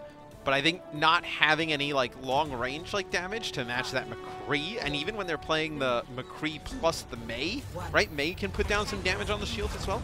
It's very difficult, and especially like diving on the Immortality field in a May and a McCree, it's not easy either. So it could be proving to be very difficult for the Gladiators today. All right, again, get Mira in there. Get him in there and get him those kills, otherwise you're going to be struggling. And the problem is that when Mira goes in, get ready for the Dynasty to try and push into you. That's when Seoul changed gears, when they realize there's only 4 players they're pushing into. Birdring, passively observing Marvel here. At least draws out the shield, but that can be repositioned in a couple seconds. They're trying to find a way around it. This is not a normal approach. No, well, they're trying to get close. I mean, you have to close the gap if you're this comp for the Gladiators. And there's not really many ways to do it. You can't just kind of walk down the Orisa. Eventually your shield will get burned down. So you lose space. I mean, I get what they're doing here, right? They need to get the high ground, Matt, but they can't send Birdring on his own to deal with Marvel because Tracer just gets ruined in the 1v1 by Sigma. So they all have to go up and take the high ground. But losing space there, just from a pick-off from Bedosen, you can't afford to have that happen. You need to get the high ground without losing anyone and then make good use of it. Shaz lucky to be alive there. He's just able to back away from the lip of the edge as Gesture had halted him forward. Couldn't hold him off the map. Does Gesture have Fortify? Yep, you better believe it. Uses it straight away. Mira's not able to find the finish on him. Card is also not moving, but Mira has him in close quarters now. They've managed to finally force some positioning out of Seoul that lends itself to the Doomfist actually being able to get these multi-kill scenarios. And they use a nano boost there onto the Brigitte. Although Big Goose does get burnt down pretty quick, does enough damage to turn the tides. Seoul Dynasty can come back here though and contest Mitch. You'll have a Supercharger, Gravitic Flux, Blizzard coming online, a lot of ultimates to be able to get a hold. Mira looking for a wall. Okay, drop in here, but Ocean goes for the Transcendence immediately. That just values the Immortality. Transcendence and Immortality feel both used there, but cleverly, Ocean still gets extra value by pushing forward now. And once more, the thing with Meteor Strike is, Matt, it's hella obvious, right? Yeah, hella obvious. Right? Yep. It's very telegraphed though. So you have so much time as Seoul to go, oh, well, while Meteor Strike's happening, there's only 5 of them. Mira can't actually take action until he chooses to drop down. So this Transcendence of Bedosian just popped to stay alive. Now we're going to use that by shoving it down their throats. Yeah, we'll see from Bedosian's POV. Some nice shots there on the Shaz. So good to see Bedosian back in action here this year with Seoul Dynasty as you have a bunch of players come over from the London Spitfire. As LA Gladiators, they want to try and get high ground. You're going to get close to a grab. You got the Shatter, but let's see how OG tries to get past this shield. It's going to prove to be very difficult yet again. Nano boost to OG. Look how much damage he still took anyway. Mira now trying to come in second. OG's the main threat. Mira comes in from the side. This time, the Doomfist is able to avoid scrutiny and get in there, but the Deadeye from Fitz, he has so much room. He's just sitting back on the bridge. He's able to find 2, and a Nano boost committed to OG doesn't come up with the goods. It has to be a Graviton Surge for space. It feels like it took him, Matt, a long time to get here and get this ultimate ready. Only, 3 minutes to get that Graviton Surge, but he found it. But it's not really like on him per se, is you're not giving him an opportunity to get charged. Like if you don't have charge on the Zarya and your team's just losing these fights constantly, you're never going to be able to get charged up. Toby. And he couldn't, that's it. It's not an AKM blade situation, right? And Toby, as soon as, so this is interesting, so he switches off of the, he was playing out Baptiste, and he'll go over to Brigitte, because you see this aggressive dive coming in yet again. The Reaper comes back out, the Wrecking Ball as well. You need more CC to be able to stop that, so you bring in the Brig. OG was able to get away, but only just before. Mira gets a Zarya bubble after he dives in, so it's actually just to let him get out alive. Who didn't get a bubble was OG though, and he was fully committed. He didn't have the luxury of getting out with Seismic Slam like Mira did. So he drops. So Mira now really needs to double down on some of these kills. He'll maybe just wait the Transcendence out. Bedosian in trouble. Yep. One little flick there. It was almost impossible to see. Primary fire from Mira finished the kill off. He didn't have to use another key cooldown, and now they can clean up the fight. So that'll be the payload continuing to move for the Gladiators. And if you're going to use the Zarya bubble on Mira, or really anybody with the comp that the Gladiators are running, they have to result in kills. Gesture comes in, he'll fortify to try and make us play defensively here. This setup is working for Birdring. 16 final blows for him. This second half has been monumentally better. Oh! Fitz dropped down just as the Rocket Punch came in, but he actually had to cancel the Deadeye by the looks of things. He gets out alive though, doesn't get taken down by the Doom, but again, it's the rest of his team that steps up. Fitz able to find one. Mira late in the fight. I mean, Mira wants to have at least 1 or 2 kills to his name by that point. If you want to play a prolonged fight with the Doomfist, you need your Reaper then to be really doing a lot of the consistent damage. You probably didn't need the Blizzard there towards the end. You had about 2 to 3 player advantage there for Seoul Dynasty, and Prophet ends up using that Blizzard. You would definitely love to have that for the next fight, but still, you're going to have, what, 6 ultimates here for the Gladiators, pretty much. Shaz will be able to build up this nano rather quickly. It's going to be very difficult, regardless, for Seoul Dynasty to hold on. Brig rally, could keep everybody up on the point. Maybe a nano boost onto whether it be one of the tanks or the McCree for the extra damage. Good minefield here for OG. Could make a big difference. Just get some displacement here. This setup from the Seoul Dynasty is so positioning oriented. If we can interrupt that, then there's opportunities to find some of these kills. Mira back behind the payload. Straight into Meteor Strike now. Do we see any ultimates forced off of this one? Doesn't look like it. Rally is in play. Mira trying to get through the shield, but Gesture definitely sidesteps, gets on the other side of that little bubble, and he's alive. He's happy, but Mira was able to push back in. Toby and Prophet go down in the meantime, and Shaz is just keeping everyone topped up. Accretion does connect. Into the sky goes Marvel, and he is very low on health. The Gladiators get through, Matt. They get a time extension. They're in this. A minute and 50. And no ultimates here, though. Fitz comes down. He's actually able to take out 2 throws. He had Prophet on Tracer, connects with another. So you may not be able to get a ton of payload progress, right? Because the defense is going to spawn a little bit closer. They're going to be able to get back. Now with the Mei, you play this like massive control game, right? Like you can use the Mei wall in the chokes as you go from B to C to really slow them down and just dwindle clock. That's all you need to do right now if you're Seoul Dynasty. Just drag it out, drag it out, drag it out. The LA Gladiators need to be the aggressors here. Again, that may require Mira to find these kills. Remember, it gets hard for Birdring. He wants to get into the backline, but Prophet putting up a wall in this choke, for example, he has to go the long way around. It's just not easy unless he TPs to the top of the wall and gets flashed immediately by Fitz as he comes out of that animation. Either way, it's not great for him. So we'll see how the May wall gets used here. Gesture a little low. OG giving a Zarya bubble. Mira misses his target and he gets caught out, man. He was going into the backline to look for Bedosin, but he pulled up short or he hit a pillar. Either way, it didn't work out. And Birdring teleports in. Fitz heard it. Got ears like a bat. Throws that flashbang down and gets rid of him now. This nano boost for OG, unfortunately, is, well, it's gone. Yeah, I mean, nothing you can do to really survive that. So he walks right into the face of a dead-eyeing McCree. His Prophet, it's a little bit more ult charge there.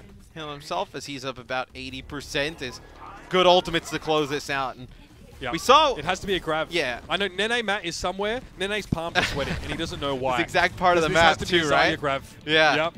It's a Gravitic Flux Supercharger combination, and then even if that doesn't work, you have a Blizzard coming up here for Seoul Dynasty. Supercharger down preemptively here. Attempted LOS here for the Gladiators. Yep, they're going to try and flank Marvel. Gravitic Flux holds OG in place, but it gets Marvel charged. They can't touch, though. No chance for the Gladiators to keep the round going, and the Seoul Dynasty make it 2-0 on the trot in this series, emerging very rapidly as one of our most dominant Pacific rosters. And in the second to last fight, I think you saw the difficulties that Birdring is under in this composition. Mira goes in, misses the punch, he drops. We really focus on that. But to the right-hand side of that, and to when we're watching from Fitz's left side POV, that's where Birdring is TPing from. When they know the Doomfist is out, you have a few seconds, you can just kind of look around and find the Reaper, and then they just get a flashbang and they take him out instantly. That if Mirror's not causing chaos, Birdring can't get those free TPs in to really make an impact. Well, the Gladiators now stand on the precipice of defeat here. They managed to go all the way and get that win against the Shock, but the Dynasty seemed like a different beast completely. We'll see if they can hang on and stay in this series after these messages. The Overwatch League is brought to you by T-Mobile. Rank up with America's first and only nationwide 5G network. And by State Farm. For auto, home, or renters insurance, like a good neighbor, State Farm is there.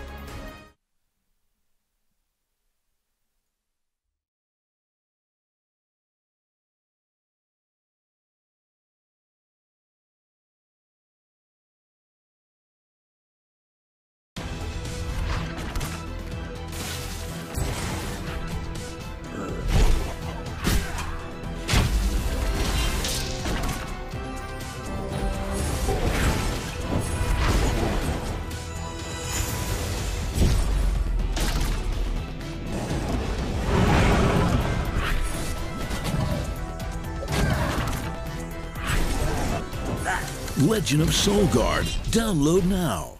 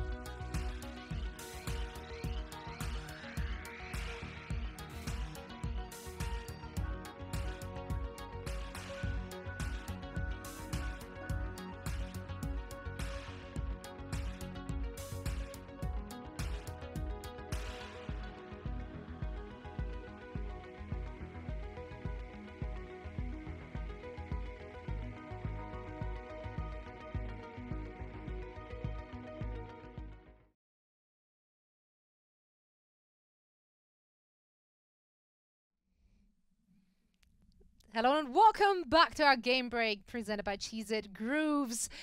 Seoul is currently up 2-0 and they are looking phenomenal. There is so much going right for them. There is so much adaptation coming out of them, and they have a bit of a different style as well from what we've seen from them yesterday. So I love it. I love it across the board. Yeah, anyone in particular from Seoul you guys had your eyes on? Most of them, but you know, so you and me, we knew this all along, right? That Seoul would win this. I forgot. I just forgot that I went for Gladiators. Yeah. Oh, no. We did not. Don't worry. No. Me and Zoe on point as usual. Yeah. But there is so much synergy on that team. Honestly, they look like they've been playing together for actual ever. Our stats guy, Matt, tweeted it out. They look choreographed. The way they're setting stuff up for one another is absolutely beautiful. Marvel, on that first map, 90% of his accretion stuns actually resulted in a kill. That is phenomenal. 90. 9 and 0. Big number. Big number. Yeah. 10 stuns and 9 kills results from that. That's ridiculous. The person who's really been standing up for me a lot has been Fitz, honestly. He's someone that I had a lot of doubts about. You know, as I talked a lot about Prophet, but I was like, can his DPS partner step up? Fitz has been incredibly good on the McCree, pretty much anything that he's been required to play, also the Hangzhou. So I've just been really impressed with that, like overall. But it's just the team synergy across the board. Yesterday, we saw them play the one style of the aggressive dive, and we were really impressed. But some teams have like one style under their belt, and that's all they can do. Seoul is sort of proving that. They're playing the sort of meta, sort of double shield tank with the McCree and the May, and they're just absolutely shutting everything that the Gladiators throw at them down. But it seems like they're playing with an objective, right? They came up with a game plan, and they must have studied Gladiators' game plan from yesterday when they played sort of aggressive as well. And it just shows that Seoul Dynasty have prepared for this match, and they look so on point together as a team. Like Toby and Bedosian in the backline are like firing on all cylinders and getting so many frags. So it's super impressive to see this coming out of Seoul Dynasty. It's what I wanted to see going into the season, and it's finally paying dividends, and I love to see it. Love to see it. Well, and if we want to look at the other side here, I think this is going to work well as a crunch time presented by Cheese It Grooves, because LA Gladiators, kind of the opposite. We did not see the same level of adaptations. Guys, how can they crunch harder? the crunching of the Gladiators, I'm just trying to slide this in, but the crunch time is Gladiators are not adapting at all. They need to be crunchier, because what it feels like is that they're playing with Mirror on the Doomfist, and he's the only one who's really not making any adaptation, and that's sort of pigeonholing them in what they can do. As we talked about, Seoul has the counter comp in the fact that they're playing the double shields, they're playing the May, they're playing the McCree. That's really hard to play Doomfist into. So, but he's the only person who hasn't really changed. You see Birdring sort of changing his character to try and make it work. You're seeing the tanks sort of mess around a little bit. But as long as they're stuck on this Doomfist, I think it's really hard for them to sort of get any progress, because Seoul is just hard carrying them. So I want to see adaptation coming out of the Gladiators, because they have the players and they have the depth to be able to do it, but they just sort of seem to be stuck in their own ways.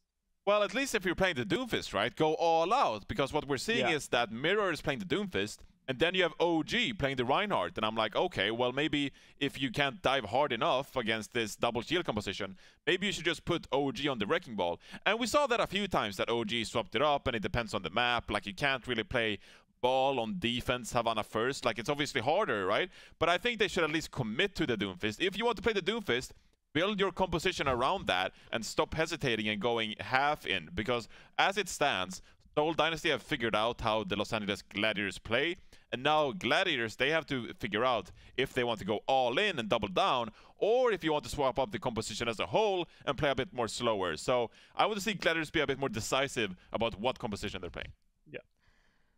Yeah, they definitely have to either fully commit or just switch it up a little bit, because as it stands right now, it is unfortunately not working for them. But there's still a second half to come, so let's see what adaptations they can and will be making when we're heading over to Eichenwalde. And for all the action, we're tossing it back over to Mr. X and Uber.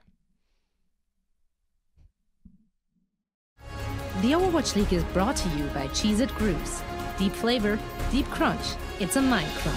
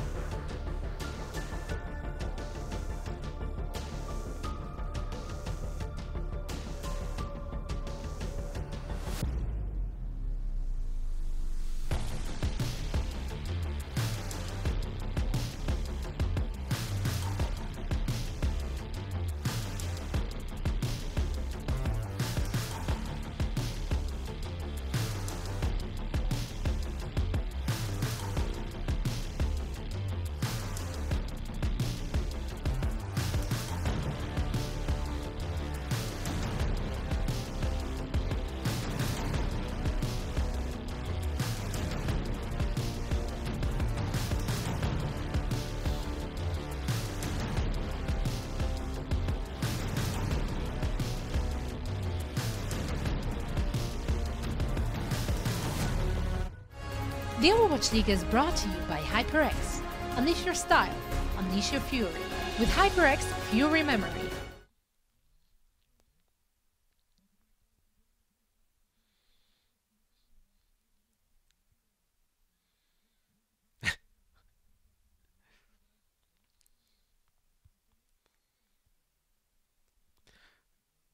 You're just trying to farm. You're just trying to farm mentions at this point.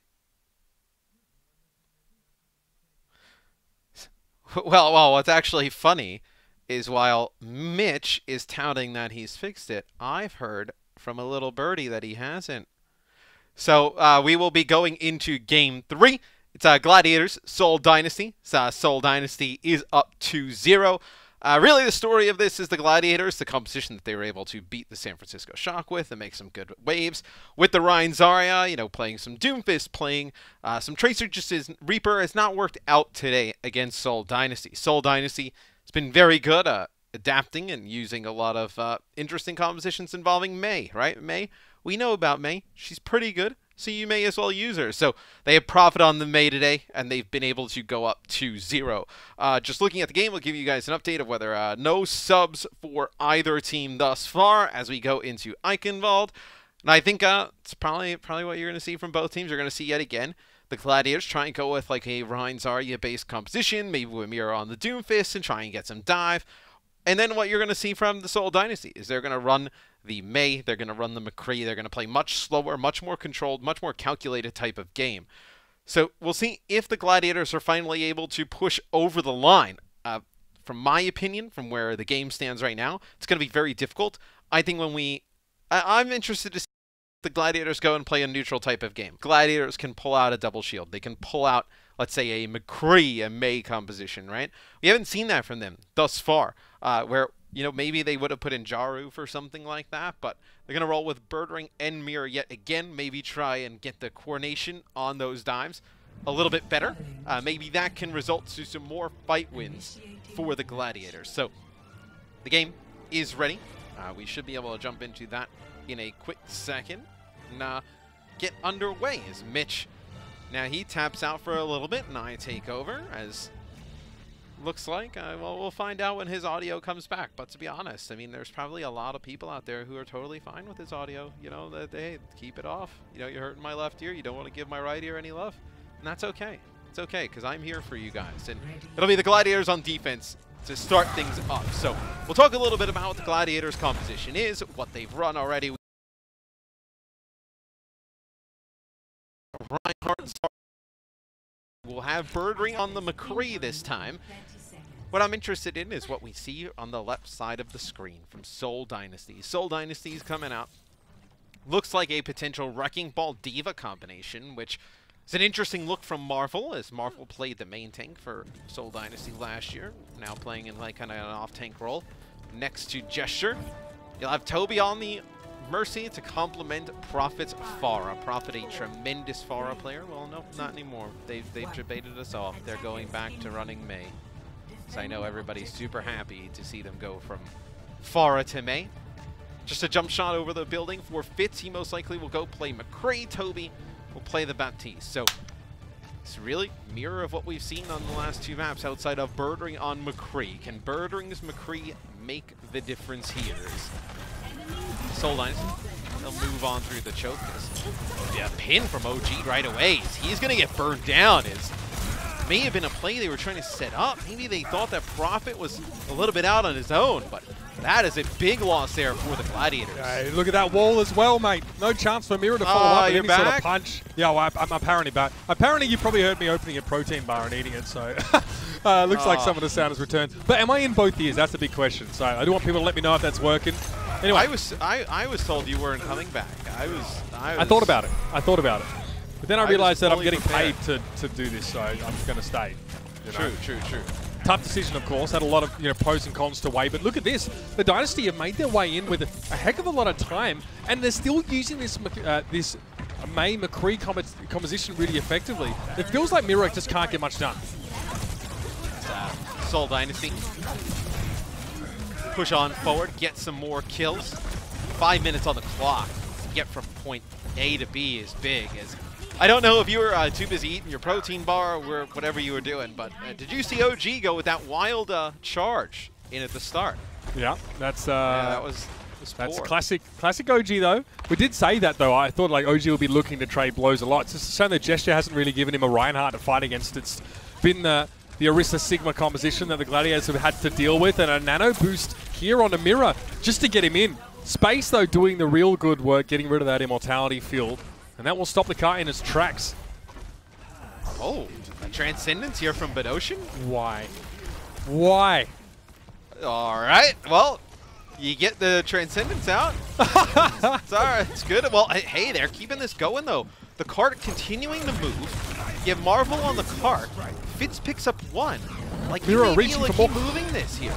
Mirror kept going for more and more, man. He went to the back line, and then when he used that Meteor Strike, he ended up on top of the building out in the open. I mean, the Transcendence, like, let's be honest, it didn't really give a lot of value. A solo Blizzard here on OG on the high ground is... This is devolved into chaos rather quickly. Yeah, whatever it is, Matt, though, it is working. They're making their way through.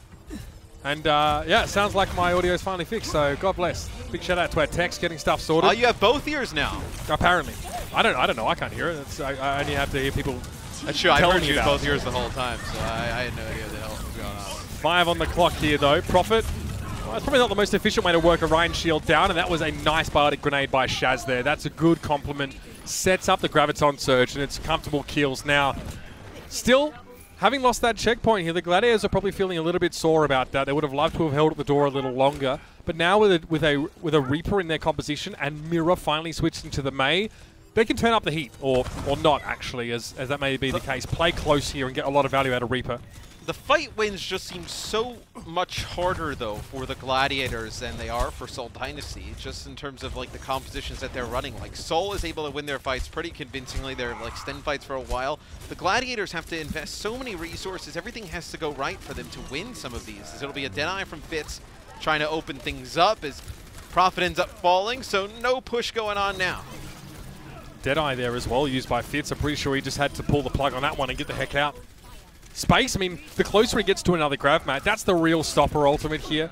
Now they have Grav and they have that Blizzard combo. Reinhardt also looking to get big shatters inside this small space. I'm favoring this composition from the Gladiators in this part of the map at the very least. Yes, they can be brawly in this part of the map, specifically. That is a good point. Right here at this initial choke and then further through from point B to point C, you can play a much brawlier play style.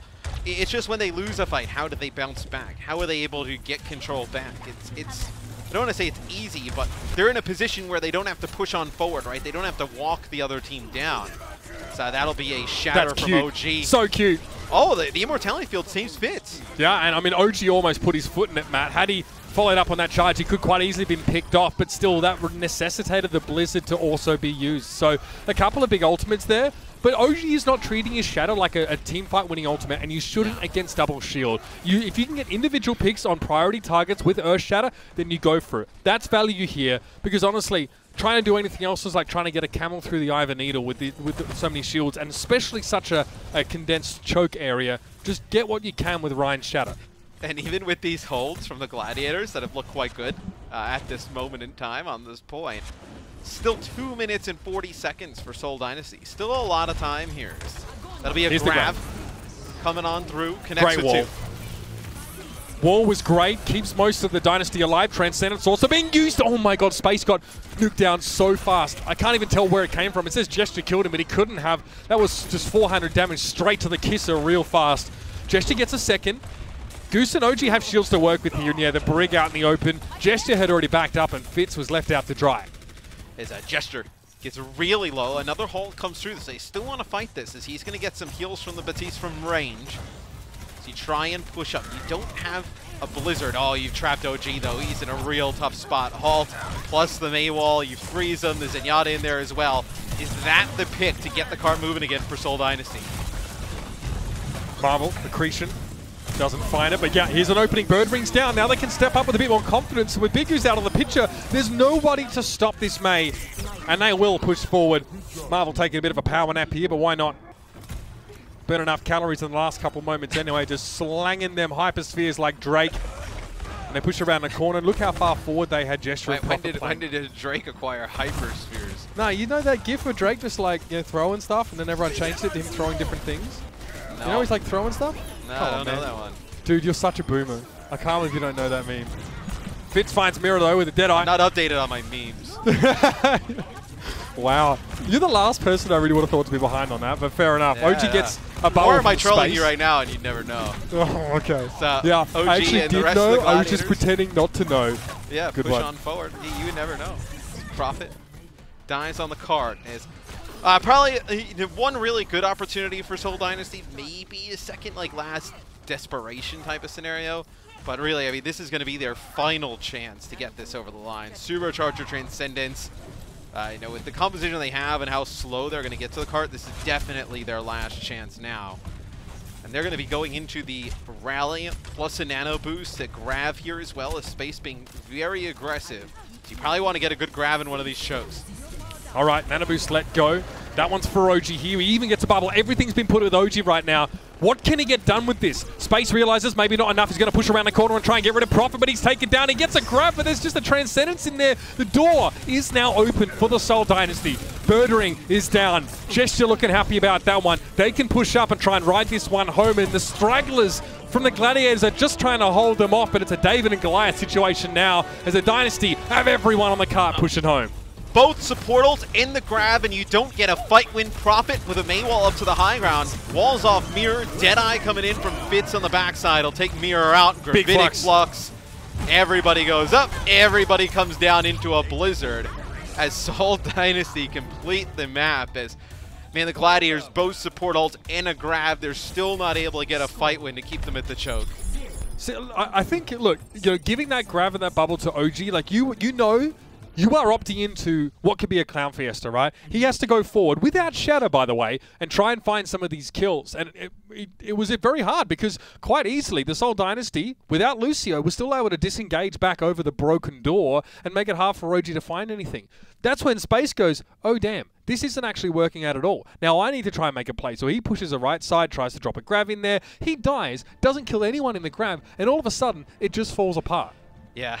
It was a big old mess there from the Glads, but we'll see if they can put together a good offense, get a map win on the board. Is desperately needed, being down 2-0.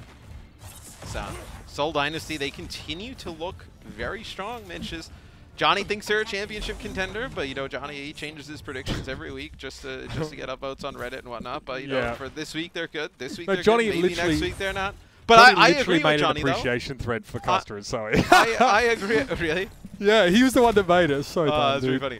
So I agree with Johnny, though, of his assessment of Seoul Dynasty. I think they have all the pieces to really be a championship contender this year. Show me the money, Seoul Dynasty, or in this case, the W will be enough.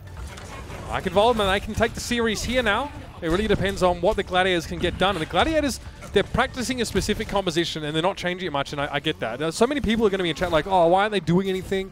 Oh, that's cute, Mirror. We love that. But this is what they practiced, and they have to play it properly to see if it's really going to work or not. I mean, look, they've had success with this, at times. It's just I think Seoul Dynasty has played really well, a really slowed, controlled game today, and they've been able to control the pace, not let Mirror make a big of an impact in the backline. Birdering, B flanking. Okay, oh, nice! Mirror punches the wall. Who's the filthiest one of all? Toby goes down early, nailed into the wall. And yeah, Profit's not going to survive much longer. This time, Mirror gets the first pick. It seems like that's something you can always count on. But this time, the rest of the Gladiators were there to capitalize. And that is beautiful. Great execution. Not an easy point to open up, Matt, but they have done just that. Yes, they don't expect Mirror to be all the way on the flank. He comes around, uncontested, able to get an early pick off, and it's kind of like Feast or Famine when you play with that Doomfist, right? You're either going to get the first pick off, steamroll through the fight, or Mirror's not going to be able to do anything. You're going to have to invest a Zarya bubble on them. They can then pressure down OG, and it all falls apart after that. So a lot of this comp revolves around Mirror being able to make a difference on the Doomfist. Mirror just playing out of line of sight of the Sigma here, but needs to still be wary of the Hyperspheres. He gets the Nano Boost this time. Where does he go? Marvel gets hit by that one. There's a follow-up there from Space. And again, Mirror is the tip of the spear, and the follow-up is there. I don't really think Prophet wants to be on the payload right now, but he got knocked there and he's got no choice. Mirror gets the cleanup, he gets the glory moment, he gets the Tetley drop, and now he's back on the card. You see how strong Doomfist can be when he gets rolling, right? He gets a nano boost. He has about 400-something HP at the end of that with some shielding and some Brig armor on top.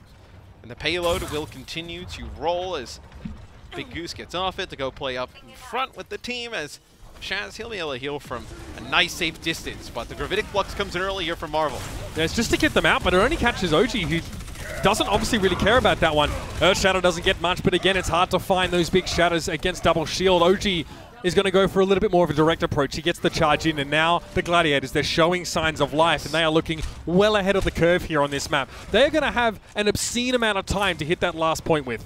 Well, when they control space and they're able to force these fights in close quarters scenario, that's where this composition thrives. It's just when they have to play at a distance from Seoul, and Seoul can kite and move around and avoid just kind of the death ball that's the Doom, Reaper, Reinhardt, Zarya, Brigitte combination. That's when they're seeing success. Seoul Dynasty on the defensive end. Can they catch Prophet with this Meteor Strike? No, Mirror's just going to try and get rid of the Supercharger. That makes sense. He'll pay for it, though, with his life, and that's not the trade you're looking for if you're the Gladiators here. You've already committed so many ultimates in, you're going to go for even more. It's good money after bad. Fitz, Deadeye, finds space. But there was a grab in there, too, somewhere, Matt, and that feels awful. 3 key ultimates, no result. Yeah, well, you end up having them invest the Graviton Surge. They use both support ultimates for Seoul Dynasty. Now you know going into the next fight, at best case they have Blizzard, maybe a Gravitic Flux, where you can maybe get a Death Blossom that's actually meaningful here, potentially from Birdring. Well, they got plenty of time to work with here. I mean, if they, at this point, I'm not a betting man, but the odds would definitely be in the Gladiators' favor here. The problem is that they start to lose that momentum. We've seen it shift. Overwatch is one of many games where you can get that snowball effect against you. Here's a Blizzard. OG's caught in that one. I don't think you see any investment here from the Gladiators. Mirror's also not going to get out of this one. Prophet trying to make sure he's standing on the right side of the wall if Mirror throws it up, but there is none. Immortality field. Oh, Birdring comes in with a quick double here. I don't know if that's going to be enough to break this. It's 4. It is enough. He gets 2 with the Death Blossom, and that's not when you're expecting it as Seoul. That is just an individual going for a play and hoping it works out. I'd be shocked if that was a call that came across the team and that was set up. That is just one of those freak of nature occurrences where Birdring just gets the job done. I mean, I mentioned getting a big Death Blossom off. Did not expect that from the Reaper. As Birdring lurking up top. Ooh, nice Wraith Form to dodge the flashbang, but the accretion is enough to pick him off. Yeah, kinetic. Gravitic Flux, should I say. Marvel slept in mid-air as he was suspended. It's going to be the Transcendence, but it's not enough to save Prophet. Mirror's still able to find the kill, even though Prophet was getting Zen healing. OG gets rid of Fitz now. OG has to back up a little bit here, but Marvel and Gesture are next on the chopping block. Marvel trying to kite back. He has Kinetic Grasp at just the right time, and it's enough to keep him alive. Sigma, so hard to get rid of at times like this, and that Amplification Matrix from Toby was just what the Doctor ordered. So now the Glad still in a good spot, though. 2 minutes and 49 seconds and counting. They'll have a Blizzard for this fight with a grab. No support ultimate. You're really looking at Toby's Immortality field here to save the day. Maybe a Deadeye to deter some of the follow-up from these big key ultimates. It's going to be very difficult for Seoul to get a hold, though. Blizzard, Graviton Surge. All good at holding the Dynasty in place. 2 minutes 22. You can hear the music already reaching a crescendo in the background. The game knows that the Gladiators are close, but Seoul don't seem to want to accept it. Wall thrown up. There's a Deadeye from Fitz here. I mean, there's no way he was getting Deadeye Valley with 2 May walls in play. OG wants to push up, and Mirror just wants to get a safe Blizzard. There's no worry about Diva here, so we can actually throw this one down range if he wants to. Wall goes up, trying to go for the freeze, and he's forced to fortify already on Gesture. Mirror up in the air now. It's going to be that Immortality field. Does a lot of work. Okay, finally, Prophet has to go with the Blizzard. Mirror is able to save his. That clock, though, is still dwindling. Series hopes for the Gladiators still hang in the balance. You invest pretty heavily here for Seoul Dynasty, but that ends up farming up both support ultimates.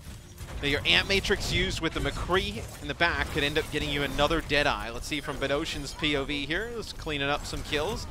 But getting that Transcendence is massive. Now you have this to combat the Blizzard that'll come on through. And here we are, Graviton Surge, OG Shatter as well. All the ultimates being used here in the Seoul Dynasty, but there's nothing they can really do. Even with the Transcendence in play, Toby, the burst damage was provided by OG to make sure that that kill was confirmed. There's still 2 players up for Seoul, but they are a long way away from the card. The Gladiators are going to run this in now. Okay, we have a Diva back already. Classic stall from the golden ears of Overwatch when you can have 5 Divas. Marvel going to try and step up here and prolong this one for as long as he can, and frankly, it looks pretty good. Fitz, well, Mirror actually goes for an ice block there. Cart gets home, only just though. And what we saw from the Gladiators, they had more than a minute left, but because their timer dropped so low, Seoul just got themselves a chance to now go on the attack as well. Yeah, it's 2 players, I believe, really far out of position for Seoul Dynasty. Not really out of position, but they take a fight close and they don't die fast enough.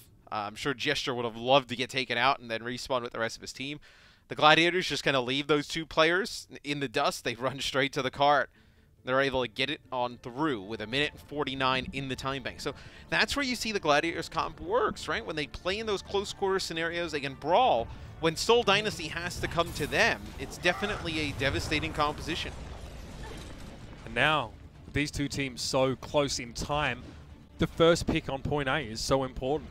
The Gladiators managed to get Mirror on a long flank, the classic sort of rope-a-dope flank that until recently wasn't even really possible. Farah could do it, Doomfist obviously when he was released was able to do it.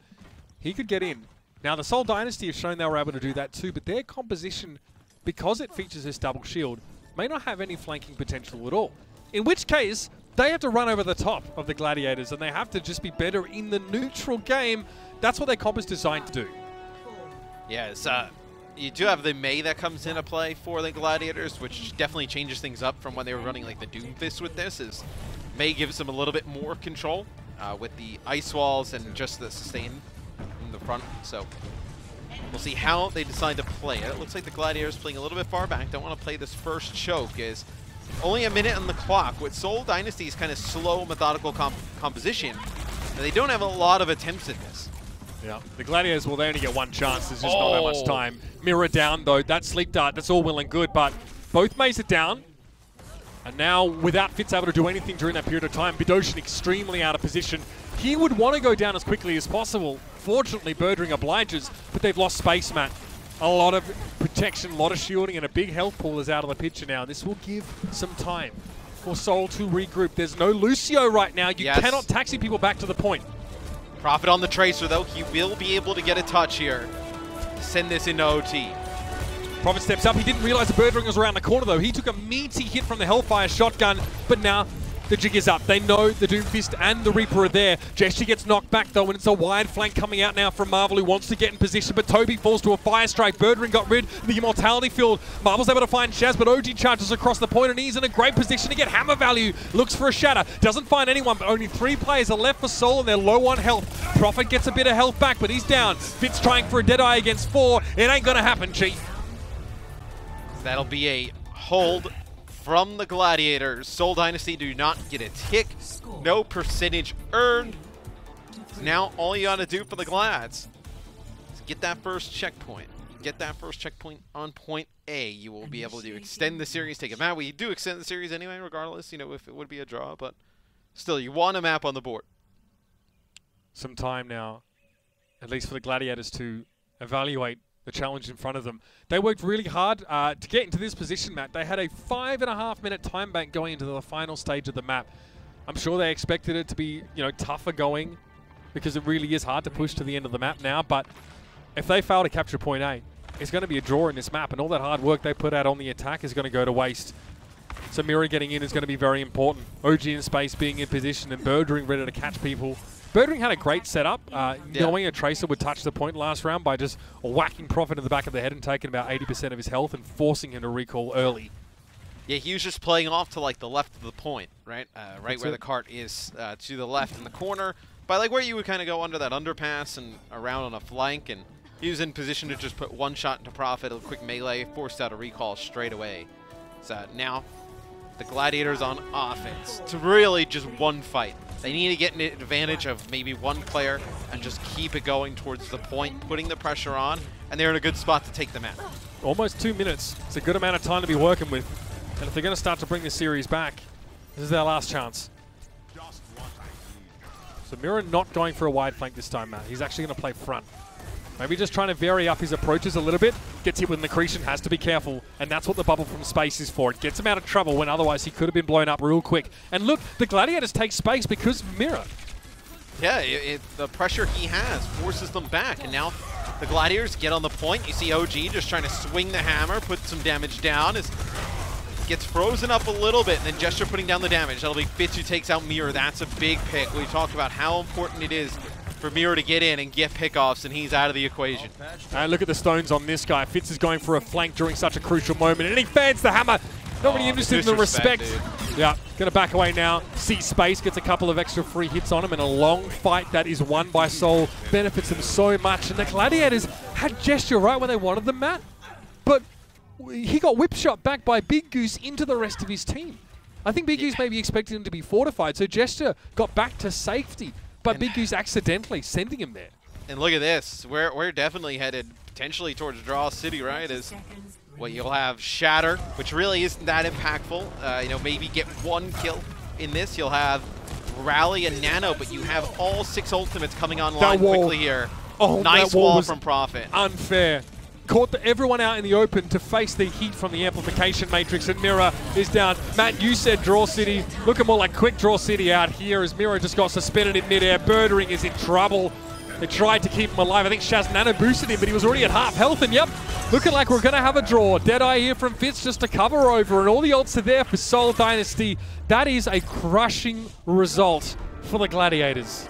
Yeah, when you lose that first fight for the Gladiators and you don't get any ultimate charge, really, on everybody outside of like OG and the supports, you're in a lot of trouble because Seoul Dynasty, everybody builds up towards a support, an ultimate. Pretty much the only one who didn't have one at that time, I believe, was like Gesture, who was sitting at like 78, 80%, which is really just like the first few seconds of the next fight to get. They're able to get all 6 ultimates and hold that first point. And that keeps the series at 2-0, which means that still going to be match point for the Dynasty, and it means that it's even longer a climb back for the Gladiators if they want to have a chance of taking this all the way. Stay tuned, ladies and gentlemen. This match may yet still deliver. The Overwatch League is brought to you by ZipChair Gaming, the official chair supplier of the Overwatch League.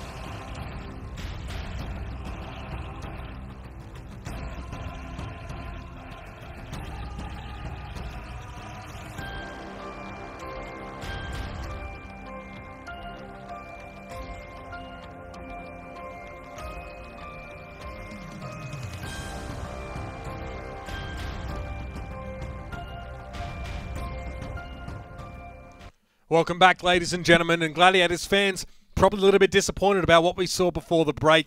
Eichenwald looked like the perfect map for them to take back, Matt, to get it at least to 1 and 2 in the series and have a chance of forcing a tiebreaker. But now with that option taken away, they have to claw their way back into the series next on Volskaya.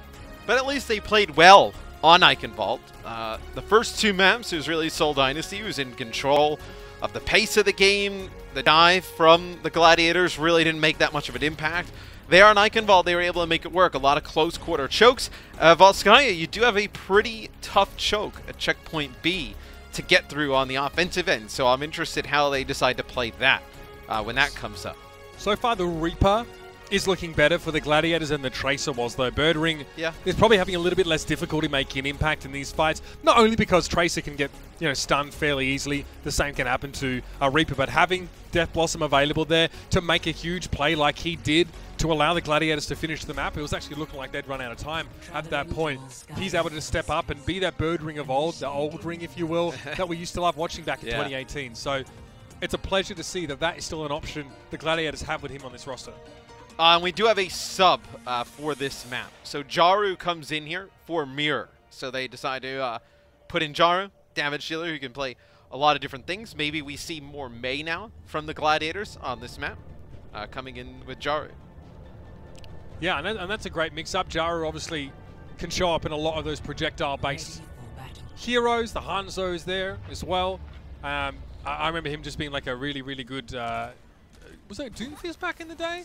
Genji, he's a very good Genji player. Yeah. Genji, Pharah. So let's see, on defense, it'll be Seoul Dynasty to kick things off. Nothing too surprising there in terms of composition. The Orisa with the Sigma. Really, they've just been kind of changing out the supports and then maybe a damage dealer or two. But really, it's been all built around the control, the slow moves of the tanks. Just a couple seconds now before we get into it, and it may be the Gladiators still going for the tracer play here. They are. Looks like they're going to succumb to the pull of the Orisa Sigma setup. And they're going to be out of the doors now to see what they can get done. It's going to be up to Birdering again to wrap around and find some picks, try and pressure Bidosin down and make his life a little bit harder. See what Jaru can get done as well, playing the Hangzhou. So Jaru comes in. We were wondering what he would play. He'll play the Hangzhou to kick things off. Just trying to put damage down to the choke. Yeah, as soon as he finds a kill, it will be go time for this roster. So far, though, it's been a lot of shields and not much more, Matt, which is maybe not super surprising considering that they are dealing with.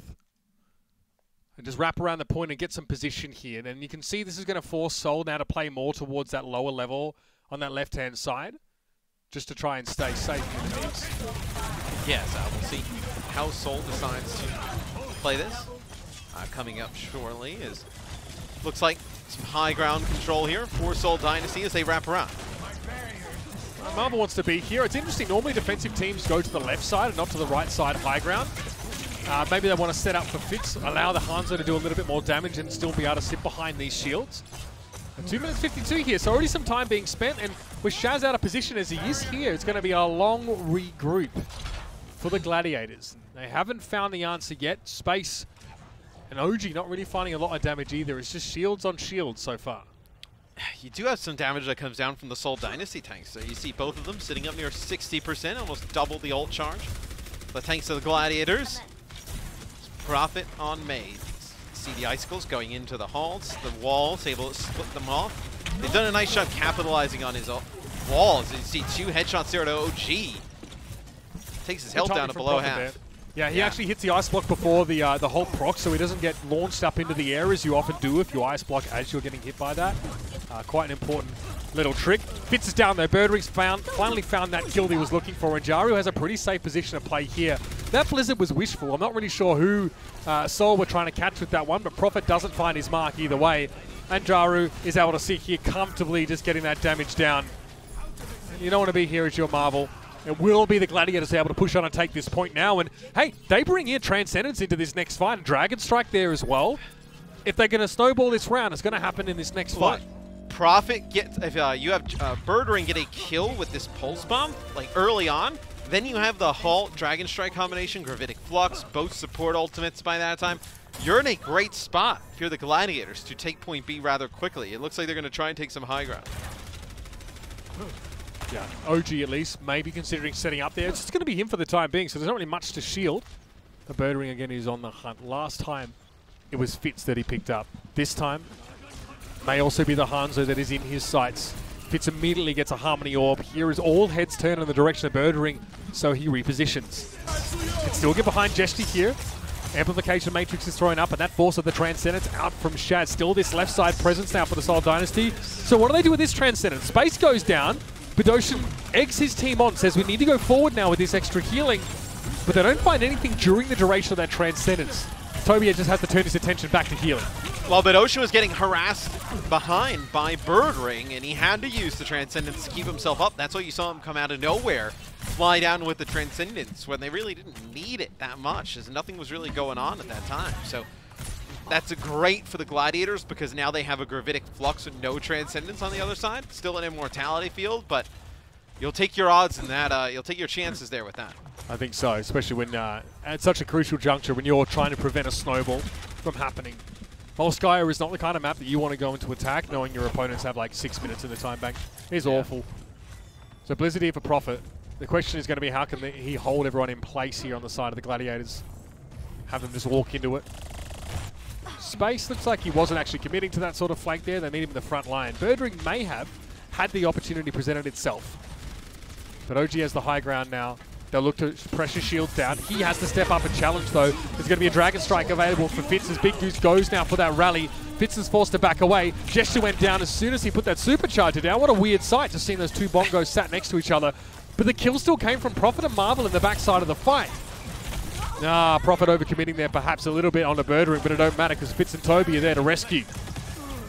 Yeah, as it looks like this will be a hold for Seoul Dynasty as Fitz connects 2 towards the end. So you didn't get a chance to use that Gravitic Flux from space. You knew that they didn't have the Transcendence. You just were not able to get a use of it. Let's take a look here from Fitz's POV. Let's get the Storm Arrows down on the Shaz and then picks up one more. Clean, very clean that last one on the Jaru as he came past. Not an easy shot. Birdring, of course, also going the way of the Weary. So a minute 52 now on the clock, and Seoul once again coming up onto some key ultimates here. Fitz getting an early pick on Jaru. That is inexcusable for the Gladiators now, and that's going to be a reset. It's brutal because especially now you only have like what under a minute and 30 clock.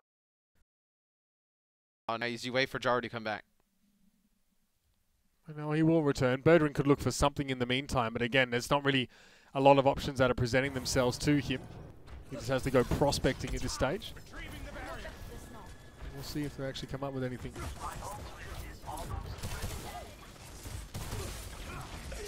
Looks like Space gets caught out a little bit there. Birdring trying to wrap all around the backside there, looking for Bedosin. He has a pulse bomb. Doesn't need it though.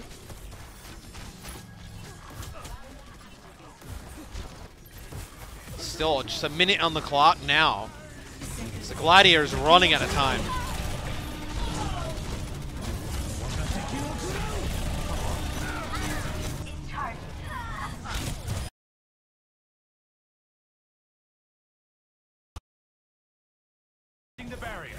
Take 2 players out, and now with only 40 seconds left, you're in trouble.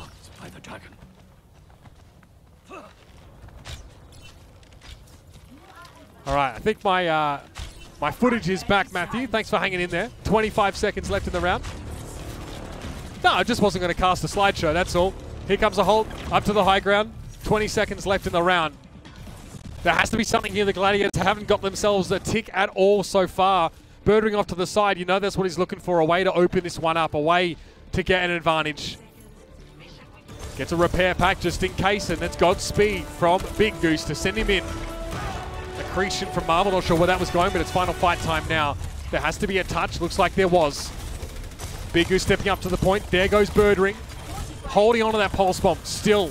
But Prophet might have caught a couple people here. Immediately heads turned in his direction, though. 3 Gladiators players didn't feel great about that. And Prophet, he loses his Blizzard there to Kinetic Grasp, but it might not matter. He's still able to respond and get the headshot on Space. More freezes, more freezes, he says. I make a world of ice out of you, and the Gladiators struggling to deal with that pressure. It's just Birdring now, and yeah, he's being supercharged, but he gets halted in and taken down, and that will be no point B take for the Gladiators. They'll have to settle for just the 1 point. And that puts them in dire straits here once the Dynasty mat have a chance to attack themselves. They had a few opportunities to Gladiators, but it just seemed like it took a long time for any of them to develop. Like, there were opportunities a lot of time that time bank. Like, okay, we can get a good fight here. We have an ultimate advantage, or we have a small window. We can make something happen. And they just were never able to capitalize on it. And I think against a team like Seoul Dynasty, I think it's definitely going to come back to bite them a bit. I think Seoul has a very good chance to finish this series here. Yeah. Look, Jaru's looking good, comes in on the Hangzhou. So, you know, the problem for him, I think, is that he's been struggling to get into positions where he can find those final blows. He actually only has 3 so far, as opposed to Fitz's 10. They definitely need their Hangzhou slot to be delivering. And yeah, we dropped that a little bit there briefly, ladies and gentlemen, just because our game feed was frozen. So I was still here, but again, I couldn't actually see what was going on. Are we back now? It's all Gucci. Yeah, that's the real test, right? Can you cast when you can't see anything going on? I think, you know, we've I think that would really prove your worth as a commentator. I thought about making it up, but then I realized that everyone could still see it. So to be honest, on point A, when you threw to me at one point, I didn't see what was going on, and then I just assumed that they had rotated to the high ground, and then they popped up on the high ground. I got a new frame, like super smart. I got a new frame like every 1 or 2 seconds, so I was just going from those and just hoping there'd be another one.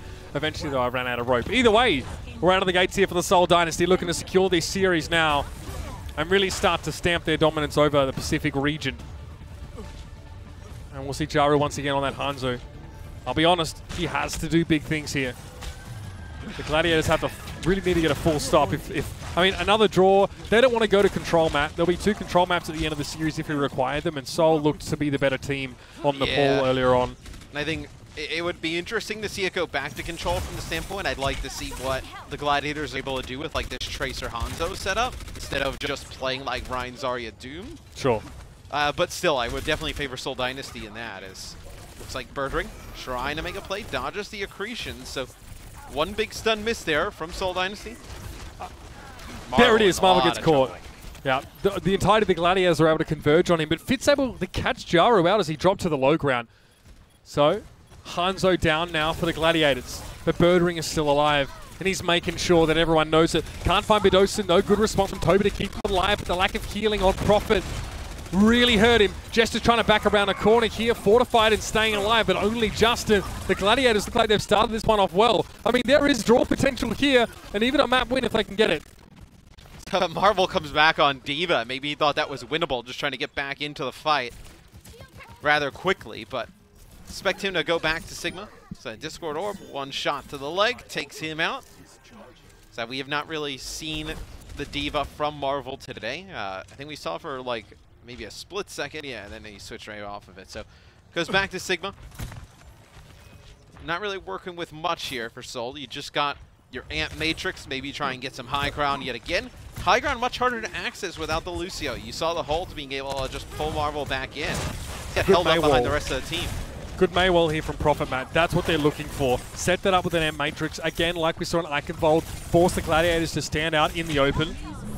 Pulse Bomb, that got rid of Toby's Immortality Field. Prophet took a lot of damage from that though as well, and they've lost their support. So, as the Dynasty have tried to make their way up the stairs, there's people like, playing down on the point and picking off the supports.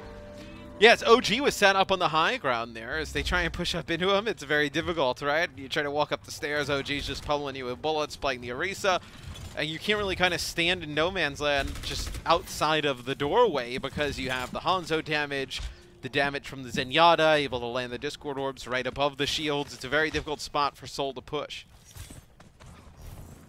This full hold looking more possible now. There is still a tick already for the Dynasty. It looks like that Dragon Strike from Jaru came out primarily because Fitz fired his. It's hard to tell what sort of precipitated that ult usage, but Jaru gets Toby. Huge pick now. The Dynasty are running out of time, and it looks like the Gladiators are building up a head of steam. Jaru can now retreat back to this high ground perch, just chill out now.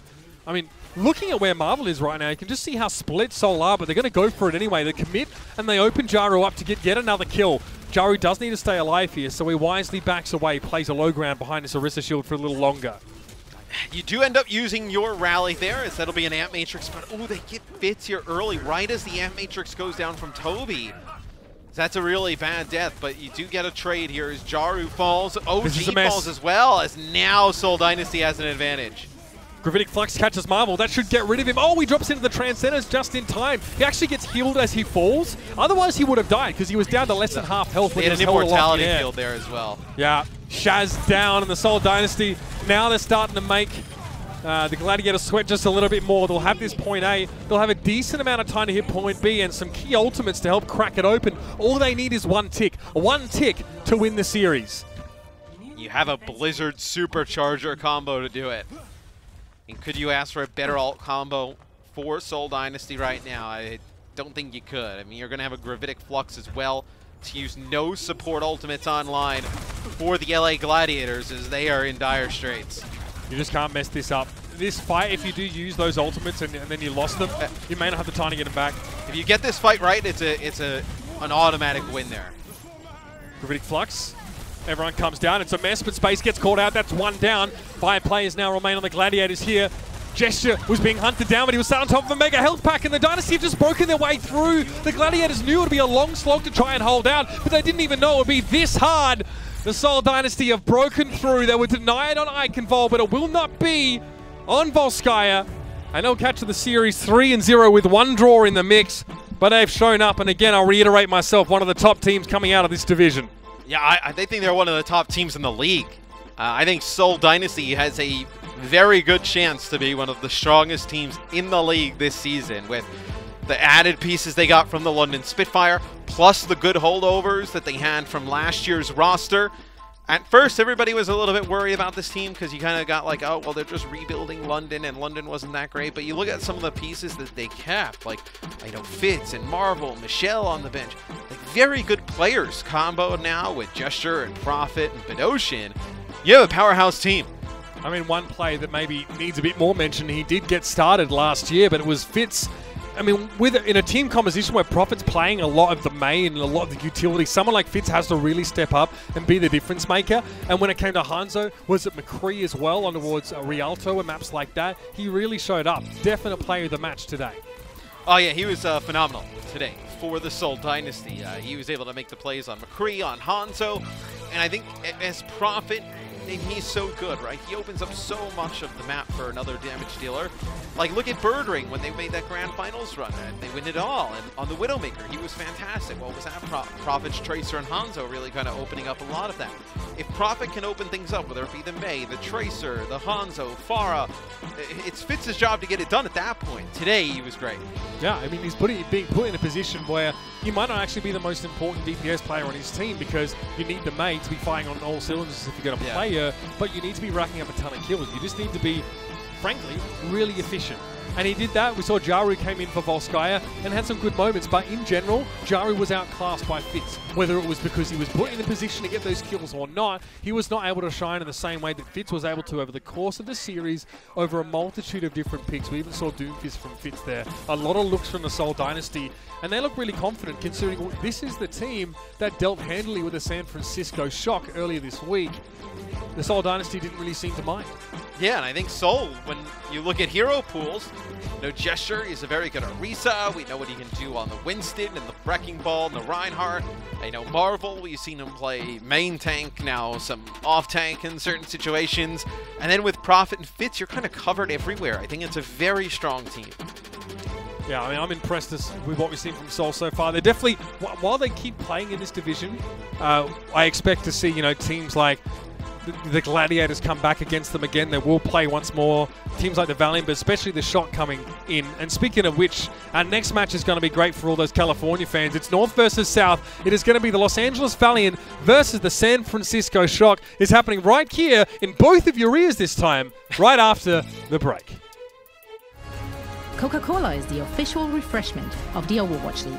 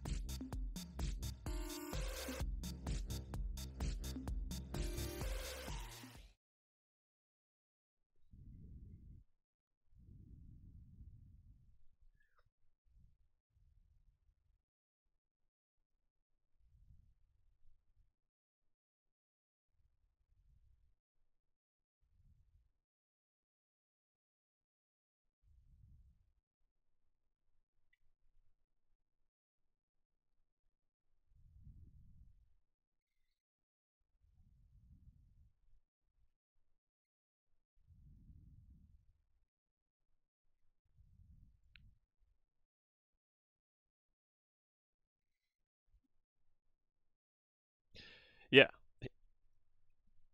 Yeah, he was just incredibly good. I think he was really stepping up to the plate. You know, doing his role that is needed. The rest of the team's creating space. That he is the one who needs to be getting these frags for this Seoul Dynasty team when you are playing this double shield. So, got to give a lot of props to him doing the job that needs to be done.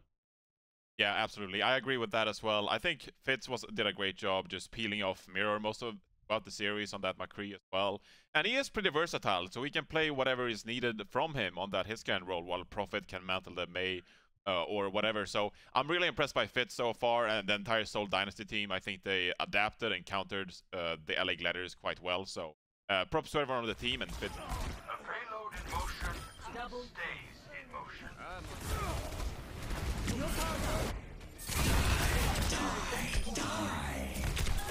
Double kill.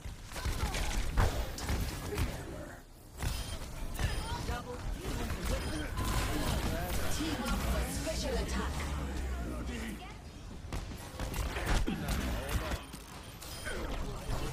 Alright.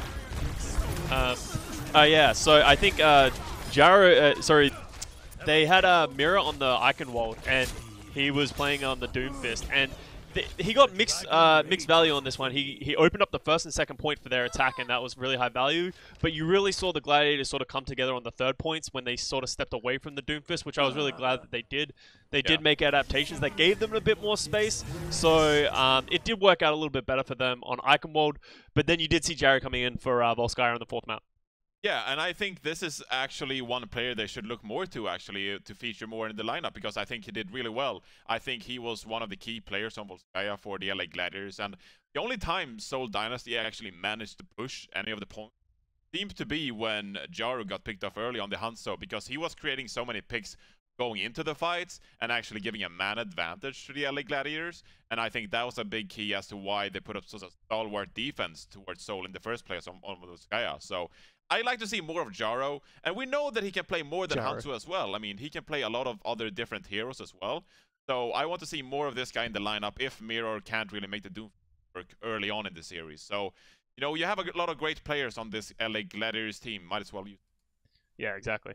I think for me personally, these teams are actually incredibly close. I think stylistically in matchup, I think Gladiators sort of probably got outplayed in this one. So, you know, it is hero pools, so week to week we are going to see different characters. So I'm expecting more from the Gladiators in the future and hopefully more adaptations.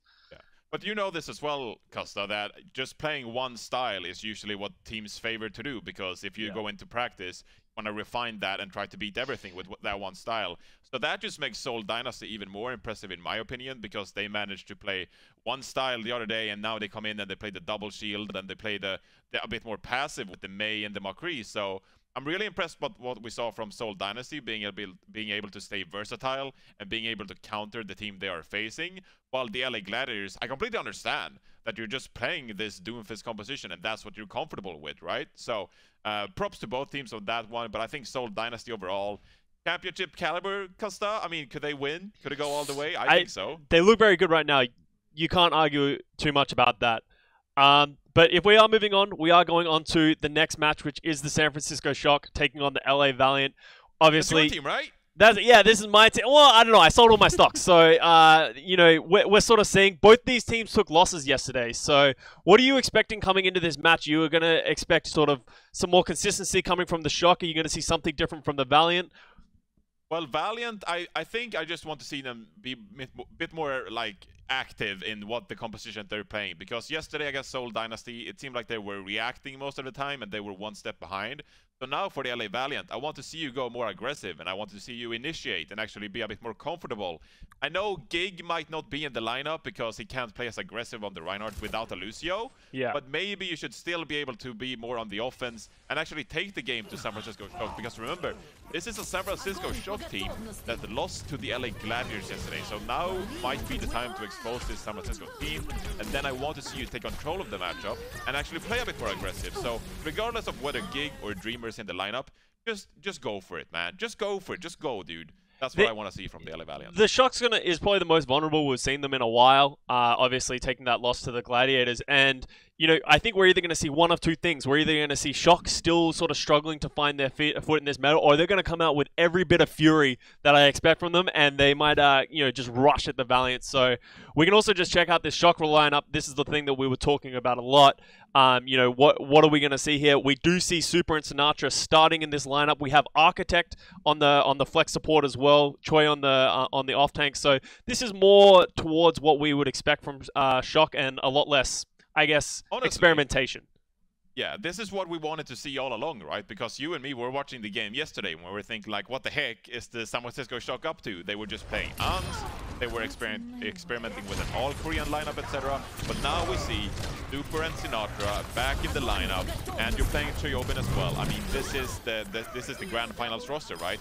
Except maybe Architect on the flex support. I mean, we know he has an incredible Ana.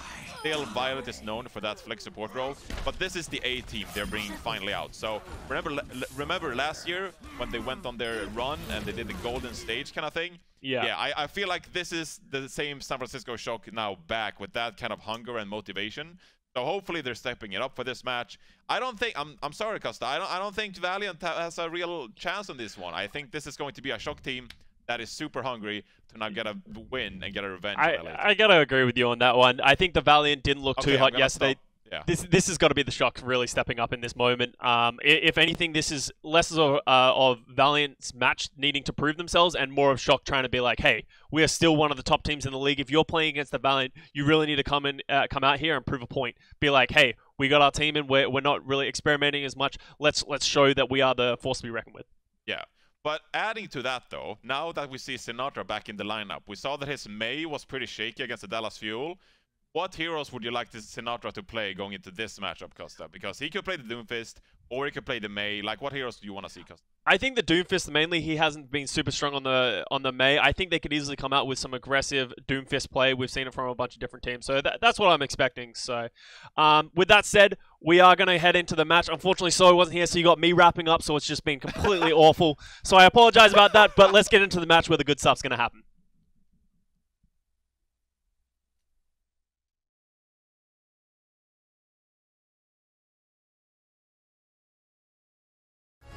The Overwatch League is brought to you by ZipChair Gaming, the official chair supplier of the Overwatch League, and by TeamSpeak, the official voice supplier of the Overwatch League.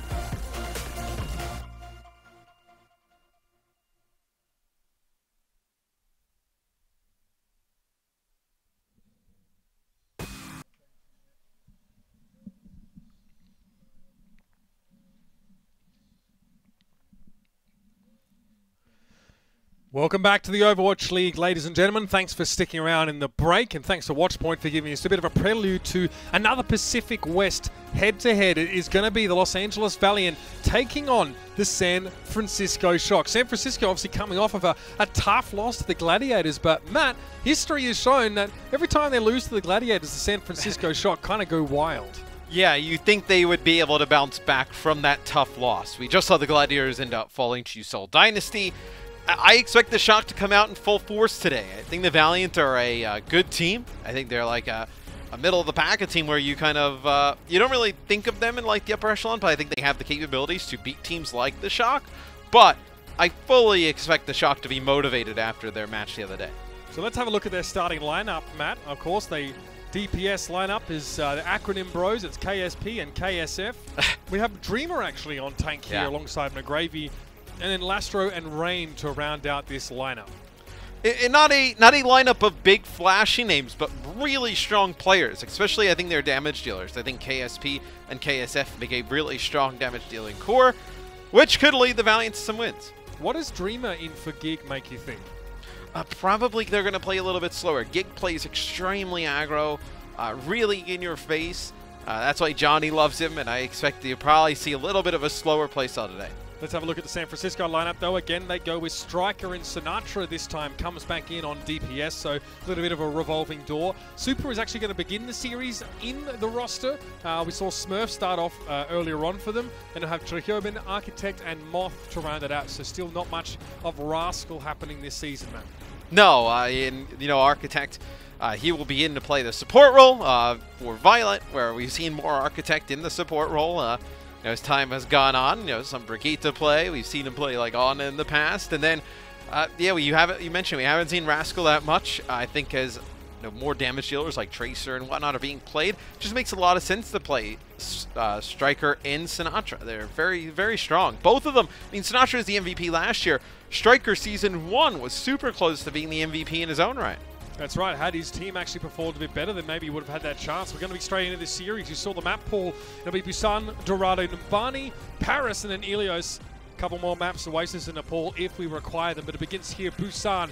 It's Mecha Base, where we're going to be starting off here. Again, a map where if either of these teams were going to be trying to play any sort of dive, that was kind of that one's kind of off the table here. Yeah, I think dive, I mean, although we've seen crazy things like late at night in some of those matches with Chengdu and whatnot, I think really just I don't want to say stable meta, because I think that's the wrong word. I think it's just a lot of teams kind of playing it safe, going back with what they know. KSP, he'll switch off of the Sim. This just gives them a little bit boost out of the spawn. Probably either a Hangzhou or a McCree. We'll see what the Shock do. They opt to go with something kind of like the Gladiators. So they go with Doomfist.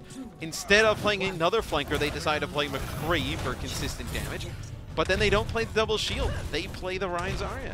Okay, yeah, so similar to what we saw from the Gladiators, except there's a McCree in the mix. So another sort of new composition for us to ruminate over. Super there, representing his Roll Star badge. Playing up front and center, just what you expect from the young man. And having Trehobin on the Zarya. They are chasing the Valiant around now, but Lastro's managed to find Sinatra there. During that time, he does trade his own life out for it. The rest of the Shock now need to step up, and that was a nice Immortality field placed down. Look how much room, though, Matt, Sinatra has to work his magic. I mean, look, that's what they wanted to do. They have to chase them down. It's a lot like what we talked about in the Gladiator series. The Reinhardt comp is only effective if they can close the gap. It's much harder without Lucio, but still, you see the hunt that goes down from Super. Or Super just, he did not stop, just kept on going, barreling to the front. Sinatra causing issues where it allows him to take the point first. So they're trying to get past Reamer and McGravy's barriers and run them down. Trying to do that without Lucio isn't easy, and they've just got to kind of telegraph the fact that they're walking up. KSP switches over towards the McCree now, no more Hangzhou. Hoping to match Striker somewhat, who did a heck of a lot of damage in that last fight, was very instrumental in the cleanup. A lot of early damage on Super, but he can walk back past his May wall. So you have Choi playing pretty close, and he's gonna get the brunt of an Ant Matrix Lastro throwing some orbs on through. Rain trying to stay alive. He threw down that Ant Matrix, trying to get some value for it. But Lastro and Rain had already fallen. KSP now drops to Striker. Two players are around the place for San Francisco here. They may not want to challenge against a May and Sigma though, and they think better of it. They've already got about 60% of that capture percentage, and hey, they can come back in now with some huge ultimates right around the corner. Oh yeah, Shatter, Grav, Meteor Strike coming online, Death Blossom, the Meteor Strike used here by Sinatra, as that's going to be the grab that comes down. KSF saved by the Immortality Field. Yeah, he's just dancing amongst the snowflakes there. He drops his Blizzard down. And KSF is able to help clean up this fight here. And that was a Graviton Surge used here by the Shock and also Sinatra. As soon as he dropped down from that Meteor Strike, he got frozen. At least Super still has that Shatter, but look, if you watched that last game and saw OG's troubles trying to find Shatter value, Super is not expecting to knock multiple players down here. Just one key target will be enough. Ooh, he gets walled off on the other side. They quickly break through, though, so the Valiant not able to capitalize. This will be a Supercharger, though, and you see how fast Super's shield is breaking. They try and get a halt over the top. They don't connect with anything. Sinatra gets really low. Yeah, he gets given a repair pack, though, healed up pretty fast. KSF was attempting to freeze Striker around that side, gets up on top of some of the architecture. But yeah, most of the Shock are going to struggle there. They got caught in that gravitic flux, and they were all bunched up together. Now, the Valiant are ahead. It's 63% to 58. They've used many of those key abilities. Choyhoven switches to the Wrecking Ball. A lot of ults, though. I mean, that you use the Supercharger, the Gravitic Flux, the Deadeye there. So now we see Sinatra on the Genji. So Sinatra, Genji with Striker on Tracer. Choi on the Wrecking Ball. Super still wants to get a use of this Shatter. Architect down early, though. Rain picked him off. Extreme range. Very comfortable. The Valiant up on that perch. The Genji from Sinatra. What can he do against an Amplification Matrix? Well, he gets on the other side of it. There's that. But as he drops down, Lastro is going to pick him up. A lot of kills here for Lastro. 7 final blows, more than anyone else on his team. He's just dominating now. With 99% on the clock here, the San Francisco Shock only have a nano-boosted Striker who had to recall and now is trapped behind a wall. Yeah, that's looks like a Sinatra caught back there. I'm not sure. Either way, it's only little bits, drips and drabs of the San Francisco Shock coming up to challenge this fight, and they just fall one by one. Now it's really just a matter of pleasantries. Super with the shield up, trying to keep Moth alive, but he was discorded. McGravy rolls on through. Sinatra drops in, but KSP's there with the Deadeye. That'll be a 0.1 win for the Valiant. They looked really strong. The Shock, they try and switch off of what they were running to go towards something more looking like a dive with the Tracer Genji, Wrecking Ball as well. But Super doesn't change because he had the Shatter, never ends up changing. So the Shock, they will go back to what they were originally running. They'll have the Rein Zarya with the Doom McCree set up here. Tough round for Sinatra, Matt. Only 2 kills to his name. He started on the Doom Fist. That didn't really work eventually. He kept getting frozen up by the May, and then he tried to go for a Genji. That looked even worse. That's a Gravitic Flux that really broke the back of the Shock there. McGravy just waited for his moment to come in. Not just a Diva player. Perfect Sigma execution there. So now you'll have a Widowmaker here for KSP. You can play Widow on this point for an extended period of time. You don't have to switch off of this, as Widow's been pretty effective here, blocking off some sight lines. So see what he's able to do. Just grapple away from Sinatra as he tries to make a dive play on the Doom. And look at how aggressive the Shock are pushing. They're almost on top of KSP's position. They mow Lastro down. And there wasn't really much Dreamer could do except just look on and you know, cheer on Lastro as he tried to escape the front line. San Francisco don't need a speed boost here to access the targets, and Striker was waiting for KSF. The flash came out and heads rolled, namely KSF's. Dreamer will also be cut down now, and it's the second round. The Shock will start after a first fight win. Alright, so this is exactly what we saw in that first point, though. The Shock, they get the fight win, they get 50%. The Valiant, they took it back, and they were able to hold it the rest of the way. We'll see if the Shock can hold on this time. As another difference between these two teams, well, right now KSP goes and plays McCree after Widow. You have the May versus the Doomfist, where the May you're going to play, like I mentioned earlier when we were talking about why is Gig not in, a little bit more control, a little bit slower. And then you also do not have the Onin, so you're going to be playing Zen Briggs. So that really tells you they want to play around the Orisa, really stationary. So obnoxious from San Francisco, Matt. They just keep following the Valiant wherever they go. Refuse to let him set up. They have a shield that can be repositioned easily. The Valiant really don't. Sinatra in, he gets rid of McGravy. Yes, they lost Super, but Super was really just to get them in position without them taking too much damage, and that now enables Sinatra to clean up the fight like this. And that's why he's got a Doomfist skin in his honor. The skin is nuts, by the way. I mean, completely off topic. It's an awesome skin, but now grab Earthshatter. Earthshatter, you held onto it for a very long time. If you were the Shock in the first point, you didn't really get anything with it even when you used it. So you may as well just kind of throw it out there as the Shock just kind of going to play behind these pillars. You see Super just wants to, he doesn't want to use the shield and like burn it straight away, right? You see him playing around the columns, playing around the pillars. Wants to get that shield and use it. Oh, Choi, up close and so personal. clever. Nice play by Choi there, yeah. Bro, the Giga Brain. And he kept such high energy that entire time as well. Even after the fight was sort of in a lull, he was at 70-80%. And that's so easy for Striker to get the combo in. Easy enough Deadeye for him. I mean, he might be letting Rain walk away with this, but it doesn't matter because the Shock have been in control this entire darn time. Super halted out, doesn't give a chance to put up a shield. No, Moth now going to have to play on the back foot. He can't get away either. Jokobin, though, your boy, he's still ticking over nicely. A lot of damage with those right clicks, and he even has his personal bubble available. He's saving it. Nerves of steel, this guy, but he's eventually going to be run over. Sinatra had enough time to get in, finds the one kill, looking for KSP, and he gets two. That's more than he really should have gotten, but that's Sinatra for you. Yeah, it's still not enough to get a hold, though, right? As Choi gets the effects of the Nano. They're going to try and push this forward, though, with KSP coming off the respawn. Super staying out of line of sight as long as he can. KSF just trying to make sure anyone who moves around the corner gets a frosty reception. Here's the Blizzard, he lets it go. Wall placed up to prevent any retreat. That's fantastic execution. Chokobin, though, going to soak up a bit of shield charge from that Blizzard. Sinatra's unlikely to get away, though, as McGravy brings a hammer down, and he'll chase Super all the way to the ends of the earth if he has to. 32% here. The Valiant are still in control. Still going to be a big hill to climb, though, for the Valiant. As Striker gets hit for the halt there, has to use the roll to get out of harm's way. Sinatra will go away from Doomfist and goes with Reaper. So Reaper, you can still get in the back line, but just a little bit easier, more consistent, right? If you're not finding those one-shot kills as Doom, you're really not contributing that much. So Reaper, it's a much safer option. It's for a prolonged fight, you know? Yeah. It's a little bit harder to take people by surprise, but in the late fight, if you're still alive, you're going to be doing work. KSF's already gone down.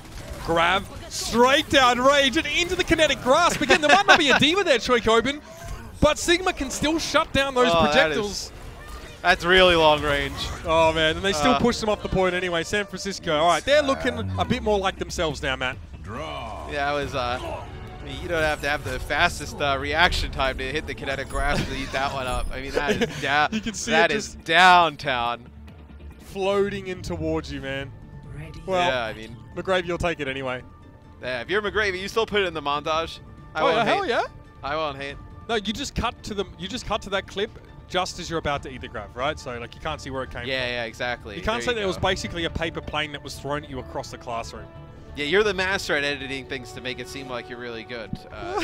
You would know how to do all that. What are you talking about? I don't know. I'm just saying what I've heard from other people. But anyway, the Shock come out here with Striker on the Widow. So Widow v Widow, Striker versus KSP, and Sinatra goes back on the Doom. So Striker Widow, baby. Able to get a he's cracked already out of the gates.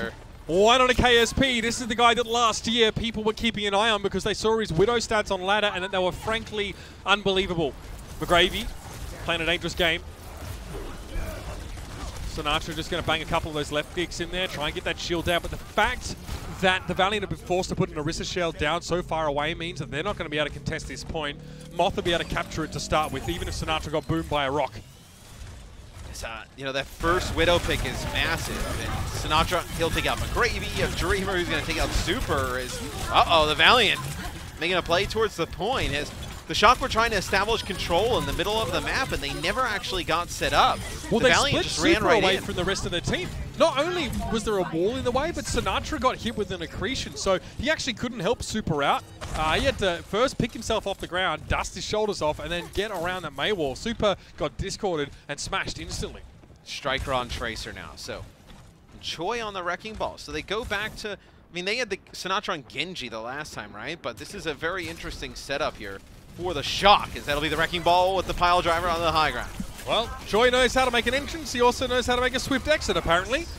Very quickly burned down by 4 members of the Valiant. KSP, this is risky business now. Taken to the sky. Actually gets some damage on Striker. Are you kidding me? A follow-up shot as he hits the ground. And the Shock again, a pushback into Spawn. The Valiant now threatening to take this first map away. That's what I was talking about earlier in the day. Like, I would not be surprised if Widowmaker starts to creep up more and more in these types of comps and overtake even a character like McCree. We have so many fantastic Widows in the league. As Inforesight, this buys them some time, right? You don't want to push directly into this. They see him rolling. Day Hayton.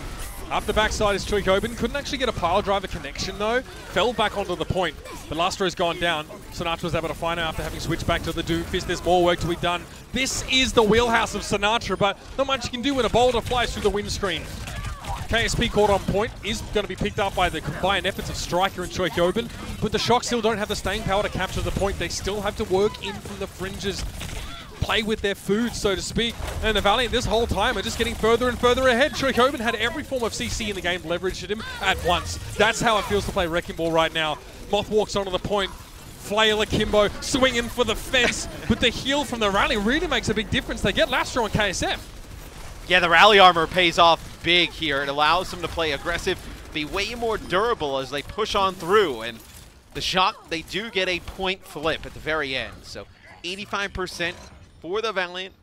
Really, like, you know, just they have to flip it and then they take the point back, obviously, and then maybe one more fight after that and they're in a good shape. As McGravey will go Diva, which this is interesting. Probably really worried about Striker wanting to keep his teammates alive. So you have the McCree to help Lastro, and then also you have now the Diva defense matrix. Oh no, Diva's not going to protect you from this. Choi Gobin though again, it's all the CC walled in, and still the Shock are able to find a kill. That's huge because a lot of cooldowns got used on the Valiant side to get rid of Choi Gobin. So to get a 1-from-1 there is probably worth it, especially Rain. That means that Striker now gets to play more aggressively while Rain is absent. And Choi Gobin returns to the fight earlier. So there's a very localized, brief player advantage here for the Shock. Striker knows he's caught in this room. He recalls, goes through the pulse bomb. Dreamer low, but still being kept alive. As long as the Shock can keep the Valiant in that room, they're going to be happy. But it looks like Los Angeles won't be kept waiting. Yeah, they should be able to break out. They're going to use a supercharger here. Nano boost dropped onto Super, but looks like he gets frozen on up. And the Valiant will be able to take the point back, and it's bad for San Francisco, bitches. With the point going back to the Valiant, 90% here will be on the clock in just a split second. Both support ult plus Blizzard and Deadeye. You can fight this on the point if you're the Valiant and get a win. We're set up for an exciting conclusion to this map now. 97 and counting. Striker probably has to step up first and stall, and he does. He's secured overtime. Choi Gobin comes in, needs to stay alive a little longer here.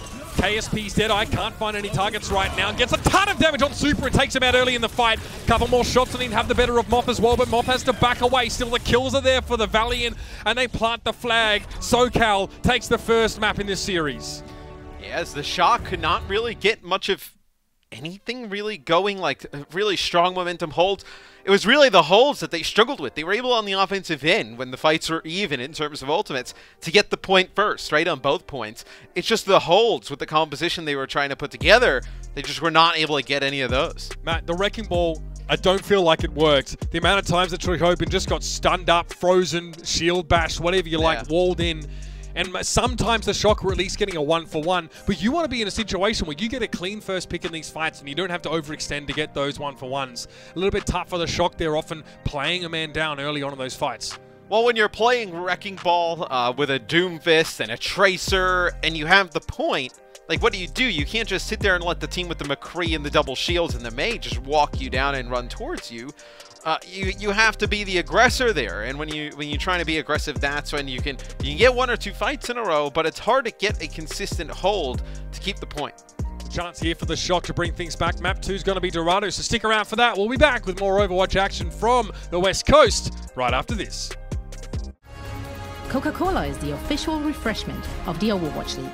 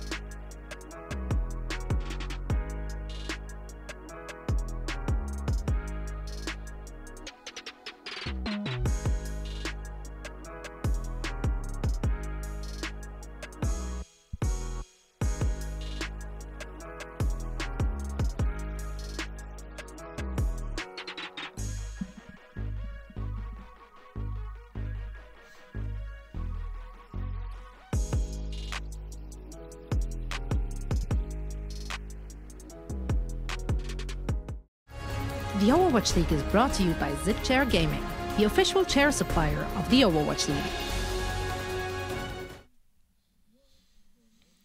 The Los Angeles Valiant, I tell you what, Matt, leveraging this deadly frontline and DPS duo to really punish the San Francisco Shock. It looked like they might be coming back on Busan for a moment there, but that last map, I mean, they shut down Wrecking Ball so brutally. Yes. They were able to get a lot of nice May walls to be able to shut down Choi's. He was trying to get onto the players up on the high ground, create a dive opportunity for Sinatra on the Doom, or Striker on the Tracer, and it just doesn't work out. And that's why we have some subs coming in this next map. So for the Shock, you will have Smurf will sub in for Super, and then you'll also see Violet come in here for Architect. So they are back to like their true support core, although we've been seeing Architect playing more support as of late. And then you obviously have Smurf coming in to replace Super in terms of the tank. Probably tells us they want to play some more Orisa, double shield type of setups, because even in the playoffs last year, you had Super get subbed out for Smurf when they wanted to play the Orisa. And so what do you think then about Violet coming in? Is this like a Batiste pick potentially? Or like Zen. out of the Zen, I guess, for Zen Kim? Brig.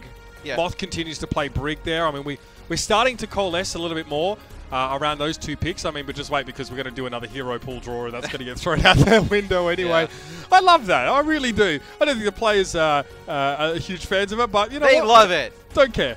Don't actually don't care. So heading into Dorado now is going to be our second map.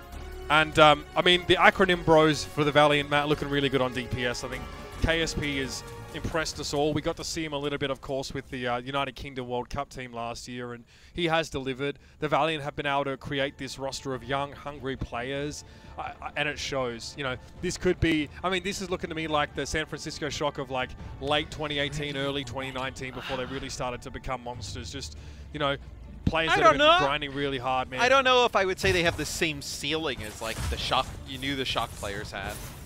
I would say, I don't know if they can get to be, like, a champion, like, winning the title and being as dominant as the Shock. No. Can they be a team that contends for, you know, one of the top spots in their division? I think so. Oh, man, McGravy's going to go you on Twitter now, bro. You've done it. Nah, we're buddies.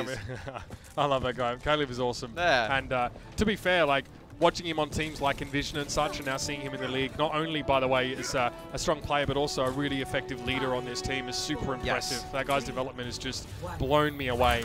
And yeah, proud to be one of his mates, but we're out the doors here now with San Francisco. And we have the Wrecking Ball, but it's Smurf this time. Chohyobin gets a blessed reprieve. He gets to go over to the Zarya. Smurf will play. Interesting. So I thought they would bring in Smurf to play some of the Orisa setup, but it just means they want to play even more of a divey type of playstyle with Smurf on the Wrecking Ball, which frees Choi to keep playing the Zarya, which they want for the bubbles onto the Doom and the Wrecking Ball. All right, well, Sinatra's going to have a lot of protection. He's the kind of player that doesn't really need too many resources dedicated to him, but now that he has them, you expect him to make more of a difference. The Valiant, though, are just not going to let this stand. Sinatra and Chohyobin, the two players that were, you know, trying to play in concert together, are already removed, and KSF throws up a wall and says, "You will not pass, not for now." And it's because the comp is pretty, like, the comp for the Valiant is just, it's very, I don't want to say boring, but it's very, like, stationary, like it's kind of like your basketball team on the fast, like the Shocker, your basketball team on the fast break, like launching up alley-oops like threes. You know, the Valiant, they're moving the ball around, they're going through the offense. Like it's a little bit of like a kind of a boring kind of dance, but it's so effective. Like when you have the double shield. Well, maybe not basketball. Looks more like dodgeball right now with Smurf laying down that minefield. Sinatra on the Genji again, going back to it. KSP is actually hit with a body grenade and needs to back away. Sinatra won't let him though. Great combo there. The slash and dash, he gets in. And it's a clean up with Striker finding the pulse bomb. And this is just it. This is what I want to see. The Genji Tracer with the Wrecking Ball from San Francisco. They know the Valiant are playing a more static setup. You said it yourself, Matt. You were right. And they're looking to try and punish that as much as possible. Well, now it even gets more of a stationary setup because you have McCree in the fold instead of a Widowmaker now. So you can see how this play developed. Smurf goes in. It's a lot of nice damage early, and then Sinatra and Striker come through, finish it all off. And a lot of people know Sinatra as a Tracer player, right? Tracer, Zarya, Doomfist. Fantastic Genji. Very long time since we've seen him play Genji, but this is not something where he's just kind of learned it. This is a pick that he's had in his pocket for a very long time. And the shock at multiple top Genji players on their team. It's not just Architect, it is also Sinatra, as you said. KSF, oh, you are in a compromising position, my friend. I have the quick wall to get him out of this one. No, look at the Sigma Shield. Placed at an angle there just to make sure he's protected. And a Gravitic Flux just when the shock thought they could follow up and get rid of the May. They fall straight into the trap and they're brought down hard. Chohyobin and Sinatra are removed. Moth is trying to slam away with the flail while keeping his shield up to protect himself against KSP, but eventually the McCree prevails. He walks into the courthouse and gets the cleanup. And the way you defeat this, if you're San Francisco, as you see Smurf just go down with a ground pound, I mean, just trying to gain some ult charge as the rest of his teammates die. You have to attack from multiple angles, right? Like the Valiants are going to set up, they're going to play behind these shields. You need to get the tanks moving and looking in multiple directions, and then collapse on them. You can't all just come through the front by the payload. You have to have players collapse from all different ways. Minefield down once more, result of that 5-player pile driver that Smurf got, suicidal as it was. Nano Striker went in.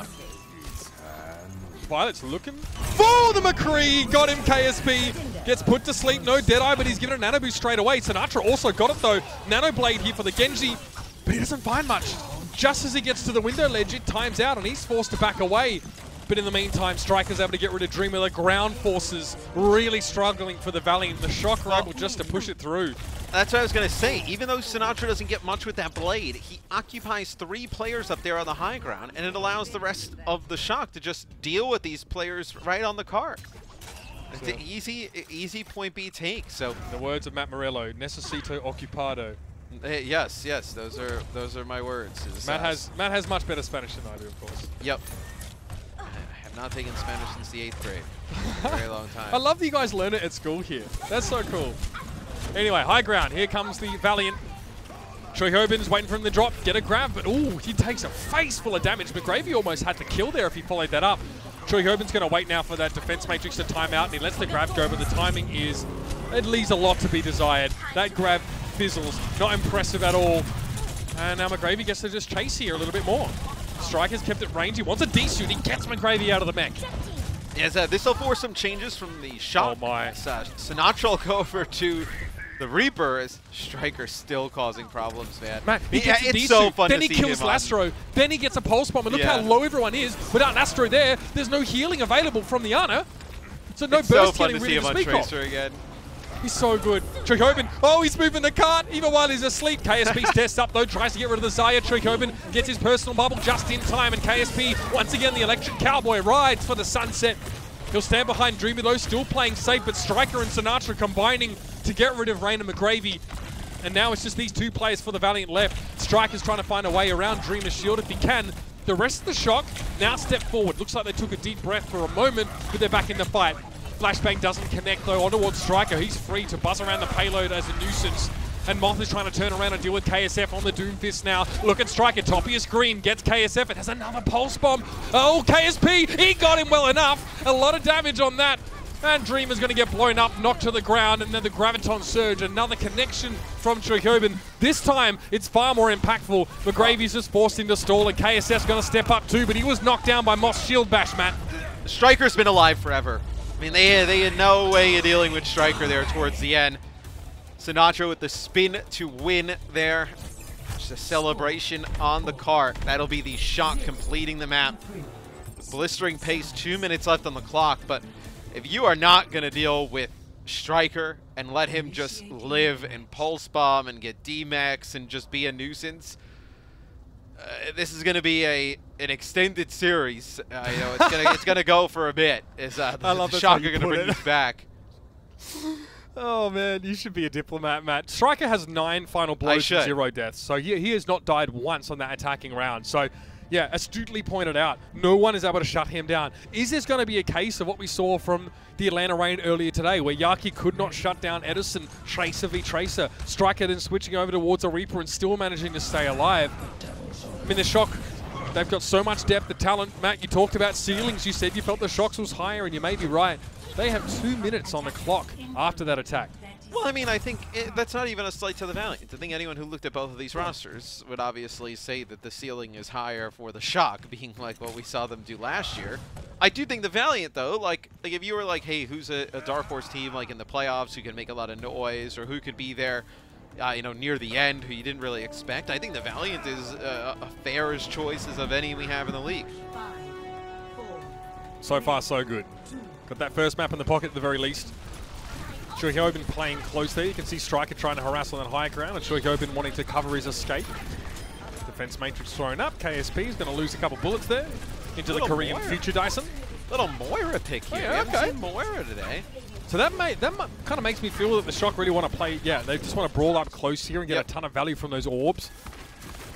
I don't know. I mean, there's not really any point in Violet using aggressive orbs here at all anyway because of the spawn. It doesn't really do anything.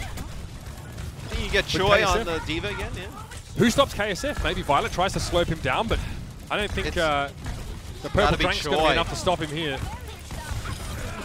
Yeah, there it is. KSF finally starts to strike in here, and this is a classic, you know, switch, man. You know that the Shock don't have the time or the opportunity to switch to something that punishes Pharah, so you play Pharah, you switch it if you have to. So we'll see if they decide to switch, or we'll see what the Shock decide to do. Striker goes Widowmaker. As soon as they see this, they'll have a switch from KSF. Does KSF go Widow to match it? What does he decide to play? I think that's the more interesting aspect of this. Looks like for now they're going to stay on the Pharah, which is very interesting. I mean, you kind of force the Shock to play away from the Reaper Doomfist combo, right? You force a switch there. I don't know if you want to go up against Striker on Widow at all. I don't even think you want to force that switch, but KSF now, this is what we saw from Jinmu as well from Chengdu last night. You have to play really safe and just work around the edges as much as you possibly can. Don't get picked off. He's trying to shut down the Coalescence here, but the defense matrix covered up some of that barrage. KSF still finds the kill though, and there wasn't anything Tricobin could do to keep them more alive. So that ultimate, straight down the drain thanks to KSF's aggressive barrage. He tried. It looked good. His Striker ends up taking out Rain here, but still not enough. Not enough defense matrix to keep Violet alive on through that. As some more kills come in here for the Valiant, as they should be able to move to the cart and take this point. The res on Smurf, he should be able to get away. He's Wrecking Ball, one of the few heroes that probably could have extricated himself from that situation. But stay on the Pharah, why not? Striker got shut down by KSP in that last fight. the Tracer is keeping your Pharah protected by occupying the attention of this Widowmaker as often as possible. So you can stick with this if you wanted to, but they will switch the mate. Give some more control on that low ground. Striker should still expect to be harassed, though. Just like this. Oh, dear. See you later. Oh, later, bud. Go home. And they follow up on a Smurf here as well. Maywall's in his way, Smurf. Yup, he's been there before. Chocoban looks on and goes, yup, that's what I dealt with in map number 1, bro.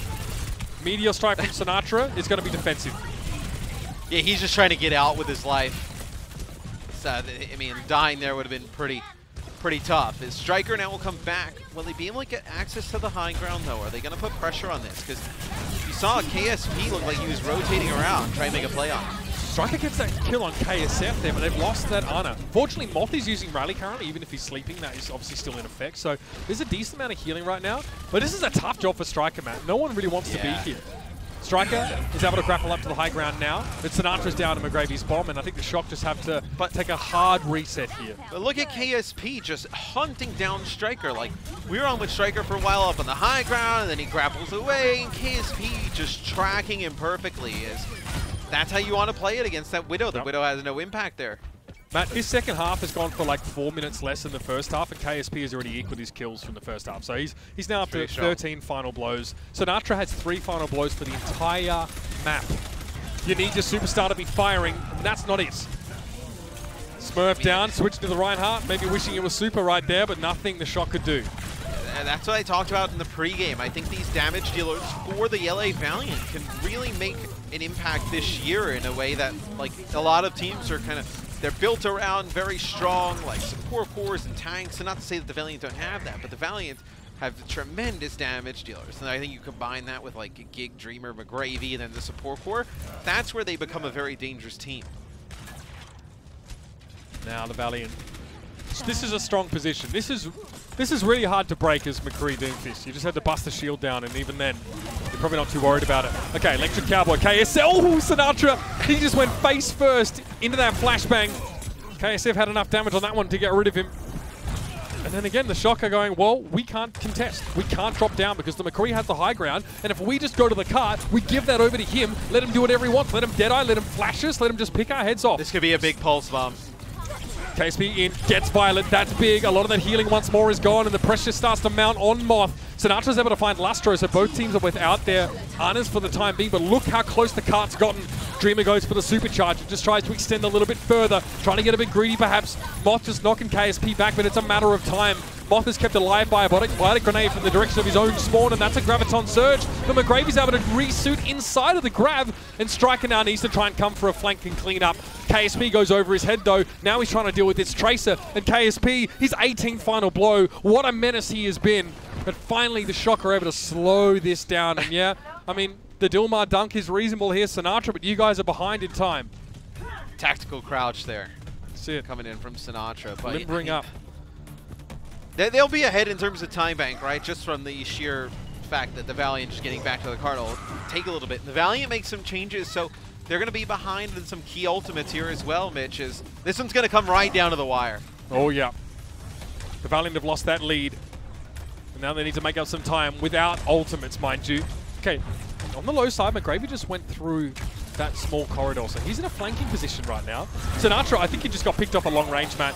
Smurf, Sinatra both down. KSP just chilling back there. That's his second, more like ESP, because it looks like he saw those kills coming. And another one! Violet's head ripped off. And there it is. The Valiant get across the line, Matt. This is going to be a map and a half. These two teams are separated only by about 20 seconds, and their DPS players on both sides are running wild. KSP goes from like 7 final blows to 21. What a half. And he was tremendous, whether it be on McCree, or the Tracer. So we'll see if the Valiant be able to beat the Shock here in map number 2, as that would be a big surprise, right? I think that's a momentum break. I think that breaks the Shock. They try a different lineup, Matt, and they still lose. They're 2 maps down. I don't know how to come back from that. You're a championship team. You don't boom that easy. You sure? Yeah. At least you shouldn't, but we'll see. I mean, KSF starts out on the far. This is just in spawn because they're probably expecting the close play yet again from the Shock, which the Shock with the Reaper May, and then having the Diva plus the Moira in the mix tells you that they will be playing close. KSP is actually very close to a flatter deadlift at the moment, Matt. And Sinatra only has 6 final blows across the entire map so far. To KSP's 21. There's definitely some domination occurring in the DPS department. And it's coming from a Brit, of all people. Oh, God help me. God save KSP. Let's see if anyone can save the Shock, though. Out of the gates come the Valiant. A Sonic Arrow just to check where they're playing. So they use the Sonic Arrow to check where they're playing. They landed on this first high corner, so they don't actually see them. That's why KSF just sitting in the spot, waiting to hear what his teammates see as they round the corner. This time the Shock don't have the ability to play close. They take the Moira here still. Why the Moira over Ana here, persistently? If you're going to play close, you're going to play just around the Reinhardt and the Diva. You love the Moira's just raw healing output. Last time, Violet was able to get a Coalescence after one fight. He's on track for that again too, up to 40%. Biotic Grenade could be problematic. That one did connect, but Lastro goes down. He's punished for that. Smurf gets rid of Lastro, but is traded out. Sinatra, no Ice Block available right now. He's playing very dangerously, and KSP catches him. The wall was up, and Sinatra wasn't ready for that, and that's an important pick. Get rid of the Mei. Makes it harder for you to control their space, and with Choyobin sleeping on the job, Defense Matrix won't save him now. Yeah, as they deal with Choi's mech. Still, it's taken a little bit to get the cart moving here, so this is a fairly successful hold from San Francisco. Dreamer deciding what he should do. Should he switch? Should he stay? He'll decide to stay on the ball. Is now with the Wrecking Ball, Diva, Pharah, this is a very aggro composition. Yeah. There's no shielding at all. Lastro has to be extremely careful. You can see he's playing on the corner. He has to create ways to block line of sight because there won't be any shields for him to get behind. Now, I wonder if the Shock see this or realize this and make a specific move to try and counter that. Sinatra gets onto the high ground. McGravy's on the cart. Here's that Coalescence. The Dragon Strike actually managed to catch Smurf. 5 players now for each side. Striker finds KSP, but KSF, he's got something up his sleeve. Cloudy with a chance of Sinatra getting smoshed on the high ground. Choyobin takes a bunch of damage as well, but the Defense Matrix staves off most of that. Striker now goes for the Death Blossom, but McGravy's bomb, he saw it coming and it caught him out. Still in overtime, and KSF manages to get the better of Moth here. The Shock are running out of numbers, but Choyobin has a self-destruct, and now there's a Reinhardt back in play. A chance here for Choyobin to get some value. This bomb has to hit something, and it gets 2! That's exactly what they were looking for! Overtime is done! KSP couldn't touch the cart! And that was a crunch 9. That definitely was, but Choyobin, he definitely made it hard for the Valiant. The Pharah flies a little bit too high and gets off the point there as... you know, maybe for KSP. I think it was KSP was behind the cart there, playing the Hangzhou. He was not able to leap to the cart in time. KSF flew a little bit too high there. But still, it's the Choi 2K with the self-destruct that sets that all up. Oh, that is heartbreaking. It was literally Choyobin and Smurf. That was it. Let's see a replay of how this bomb went down. Look at this placement. It's high in the sky. But look who it affects. Dreamer thought he was safe. You ain't. That placement to get the bomb inside the doorway on the left is ridiculous. What do the Valiant do here? Do they play close? Do they play at a distance? What is the play here? I think they almost have to concede like the not concede the choke. I think they almost gonna have to play like old school, kind of like high ground, and then rotate back to the choke. Because I think if they play too far forward, I'm not exactly confident without Lucio in the mix, you get a second fight. You're exactly right, and sort of the card is maybe a little bit too close to the enemy spawn for them to get a second fight even without Lucio. You can get a second fight obviously here. You have to be quick. Let's see how they do it. Maybe if they can back away after taking some casualties and not just get staggered out. A lot determines on how the Valiant respond to getting a player picked off here. And that will tell us exactly what's going through their heads. We've seen holds from here before. NIP used to do it all the time. Sinatra shielded up, down. Okay, it's a 1-for-1 trade though now. This favors the Shock still. Smurf will play aggressively like that. He doesn't care if he charges off the map. They've got rid of Dreamer now. The Valiant, they're committing. They're hard committing to this now. A couple players, their supports are trying to get away. Sinatra is on the Symmetra here now. We'll see what he does with the Sim. So you could just kind of get some turrets set up. right around this underpass. It'd be very annoying to walk towards. Also the speed, right? It slows you down a little bit as Dreamer goes on in. Fantastic body grenade. That's a kills the kill there on the Sinatra. Pile driver came on in, but it's a 1-for-1. Dreamer's down. KSF gets himself the nano boost, but Moth actually stuns him straight away, so he doesn't have a rocket punch for a little while, and Smurf somehow catches Lasser on the fly through. Smurf is going to make his way back to the car while swatting at this Tracer, and the Shock have come up with the answer, Matt, and they've come up with the goods. They switched the lineup for this map, and it works. Get themselves to 1 apiece in the series after an exciting Dorado. Still, the Valiant played them very close. That is not an easy map win there for the Shock, as KSF and KSP have still been playing great today. As you know, the Shock, they do make a lineup change. Does it like make a huge impact? Not. I mean, Smurf was able to play the ball. I guess that's the biggest change in terms of like, okay, they're going to play like Smurf on the main tank to play the ball, maybe some Arisa. He still had to play a significant amount of Reinhardt during that game, so that's something we saw Super play in map number 1. How though? How did the Valiant look though, Matt? Sorry to cut you off. Without KSP getting 25 final blows out of the team's 58. Oh, it's a much different game. But I mean, we can't kind of live in a world where like, hey, if KSP doesn't get half of the kills he got, what happened? Of course, it would have been a blowout. Like, sure. Yeah. Well, Sinatra had a tough one there. He had a difficult job on the Doomfist trying to deal with a lot of that CC being leveraged at him there. Only comes out with 6 final blows, but you don't care if you're him, right? You win the map, your team gets you over the line. Striker steps up in a huge way in that second half, or when we went towards that time bank overtime. Yeah, no, Striker was big in that one as well, as Sinatra looked much more in sync, and then towards the end, Violet came up with a big biotic grenade playing the Ana, so it's good to see Violet back in the lineup. Well, it's half-time now, so we're going to head over to our friends at the desk and discuss some of what we've seen so far. And when we return, the second half of this series will continue. It's 1 apiece here in the Battle of North and South California. We'll see you after the break. The Overwatch League is brought to you by T-Mobile. Rank up with America's first and only nationwide 5G network. And by State Farm. For auto, home, or renters insurance. Like a good neighbor, State Farm is there.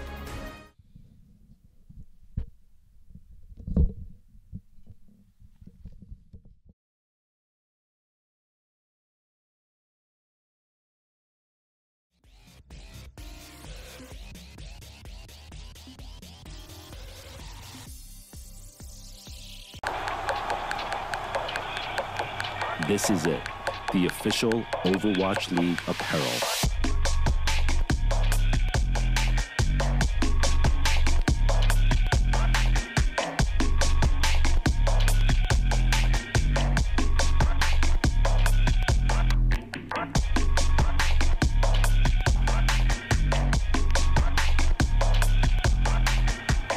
Designed by Staple, engineered for gamers.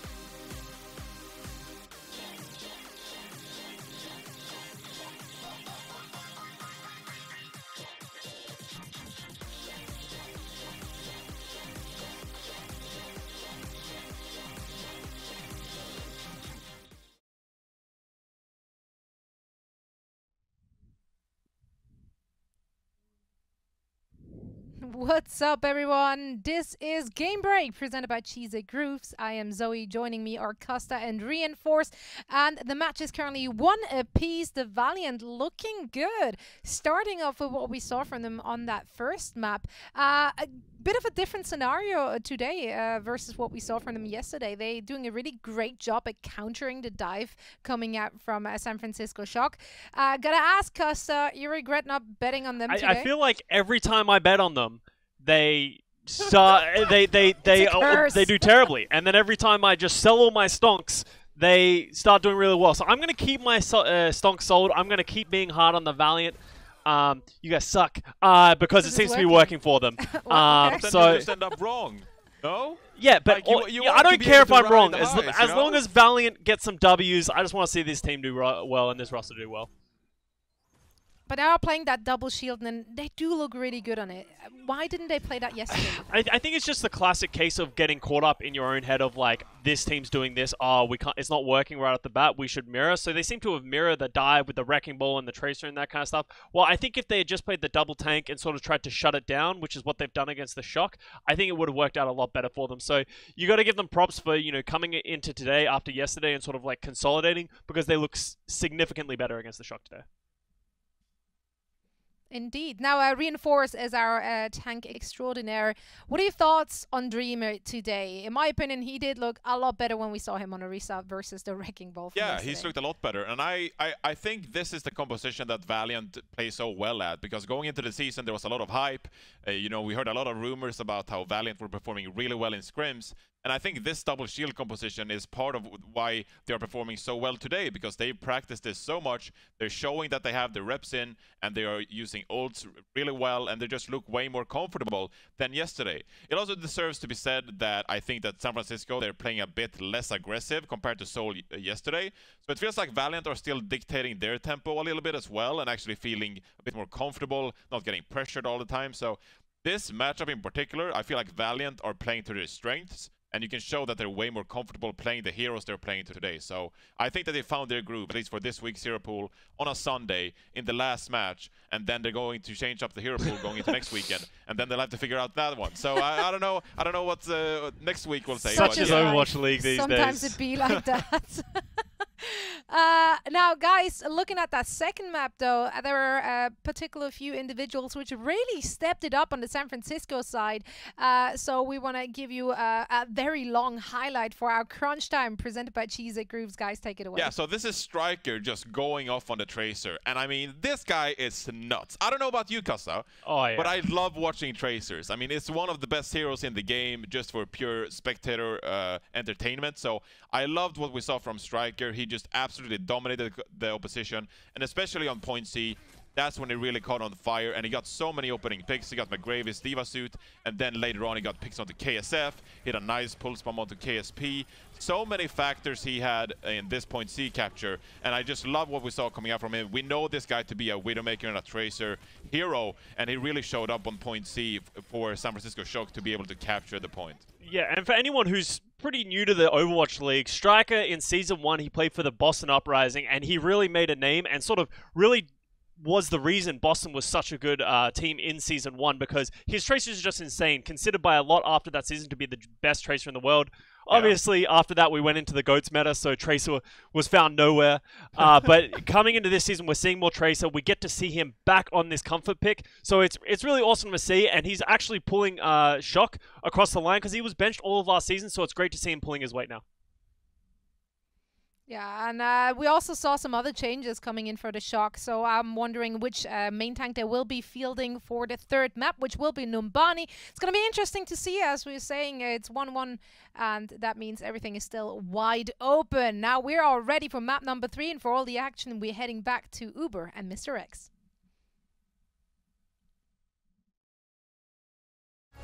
The Overwatch League is brought to you by Cheese It Grooves. Deep flavor, deep crunch. It's a mind crunch.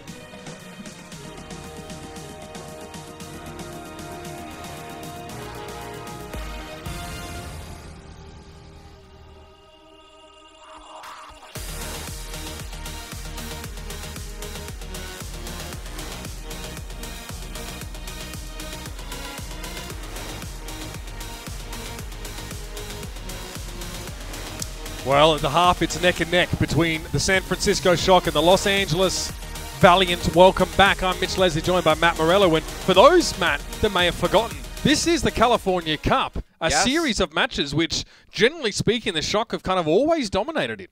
Yeah, big rivalry, right? I believe the first two are show matches. I think Brent and Josh casted those. One was here, I believe one was up in San Francisco.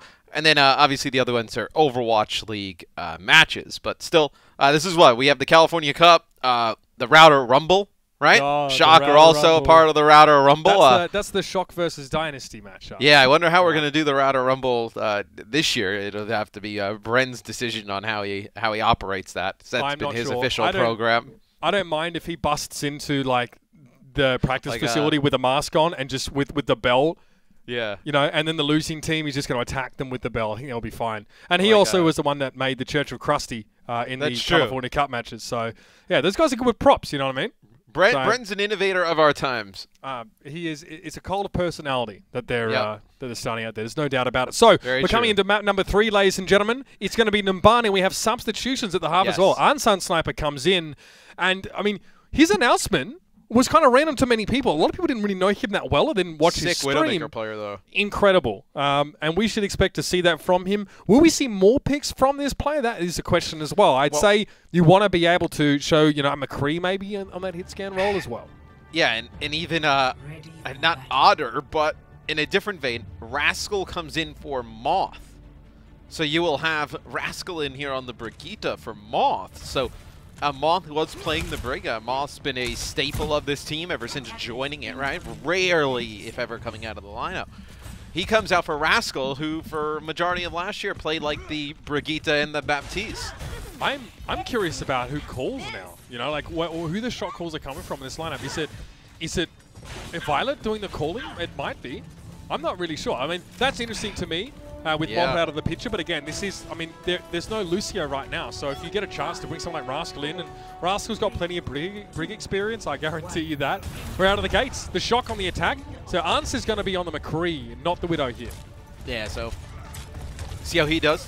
Going up towards that high ground, that'll be what the Shock try and take with this setup.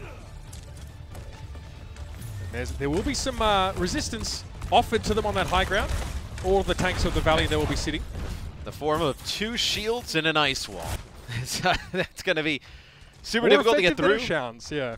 So, looks like some of the members of the Shock will go low side as Sinatra, he'll punch his way through with a Zarya bubble up to the high ground. He gets out of the way. Choi finishes the kill off after getting all of that sweet energy. I mean, he almost got hit with accretion while he was jumping there. But he managed to get past the rock. It looks like the rock hit a shield before it hit him or something similar. Choi Hyobin, I don't know how he stayed alive there, Matt. I actually don't know. Great bubble timing. Choi Hyobin's use of his personal bubble is really impressive. And now the Shock can just put Smurf, he can just dip his toe on the point here. The Valiant is split up. They did have a crossfire, but now the left arm of this team are on the low ground underneath Arns and Choi Hyobin and co. So they don't have good vantage at all. The Shock have outmaneuvered them pretty heftily here.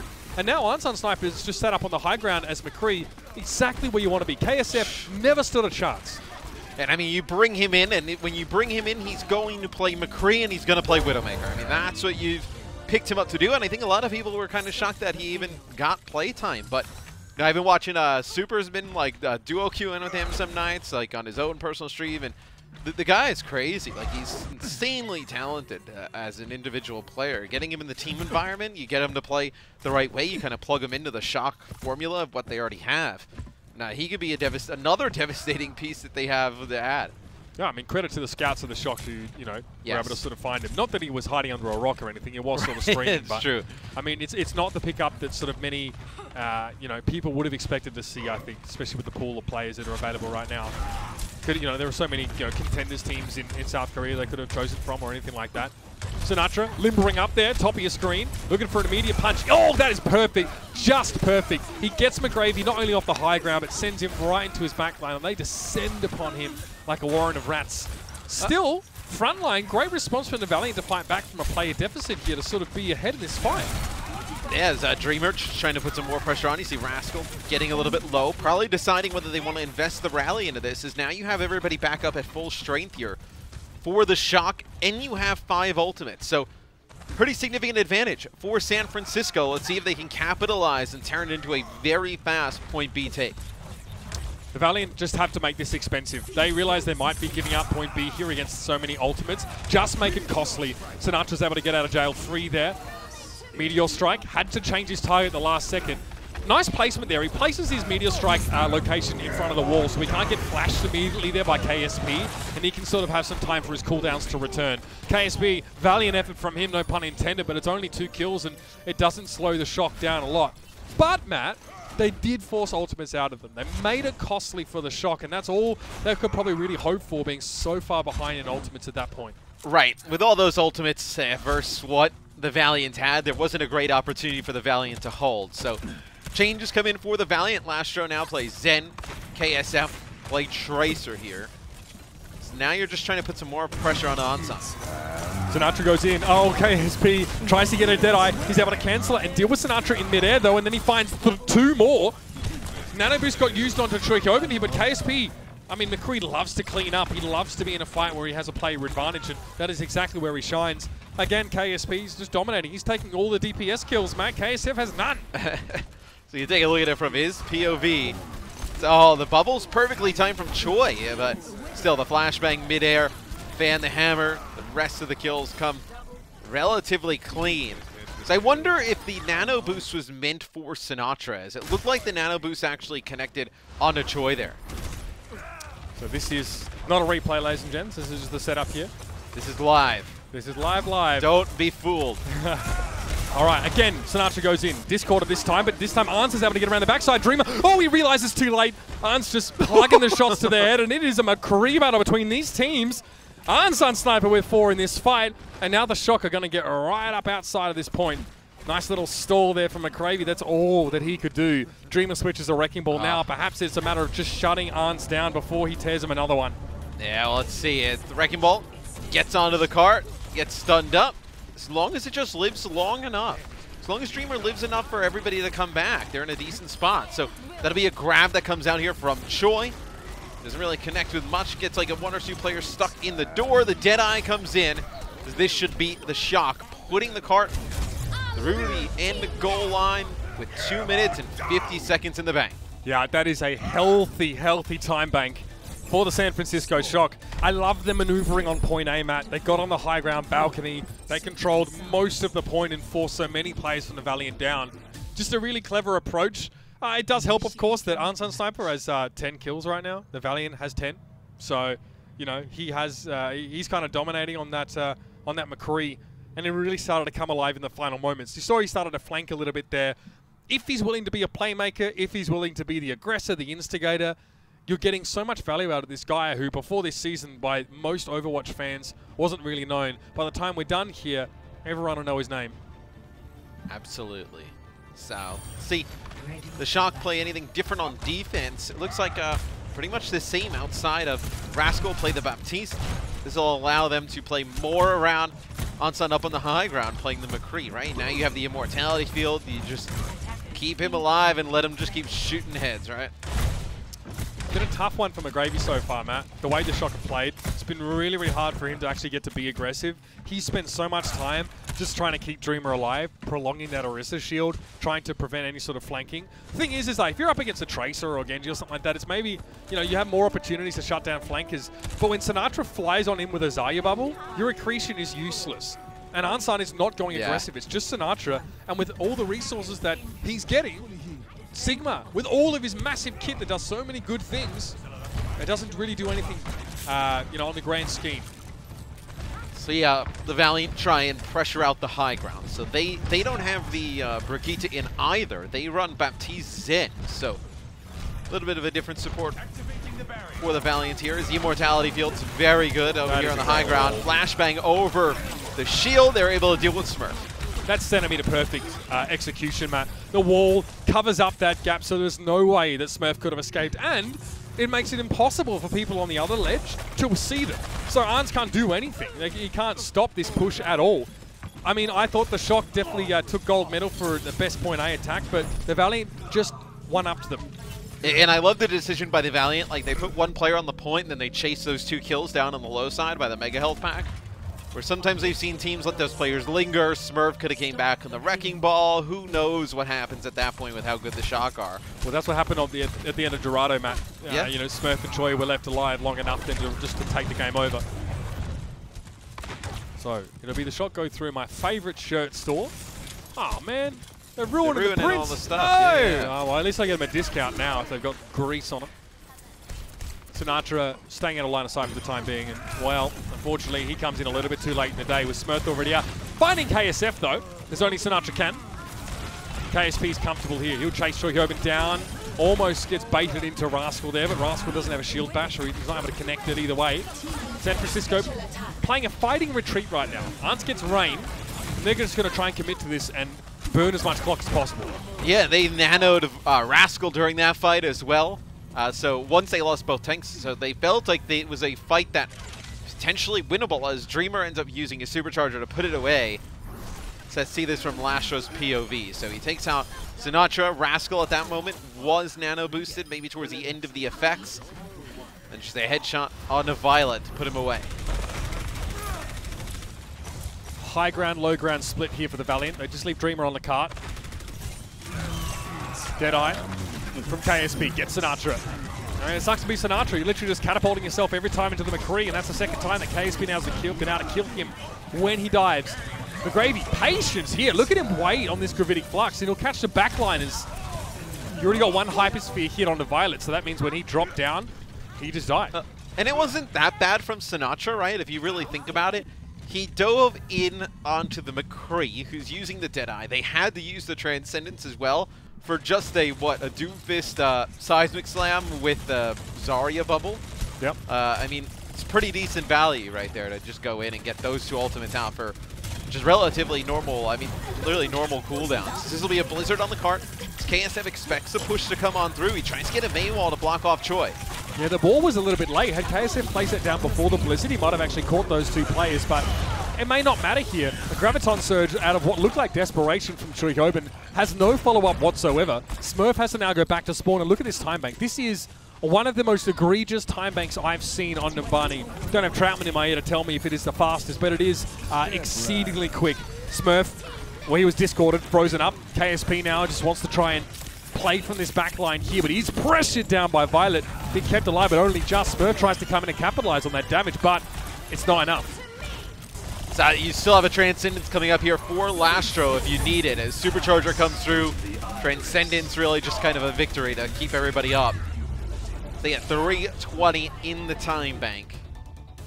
Very good push there from the Valiant. I mean, Matt, from start to finish, they just look so good on this map.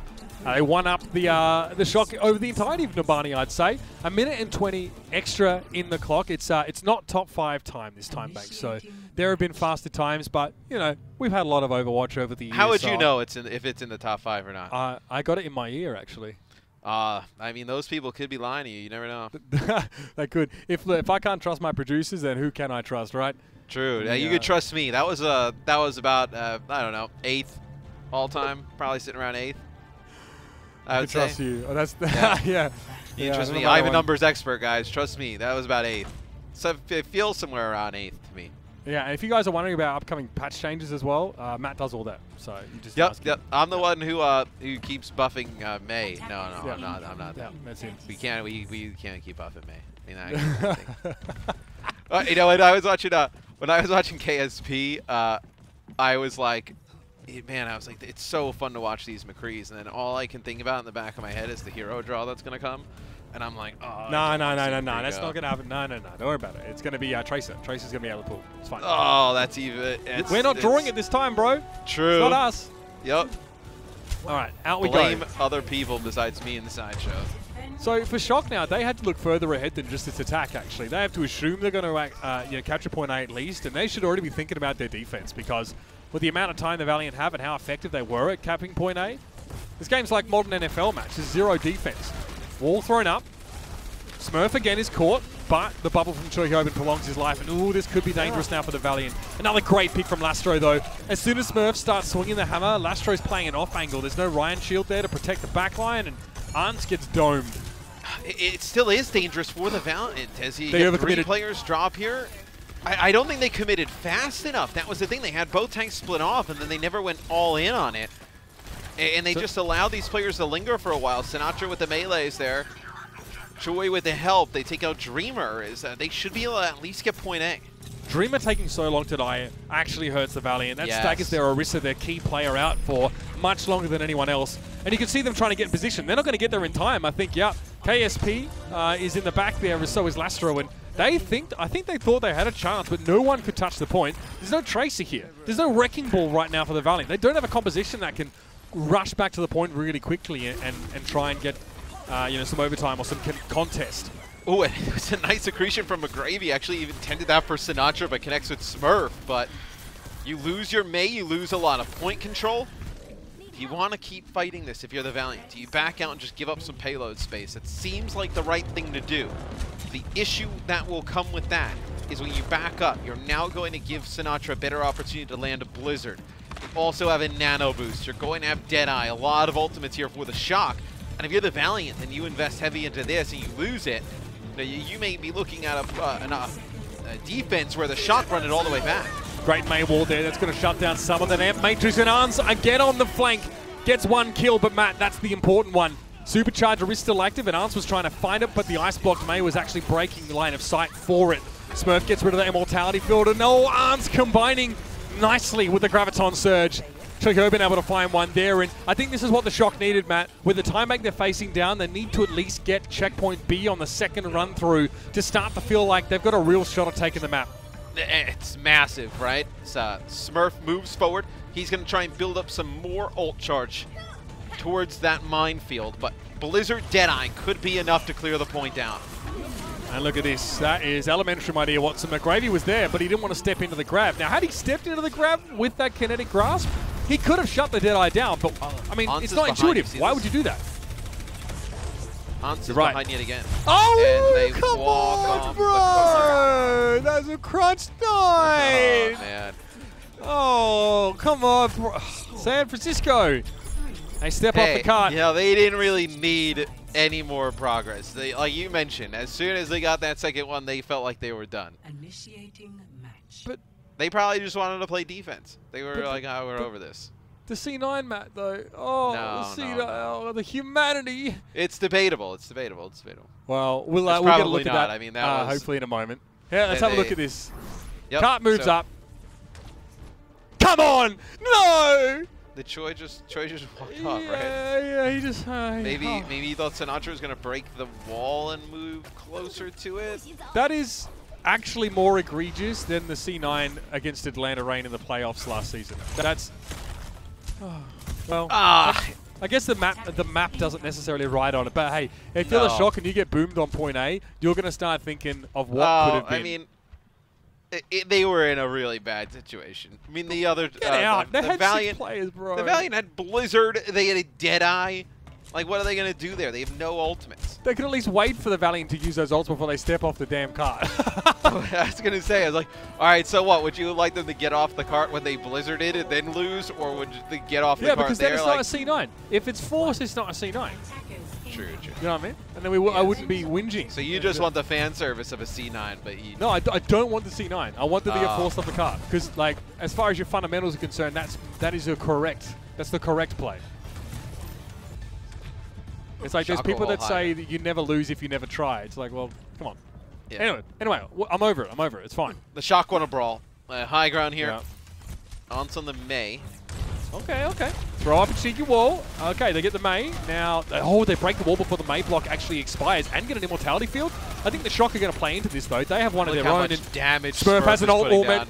He's 86%, Matt. 2 Earth Shatter. That's wrong. And Choi is probably so charged up. They're just going to try and get away from this Ant Matrix. Great response. Oh, nice Maywall there from Ons. Smurf gets really low. Yeah, can he survive this Biting Grenade? No, he can't get away. That was an incredibly fast Batiste ultimate there, though, from Rain. They get an Amplification Matrix so early on, and you can't blame the Shock map for trying to brawl there. But when the enemy Batiste gets so much ult charge so quickly, you have to step away from the doorway. The Maywall's going to get cracked instantly. And Smurf, I mean, yeah, he got towards his ult, but never actually quite got it. It could have been nice in that close quarters. Where is Violet going here? Violet's catching the spawner. He's actually going to go after Lastro. Lastro, no idea, can he win this one? Biting Grenade. Oh, they got each other! The trade is, though, the trade is... me! I mean, the trade is going to work out in favor of the Valiant. Yes, because now Lastro spawns Oh, wait, what? Far. Okay, big shatter. Great play from Smurf. Rain down, kinetic grasp here from McGravy. He's not going to block a charge. Smurf is too large to be slurped up into that. And now a Zarya bubble on Smurf. He needs to be ready to put his shield back up, but Sinatra's there. And I mean, they reclaim momentum in the way that only San Francisco can. That shatter was big. It was like 4 players there on the card. Didn't I just spend all day like making excuses for Reinhardt's by saying it's impossible to get shatters because you're going against double shield comps? Who? Me. Ah. No, yeah, you did. Fine. You didn't listen, that's why. No, you've been making those excuses all day. Yeah, true. KSP on the high ground, though. Can't make use of the Ant Matrix for the Deadeye, but just is in a safe spot to do a ton of damage. You see Rascal's Immortality Field was taken down. Now the Shock just like double down, commit to this fight, and they might actually be able to do something with it. If Choi-Hoban didn't get frozen there was a ton that could have been done. But KSF inexplicably catches Violet with that Icicle, and they will win this fight. Still, though, the Shock burn a ton of clock. You come back with another Shatter. You'll come back with a Blizzard here. You can hold this if you're San Francisco. As 30 seconds on the clock here. As the payload moves around the streets, it's almost likely end up in a final fight scenario. Biggest impact could be the Supercharger plus the Deadeye from KSP up on the high ground. Comfortable spot for it. No Diva on the Shock. Everyone knocked up. No way of shielding Choi-Hoban there. As soon as his personal bubble went down, KSP pulled the trigger and gets Violet. He was honestly just fishing in the dark there, but he found something, and that is big. Now remember, the Valiant do not get a time extension for getting the second checkpoint. So if you're the Shock, you actually quite happily just let him have this. You let him push to B, and you set up for one last fight. We're in overtime. As soon as the Valiant get off the card, it's over. There's a Blizzard here, Matt. Again, that's what forced the Shock off the point. Will it work on the Valiant? Yeah, I mean, if the Blizzard's good, you think they're able to get the follow-up, right? Rain is going to have to play far away with this Immortality Field. There's the Supercharger that comes out. What is he doing?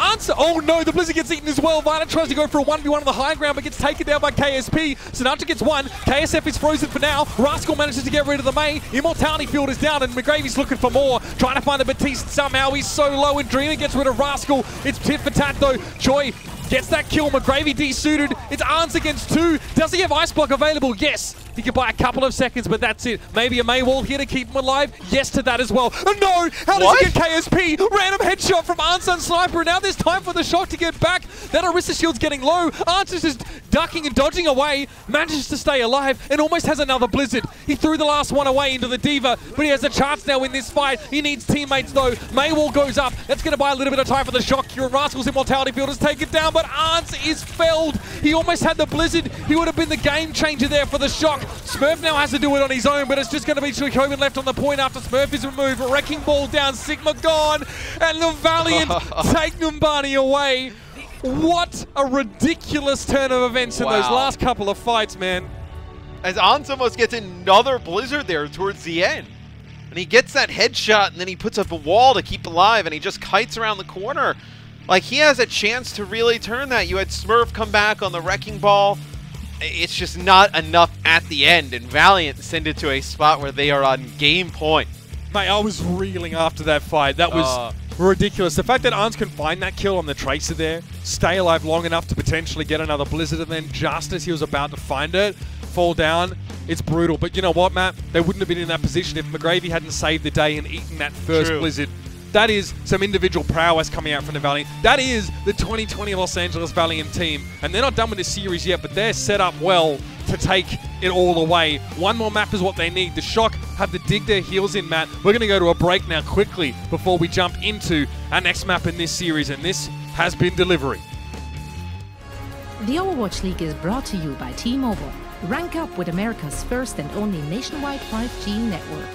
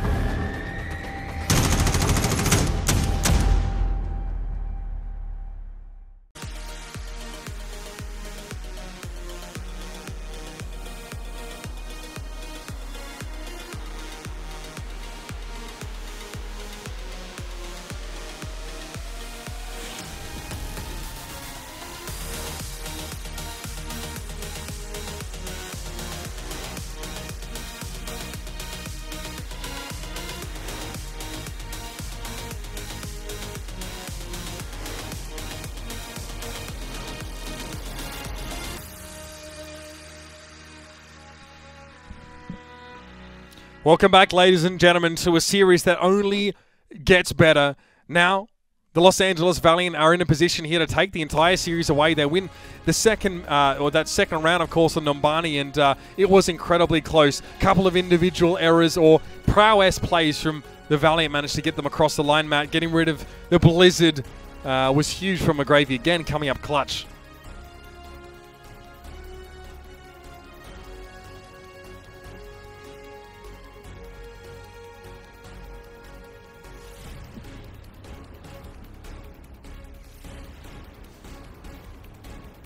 All right, so it does look like we're struggling to hear Matt in a little moment. He'll be back in just a moment. So what can I say about this roster? We are going to have some substitutions and some role changes at that. Architect is actually going to be coming in and playing a tank role alongside Smurf. So do we expect to see him on Sigma? Is this another look from the Shock? The next map is going to be Paris, for those that have been wondering. And of course, we've missed it just so much, but it's back in the pool now, back by popular demand. Striker and Sinatra will still be on the DPS side, and it will be Violet and Rascal on the support.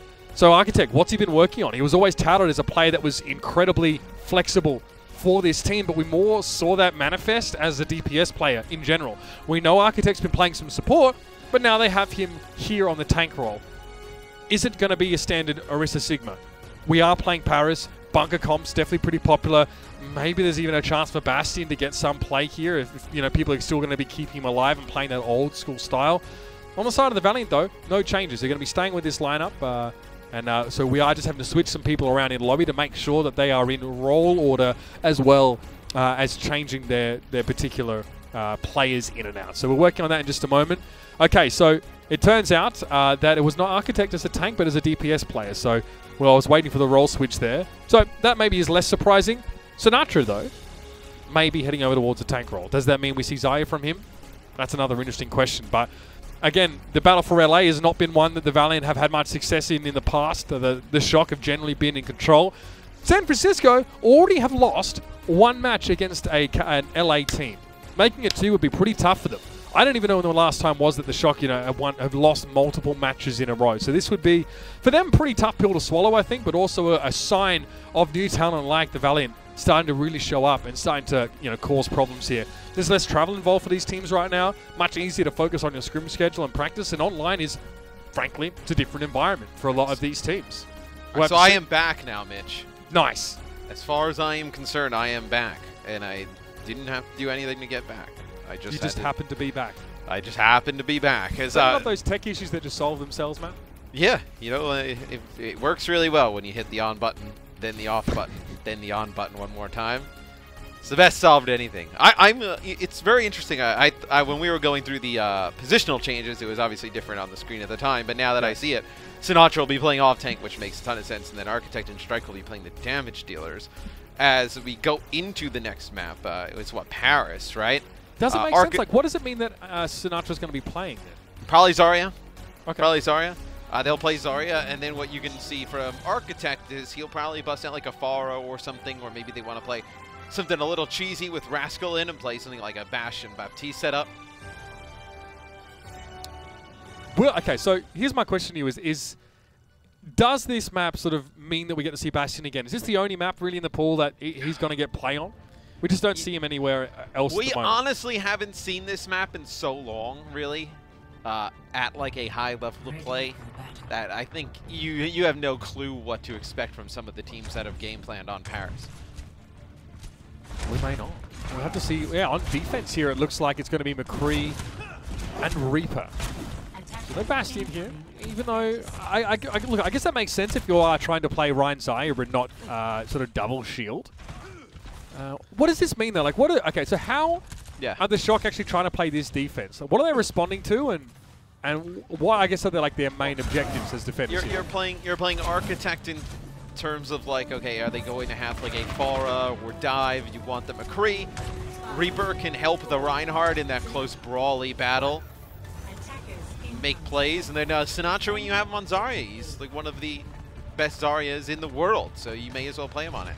So it's undoubtedly a defensive composition here, although not quite as bunkery as we've seen in times gone by. KSF's on the Genji here, which is interesting, but in fairness, there is no Break here to add that extra threat. Maybe, well, okay, he's going to switch now, but maybe he would have had more of an opportunity to actually get in there and find some damage. The trick here for Genji is that trying to get ult charge at medium to long range with your shurikens is very hard with these shields. Yes. I say you can't pressure shields down with shurikens at all, really. They just don't do enough damage. No, yeah, you can't really get, and you're not going to dive in as like a Genji like 1-on-4, 1-on-5, right? Yep. You're not going to play the dive with it, so.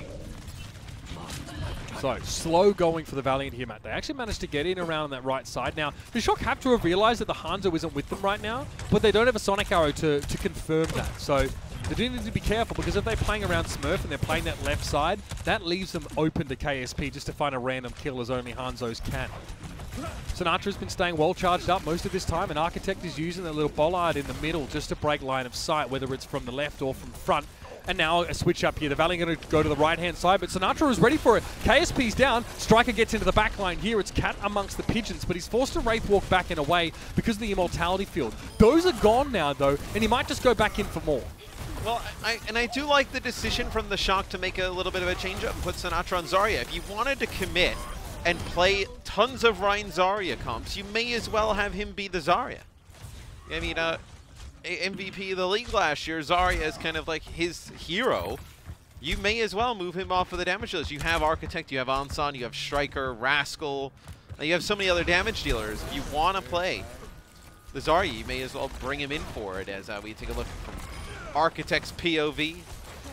Connects with the headshot, and then also finishes off Lastra. You have to be really careful using Exo Boots out in the open as Baptiste, because you don't have any maneuverability in midair. And McCree is very, very good at killing people when they can just pop up, like clay pigeon shoot. That's kind of what he excels at. In the meantime, though, the Valiant, great start to this fight. Rascal taken down as was his immortality field, and the Valiant can just move up onto the point here. There'll be a TP into the backside, but that is super obvious. And, well, Striker knows he's done. Yeah, he knows there's nothing he could do about that. There was no one else to take attention away from him anyway. So the Valiant come up with their goods and with point A. Yeah, you lose Architect there at the start, so you lose a lot of your damage. And then as soon as you lose, well, even Rascal at the beginning, right? And you don't have the immortality field, and you lose Amp Matrix to even have the McCree shoot through. That's a headshot from Hangzhou just over the wall. Yeah, it's a little bit of a peek. I mean, you still have to aim it, right? It's not completely random, but the peek is kind of random. Transcendence here for Lastro. We see the Brig and Zenyatta combo here. So different supports across here. Architect switches over to Genji. We kind of mentioned it beforehand when we saw Sinatra playing it, that it's also a hero that sits deep in Architect's pool. And Striker will play the flank. Again, he's not in a position to get a pulse bomb anytime soon. He'll just try and get rid of this Zenyatta as quickly as he can. If he can force a Transcendence now before the fight begins, even better. But losing losing Rascal at the start, not a good sign at all, man. No, it's another fight where you lose Rascal at the start. They're going to nano Sinatra to try and keep him up.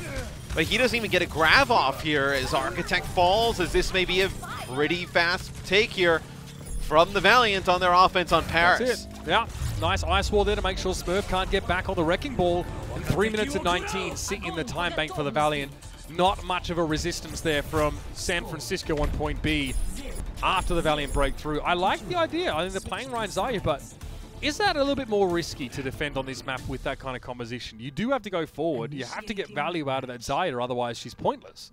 Especially if you let the other team create space and gaps between you and them. It's kind of what we've been talking about a lot today, is like that space that you can create with the Orisa Sigma versus Orion Zarya composition, where if you allow the Orisa Sigma team to rotate around like the Shock did and get towards the point and create space, it's very difficult for that Ryan Zarya, especially without Lucio, to close the gap and do a lot of damage. Now if you're the Valiant, you know that they're going to be running some kind of composition built around Zarya, so they won't have a Diva, won't have a Sigma. Can you take advantage of that in any way? Well, I mean, you probably start by not playing Diva yourself if you can. Yeah. That's one way to get worked pretty easily by Isaiah, but it'll be the same. I mean, I don't really see why the Valiant should change up. They're playing defensive composition. It is very anti-dive. It's going to be hard for Architect to make much happen if he actually comes out of the gates on this Doomfist. McCree can sit comfortably. KSP's been pretty darn sharp so far. And you sit back. So Striker, I mean, if he comes, there's no way he comes out on the Widowmaker here. I don't know where you find picks except over the left-hand side, and even that is wishful thinking. It's Reaper.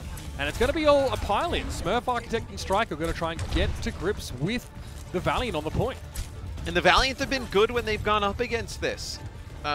Albeit a little bit of a different look with Sinatra and Zarya, and now Architect playing Doomfist. Oh my gosh. Smurf just got owned, whip shot back. He couldn't even get a pile driver hit, and he took about 400 health of damage in midair. He'll have to try that again. See if he's able to get anything going this time. Swing in. Whip shot. I think that hit him again, and he got knocked away once more. Well, fool me once, shame on you. Fool me twice, shame on me. It looks like that was walked straight into by Smurf, and Rascal and Architect here get ripped to shreds. The Shock cannot afford to waste time here. The whole series hangs in the balance. They need this map. And there's so much for like the Valiant to be able to deal with this dive.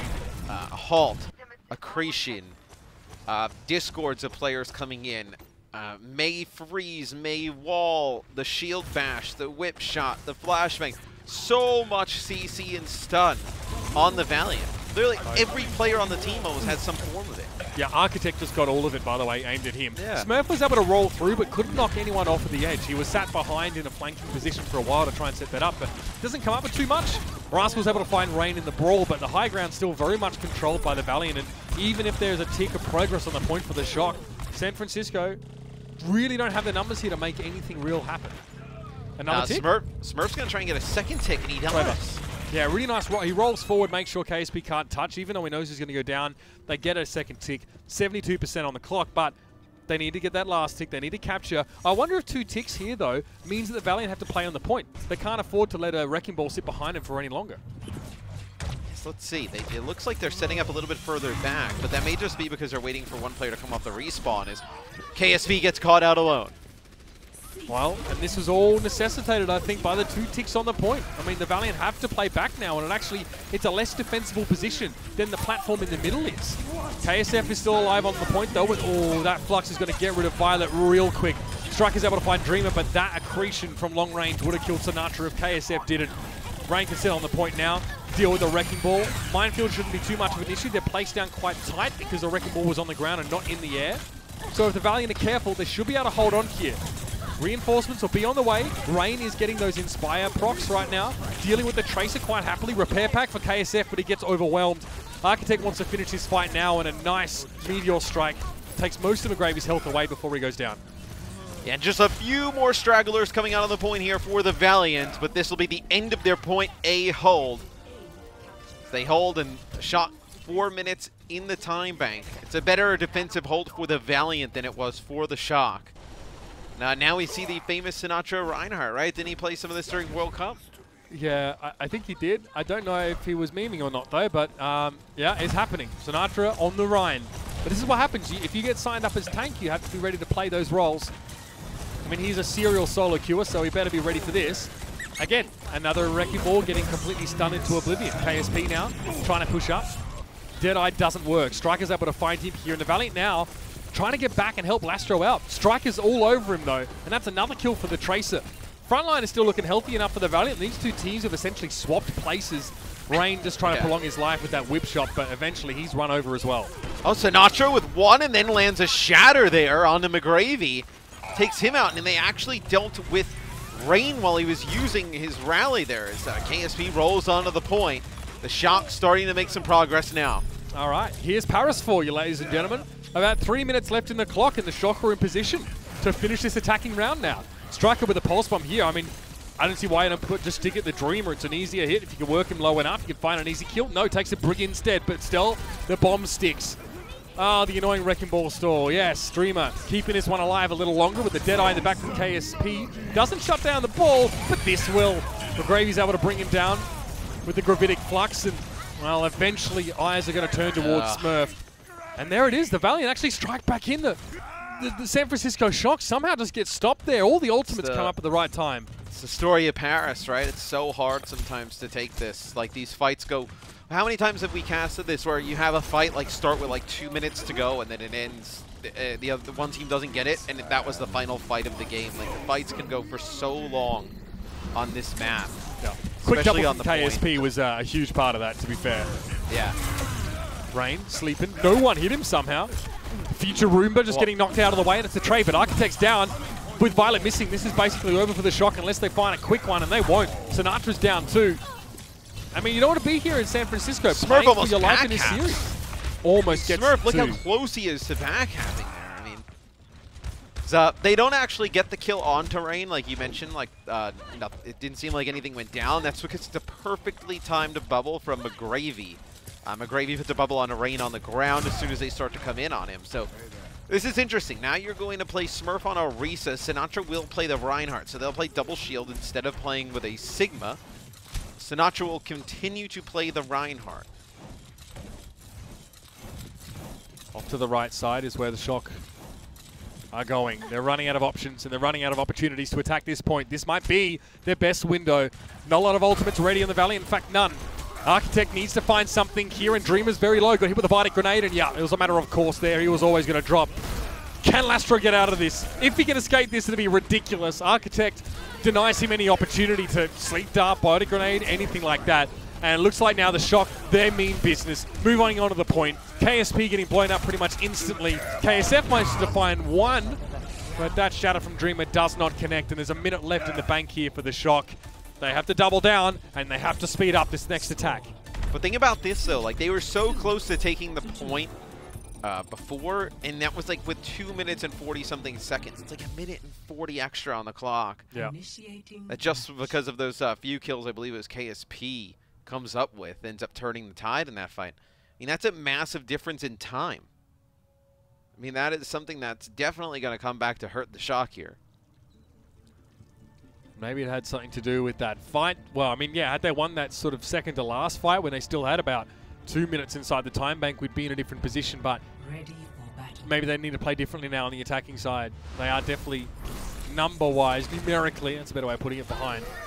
So here's Sinatra. Goes the Shadow of McGravy. Yeah. Still catches him just the edge and gets the charge follow-up there.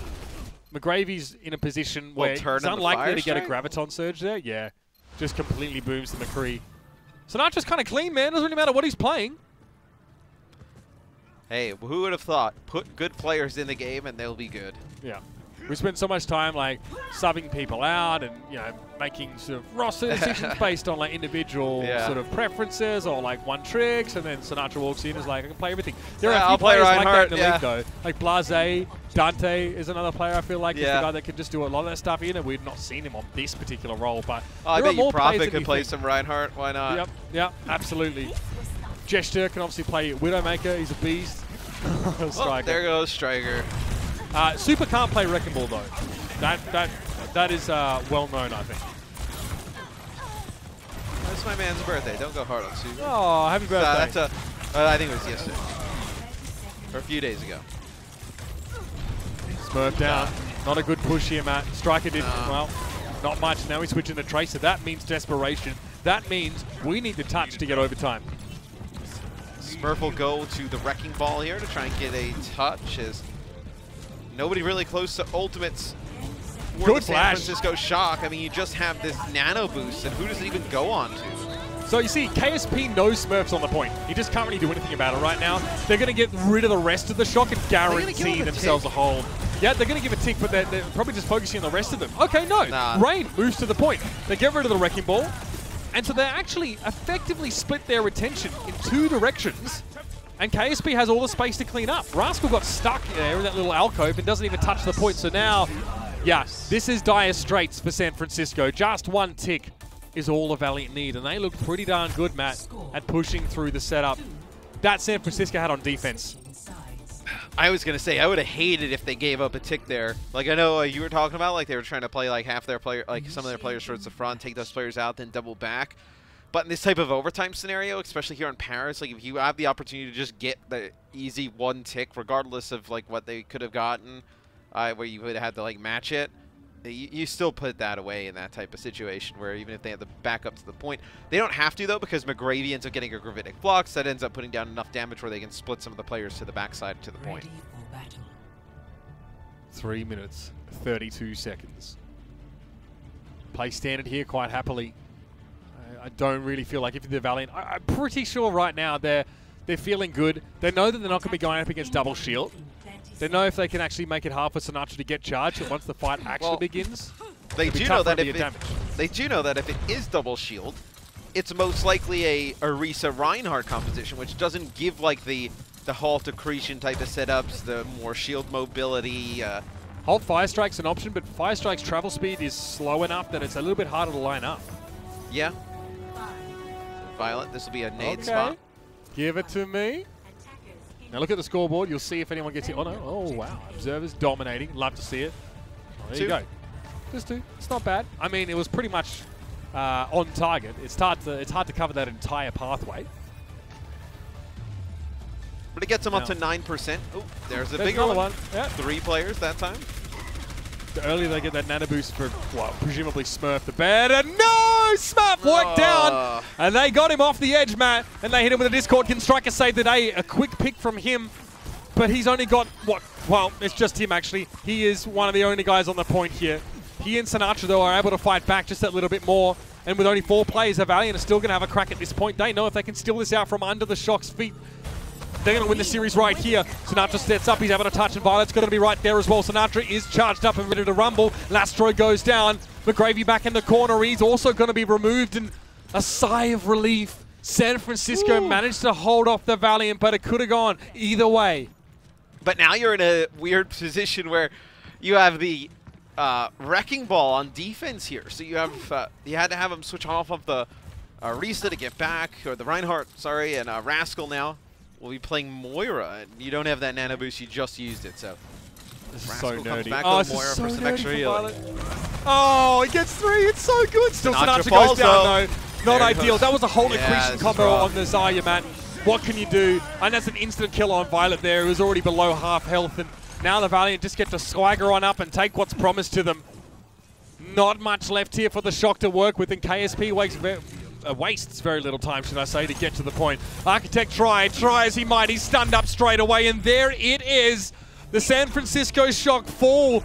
It's their 2nd match in a row they've lost, and, well, it's got to sting even more that it's to both Los Angeles teams, one after another. The balance of power here in Overwatch is shifting, and it happens to be away from the Shock. Yes, the Valiant looked really good today, especially, you know, just in general against the Shock. I thought the damage dealers KSP and KSF played great. And then McGravy really turned it up towards the later half of the series, specifically on that map on Paris. A few times you saw him come up with some big plays playing the Sigma. The Valiant, they deserve a ton of credit. They played phenomenal today against the Shock, and I think it's just, does it have more questions about the Shock moving forward? Yes. Do I still feel confident they're going to be the team left at the end, or be one of the teams left at the end? Absolutely. I think the roster's too talented. Just a little bit of a rough week. I think with the way hero pools are going to operate throughout the Overwatch League season, now you're going to have some weeks where it just does not work out in your favor. You're going to have some. You're going to have to just finish with more better weeks than bad weeks, right? And this is a really bad week for the Shock. They're going to need to make it up. Deep, bro. Look, that's what we talked about. Me, Johnny, Josh, and Brent talked about. Like, look, like there are going to be some weeks where you just get. Oh, that was very deep then. You're just going to have some weeks where the meta just doesn't fit your playstyle, or you can't figure it out. You just need to not have that many of those weeks. I think this is a little bit alarming in terms of that for the Shock, but I think because of the talent they have, the coaching as well, they'll figure it out. Matt, our player of the match here from the Los Angeles Valiant, it has to go to KSP. It all began with him just showing some incredible results, not only on the Tracer when it had to be, but it was the McCree he looked very, very good at. Arns came in, managed to duel with him on Numbani a little bit, and that was a close map. But when he wasn't there didn't seem to be a lot to answer. I knew Striker was trying to handle him, but you looked at a Valiant team that didn't change up their roster. It was, you know, KSP and KSF all the way through, and it worked an absolute treat. Super impressed with his young talent. Yes. This is what the Valiant took a chance on, arguably, bringing into the roster, and it's paying off now. We talk about hero pools changing week to week, but we know how deep this guy's hero pool is. I mean, if it can't be McCree, it can be something else. It can be Widowmaker, it can be Doomfist. All those options are available. I mean, the Valiant looking great. I think, I'm pretty sure this is definitely going to positively affect Custer's prediction rankings on Watchpoint. That's true. I'm not sure he took the Valiant. I think, though, he said that he was trying to sell his Valiant stocks today. Why? Which is going to work against him, as Custer can't seem to get it right with the Valiant. But, bro, he's such a fence-sitting private school kid, man. Like, I mean, come on, where's that grit, bro? Stick to your guns, buddy. You got to ride it to the end, Custer. But speaking of which, of course, the Valiant now looking forward start to realize, wait a minute. We've had some really tough series at the start of this season. We are actually in a position now where we can be a dominant force here. This Pacific Division now, if you look at it, we got the Gladiators, right? Toe-to-toe with Seoul. They definitely gave us a good showing, even if it was tough for them. Yeah. The Shock, the Valiant, the Seoul Dynasty themselves. Let's think about our other teams over in the Asian region playing in that Pacific Division. There's so much still going on there. The Atlantic teams are also starting to demonstrate some skill. What happens when we see the Vancouver Titans come back to play? When they're actually able to play again from South Korea? Like, you know, they're going to be playing probably in you know, games with a lot of the teams in Korea and China right now as well. When will we get to see them play up against these teams? We just have some sick storylines now coming out of this week and into another week of hero pools and also some fresh matches to get around. Well, I like how the regions have now separated, and like you're going to see like little different metas develop in each one over the course of the weeks, depending on the hero pools. But then it'll create these interesting scenarios that'll play out later in the season, where we haven't seen the Shock or the Valiant or the Gladiators play Shanghai Dragons, let's say, for argument's sake, in a very long time, and Shanghai may be the most dominant team over in that region. It's like, well, what happens when those two teams play? What is the meta between these two teams? Like, what do they come up with in the week that they use against each other? It'll be super interesting later in the year. I feel like a toddler just getting trucks and banging them together to see what happens, right? And just like, what happens when this team and this team? Now, Kith, like, what happens when you guys play? And we got a ton of exciting matchups to come up. Also, of course, our Week 9 Hero Pool draw is coming up very, very shortly. Guys, just personally from myself, I really want to thank you for bearing with us today. A lot of positive feedback. Thank you, of course, for your concern in getting the audio issues sorted out. I hope you enjoyed Uber's Lefty or ASMR and count along with Mitch. That was a lot of fun. Thank you for bearing with us. I promise you this will only get better and better. It's a pleasure to be here with you, still doing what we love, which is talking about Overwatch and allowing you guys to see this action. So we'll see you next week. We're going to head to some Watchpoint action now to break down today's matches. Coca-Cola is the official refreshment of the Overwatch League.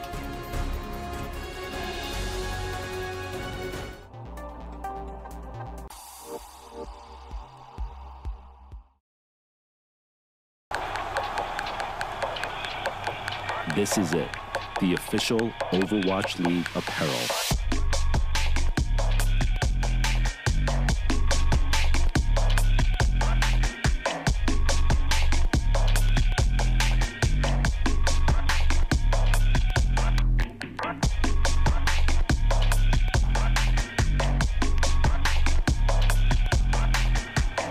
Designed by Staple, engineered for gamers.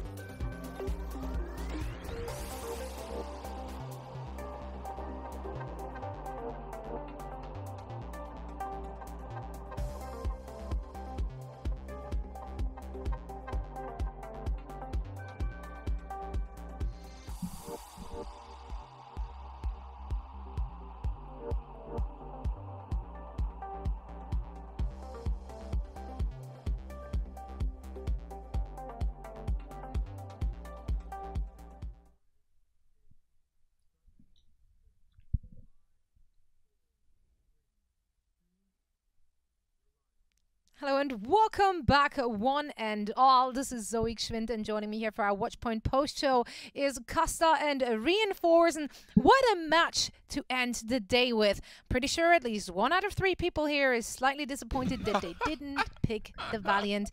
Again, just rub it back in there. But what a standout performance, though. I'm actually so happy with what we got to see from that team. KSF and KSP popping off left and right. What a duo. I will forever doubt the LA Valiant from now on. Every time I put my money on them, they seem to...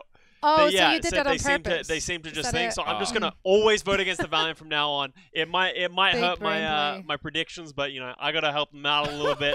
I honestly think I have no effect at all, but still. But yeah, I think you got to give it to KSF and KSP. Both of them played incredibly well in their respective roles. They were just doing so much damage. It felt like the Shock just couldn't even really move without taking damage or taking a casualty at the start of a fight.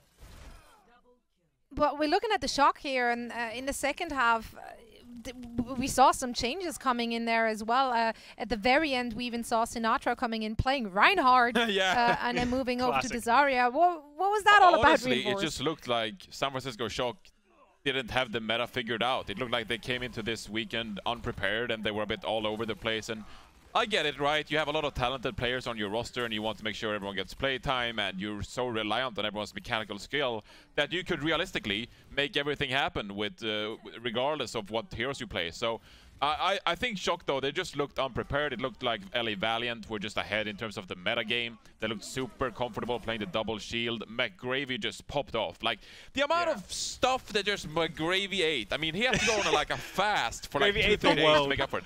That was unbelievable.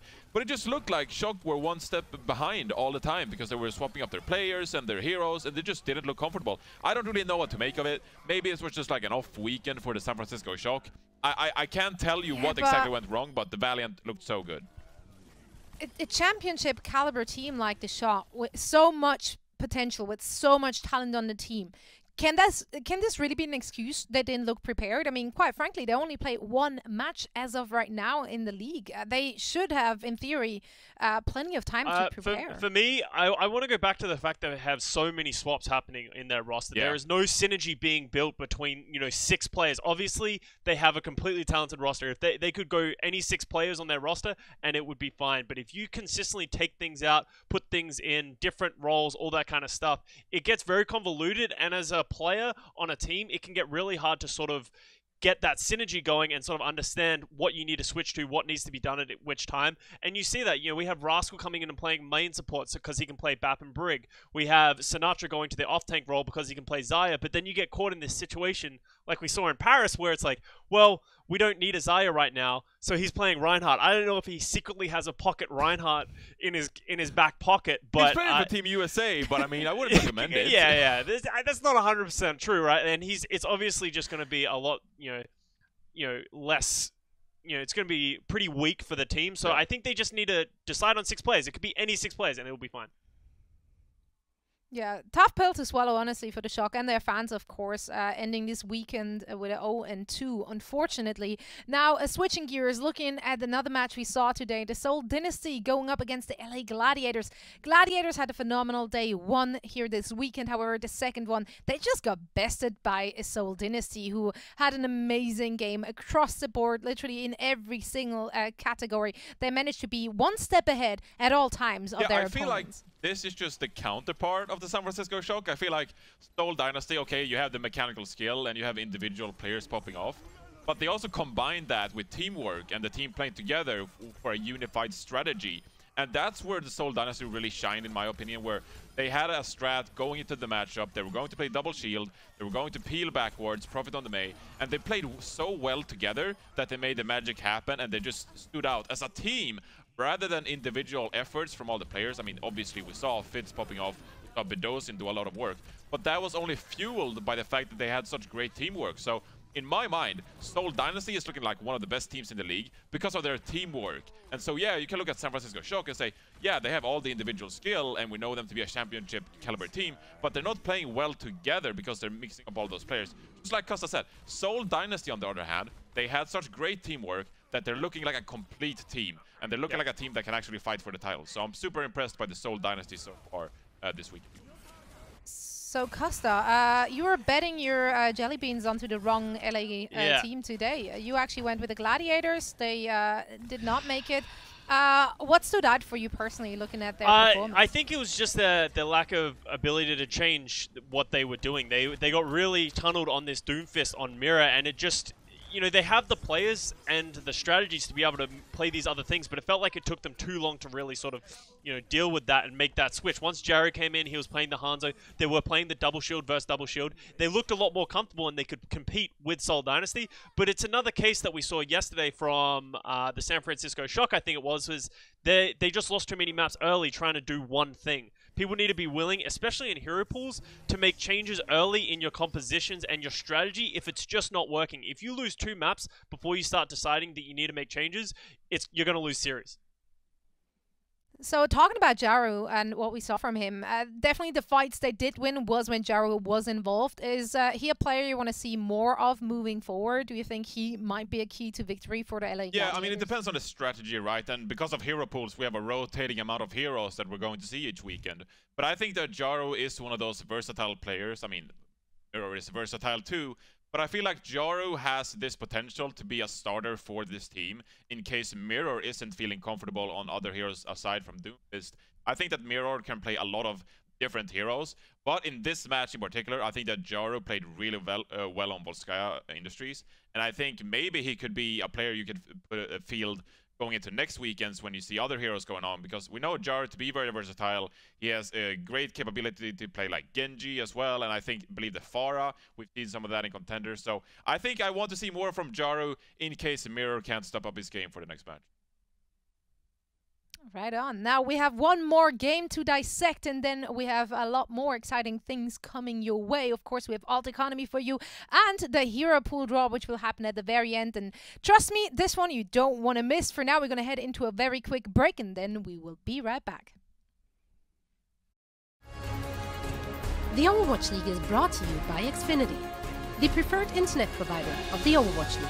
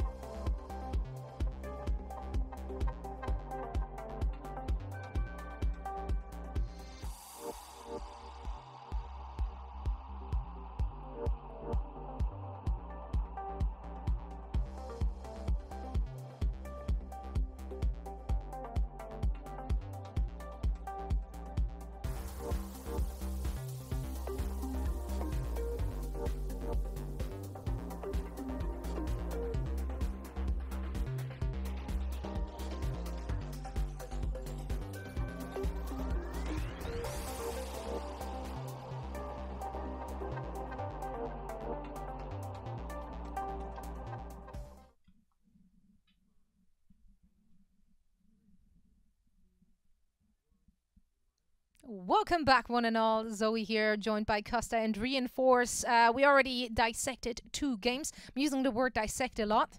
I don't know why, but that seems to be my reoccurring thing. You guys ever have one of those words you just keep on using and then you catch yourself doing it and then you really don't want to use it and then you use it more? Every time. I usually don't realize until someone else mentions that I've said it 20 million times in the course of 3 lines. It's usually also a word which you never used before. I cannot tell you when I ever said dissected for anything but, like, I don't know, biology class. Anyway, I wanted to talk about the last game here, and that was our first game, the Florida Mayhem and Atlanta Reign. Let's talk a little bit about what we saw from both of those teams. Yes, there were a few moments for the Florida Mayhem, but overall, I think this was a pretty one-sided affair coming out from the Atlanta I mean, Reign. Their tracer play was just impeccable throughout the series. The play we saw, okay, Urster wasn't even in the lineup, okay? And then we saw Sharp for one map, and he wasn't even the star player of this team. So I think the Atlanta Reign played so well for the across. I can't even talk, apparently. It's been a long day of Overwatch. It's rough. It's been a long day. You're stuck Don't on worry one about word. it. I'm stuck on no words at all. So I think that Edison played so well for the Atlanta Reign today. He got so many pickups on the Tracer when we played Roosting to 6 and also Busan. So super impressed by him. He is the star player that we knew coming into this season that he would be so great for this team. Some people were calling for like Rookie of the Year, etc. And it's well deserved because he really showed on this Tracer today, but also in the past that his hit scan capabilities are just through the roof. And then you also add that up with Baby Bay on the Hangzhou, who played so well as well. I mean, on Eichenwalde, Baby Bay was on fire. He got multi-kills, just saving point A, point B, etc. So really great play from Atlanta Reign today. And I think this double shield composition is something they feel so comfortable on that across the board, this was just a monster performance from the entire team. Yeah, I completely agree that I think their tanks are sort of the unsung heroes of this whole thing. I think the double shield meta, Gator and Hawk together, they have some, I would say, probably the best synergy in this game. Gator's pulls are always on point, and Hawk is just always doing so much work on Sigma. So you got to really appreciate what they're pulling off, and it's really giving so much space to the rest of the DPS lineup of the Atlanta Reign. With that said, on the other side of the coin, I think this is actually a comp that Florida Mayhem didn't look super comfortable on. I think Yaki was doing okay on the Tracer trying to keep up with Edison, but at the end of the day, it's really hard to just sort of get that space if your tank line is just sort of really getting, destroyed in the front line. So I think if you're Florida, you can't be too upset because it's Atlanta Reign, but you definitely have a lot of things to work on. I just love that it must have been really hard for the Florida Mayhem. Love your cat there. This is my life. Welcome to my life. Tail popping up in my feet right now. Oh, that's funny. We're working with a slight delay, so this cap might have already disappeared by the time I'm saying that, by the way. Either way, I did love what we saw from Atlanta Reign across the board. I think it must have been really hard for the Mayhem to really identify who to focus on, as everyone in their lineup has been a threat. And that goes all the way to the back line, where we saw Dogman playing really well. Masa on the brick, I actually thought was quite stand out as well in his own very brick way, as you know. But yeah, great performance here from the Atlanta Reign. And now overall, lots of great plays, obviously, over the course of this weekend. But there's one specific thing we want to highlight in our alt economy presented by State Farm. So Reinforce who you got first. Okay, I'm going to say it out loud first. This is not the fanciest play you'll ever see on alt economy presented by State Farm, but I wanted to bring it up anyway. Because it's a key pick, okay? So in this instance, we see Marvel. He just gets one pick on the space, and that opens up the rest of the point. And he's using the Gravitic Flux on one person. On one person, okay? But that's enough to open up the point. And so I want you to take this information with you to your ranked games. Even you don't have to hit the biggest Graviton Surge ever. You don't have to hit the biggest Gravitic Flux ever. You have to get rid of the key picks. And in this scenario, Marvel just getting one pick onto space just snowballs this point B cap for the Seoul Dynasty's favor. You have to recognize the key components for the enemy team and who you want to take out of the fight.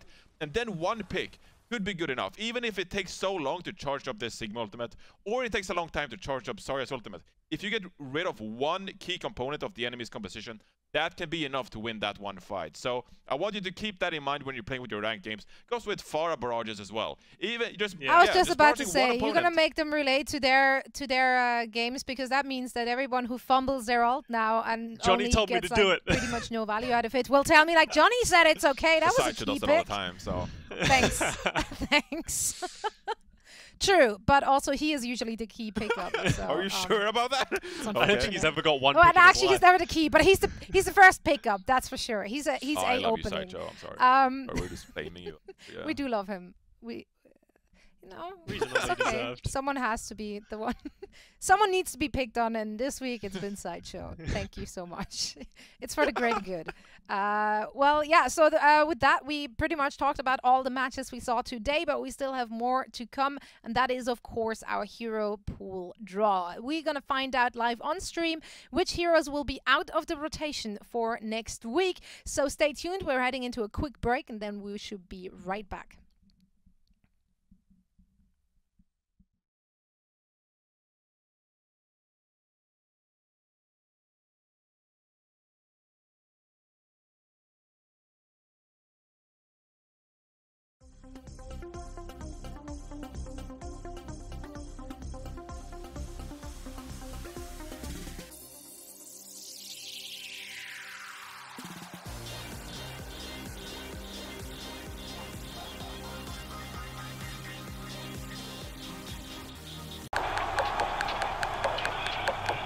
This is it, the official Overwatch League apparel.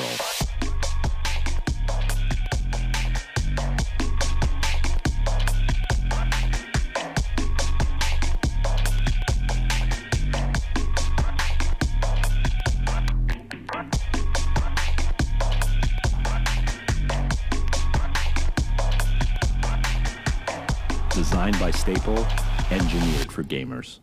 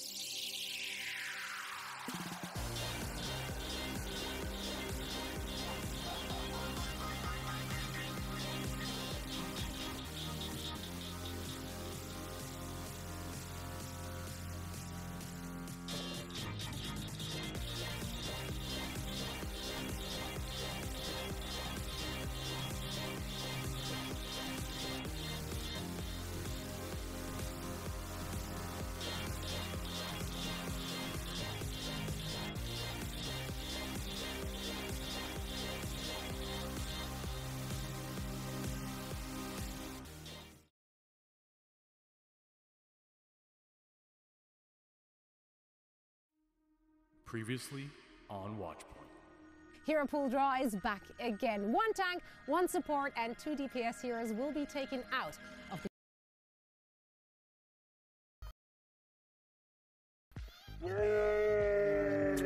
Sorry guys. Alright, I'm going to the corner, you know? You know exactly what's coming? No, mate! Lucio, no! So it's all down to me. You look way too ready for this. Okay. Good feeling about this one. Oh no. Ah, mean. Soldier. Oh, this is the one. That's the one. Yeah. Oh, another soldier! Okay. Josh, come on, we're on a time limit. That's another one. Another soldier. No, it's not. It is her. Sombra. Oh, Sombra. That kind of mixes things up.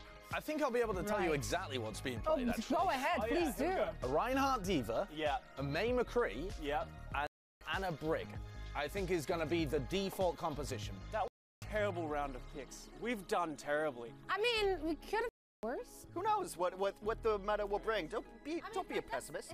You think it'd just be bunker versus bunker? How exciting. Oh, goody.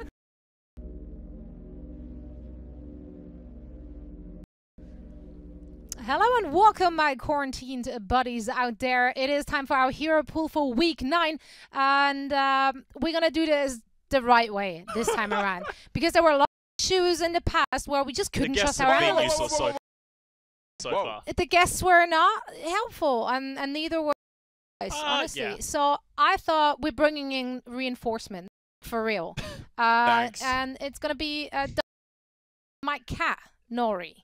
So he will be the one to hate all you want. No one's on allowed Nori to hate on the because cat. He actually doesn't use Twitter because he doesn't use his thumbs because he doesn't have thumbs. So yeah, we're good, right? That's a I solid. also believe this to be the most unbiased picks ever because we all have a favorite hero or whatever. The cat, the cat does whatever the cat picks.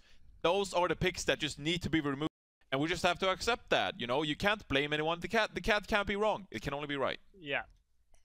Exactly, but.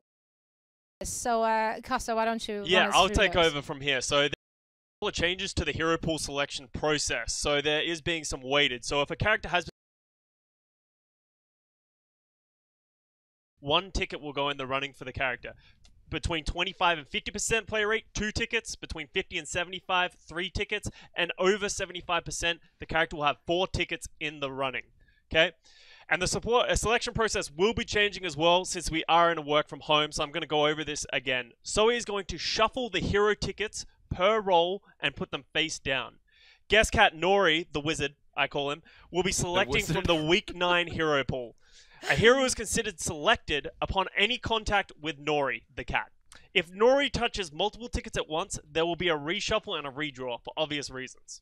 If at any point Nori gets bored, which is very likely, and decides to leave, myself and Reinforce will select from their respective homes. So we'll just look at Zoe's cam and pick whichever one looks like May. I really don't hope that happens. We'll try. Okay, well, let's see. These are the ones we have for today. We have, I'm going to show it, right? We're going to have 1 Reinhardt ticket. We're going to have 1 Zarya ticket.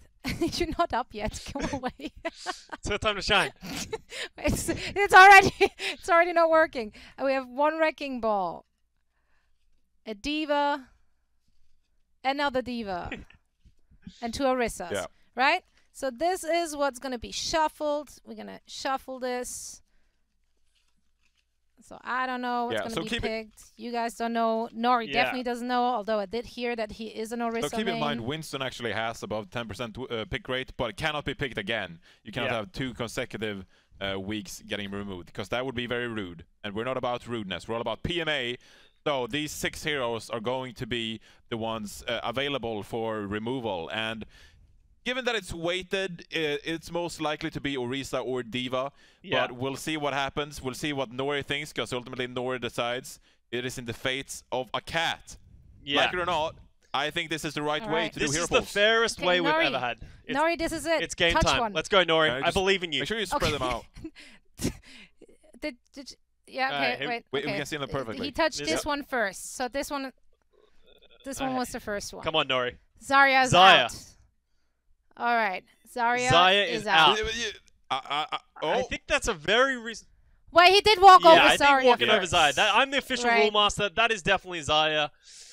Zarya's taking a hit. That's an interesting one because I think that's going to be controversial. Yeah, I think we've only seen a little bit of Zarya. This is probably the first weekend that we've actually seen some Zarya really be played because we've seen so much double shield and then dive. So I think anything like this, I think you might see some more dive tanks coming back, you know? Yeah. See a bit more diva. I think it was also very telling from Nori because, you know, you can argue that, you know, she didn't eat the paper or lick the paper or anything. She just walked over it and then showed Zarya the bum. So, you know, it's a pretty controversial way of picking that's Zarya. literally I don't what know he what to thinks make of that. Zarya. Is Zarya a bad hero? We'll have to see. Nori is very much speaking her mind with body language here. So to him. It's a him. Johnny, how ridiculous are you? Nori's a him. Well, next up, I'm gonna get the next ones ready. I don't know cats' names. I apologize. The working with Alright, so let's get the support hero usage coming up now. So that's the next draw that we will be happening. So with this one, we actually have Brigitte, Zenyatta, Anna, and Baptiste in the lineup. So Brigitte will have 3 tickets, Zenyatta will have 3 tickets, Anna will have 2, and Baptiste will have 1, just scooching under the 25% that would have gotten 2 tickets. So we have a pretty interesting lineup, Johnny. What do you want to see banned first? What do you want to see banned? I think the nature of ways here is just naturally Baptiste is going to get removed because he has the shortest amount of tickets, and that's how hero pools have worked so far, right? That if you have the lowest pick rate, that's when you get removed from the pool. So, but this is the first time we're weighted, though. So we've always seen the same number of tickets. No, so but I'm saying the weighted system won't work naturally because of bad luck. Johnny they will pick Baptiste. Hates statistics. That's what I just heard. That's what I'm getting from this. Okay? No. This is I'm almost there, guys. Keep on filling. This is unbelievable. I do really hope that Anna doesn't get removed. Oh, I mean, if Brigitte was removed. Why is that? Why don't you want to have Anna because removed? Anna is an incredibly fun hero to watch and to play, and I want to see more Lucio Anna composition. I think seeing Brig out of the lineup would be interesting for me. There's been so much play with her, so I don't know. I'd just be interested to see if that would change a whole lot, or if we'd just go back to sort of Anna Lucio, because Lucio will 100% be in the pool next weekend. So we're going back to speed boost. Lucio, one tricks to rejoice. All right. Oh boy. We are missing one card, which I can't find right now. So maybe we just have to have a stand-in for now. So you should have 9 tickets. I should have 9 tickets, and he's having a great time. So let me see. We have 3 Brigittes. Yes, 3 Brigittas, 3 Zenyatas, 2 Annas, and 1 Baptiste. And Anna. All right. Oh, there we go. Found the Zenyatas, guys. 3 Zenyatas, you said? Yep. 3 Zenyatas, 3 Brigitte. 3 Zenyatas. And then 1 Baptiste and 2 Annas. There we go. All right. The most fair way to do hero pools ever. Right here on the Watchpoint Post Show. The most official thing ever. There we go. So he will, you know, go over here. There we go. Leading him over there. Right. Trying again. All right, Nori. Anna? Let's be. I haven't been able to draw good support characters yet. I believe in you. Baptiste. Zenyatta. Brick.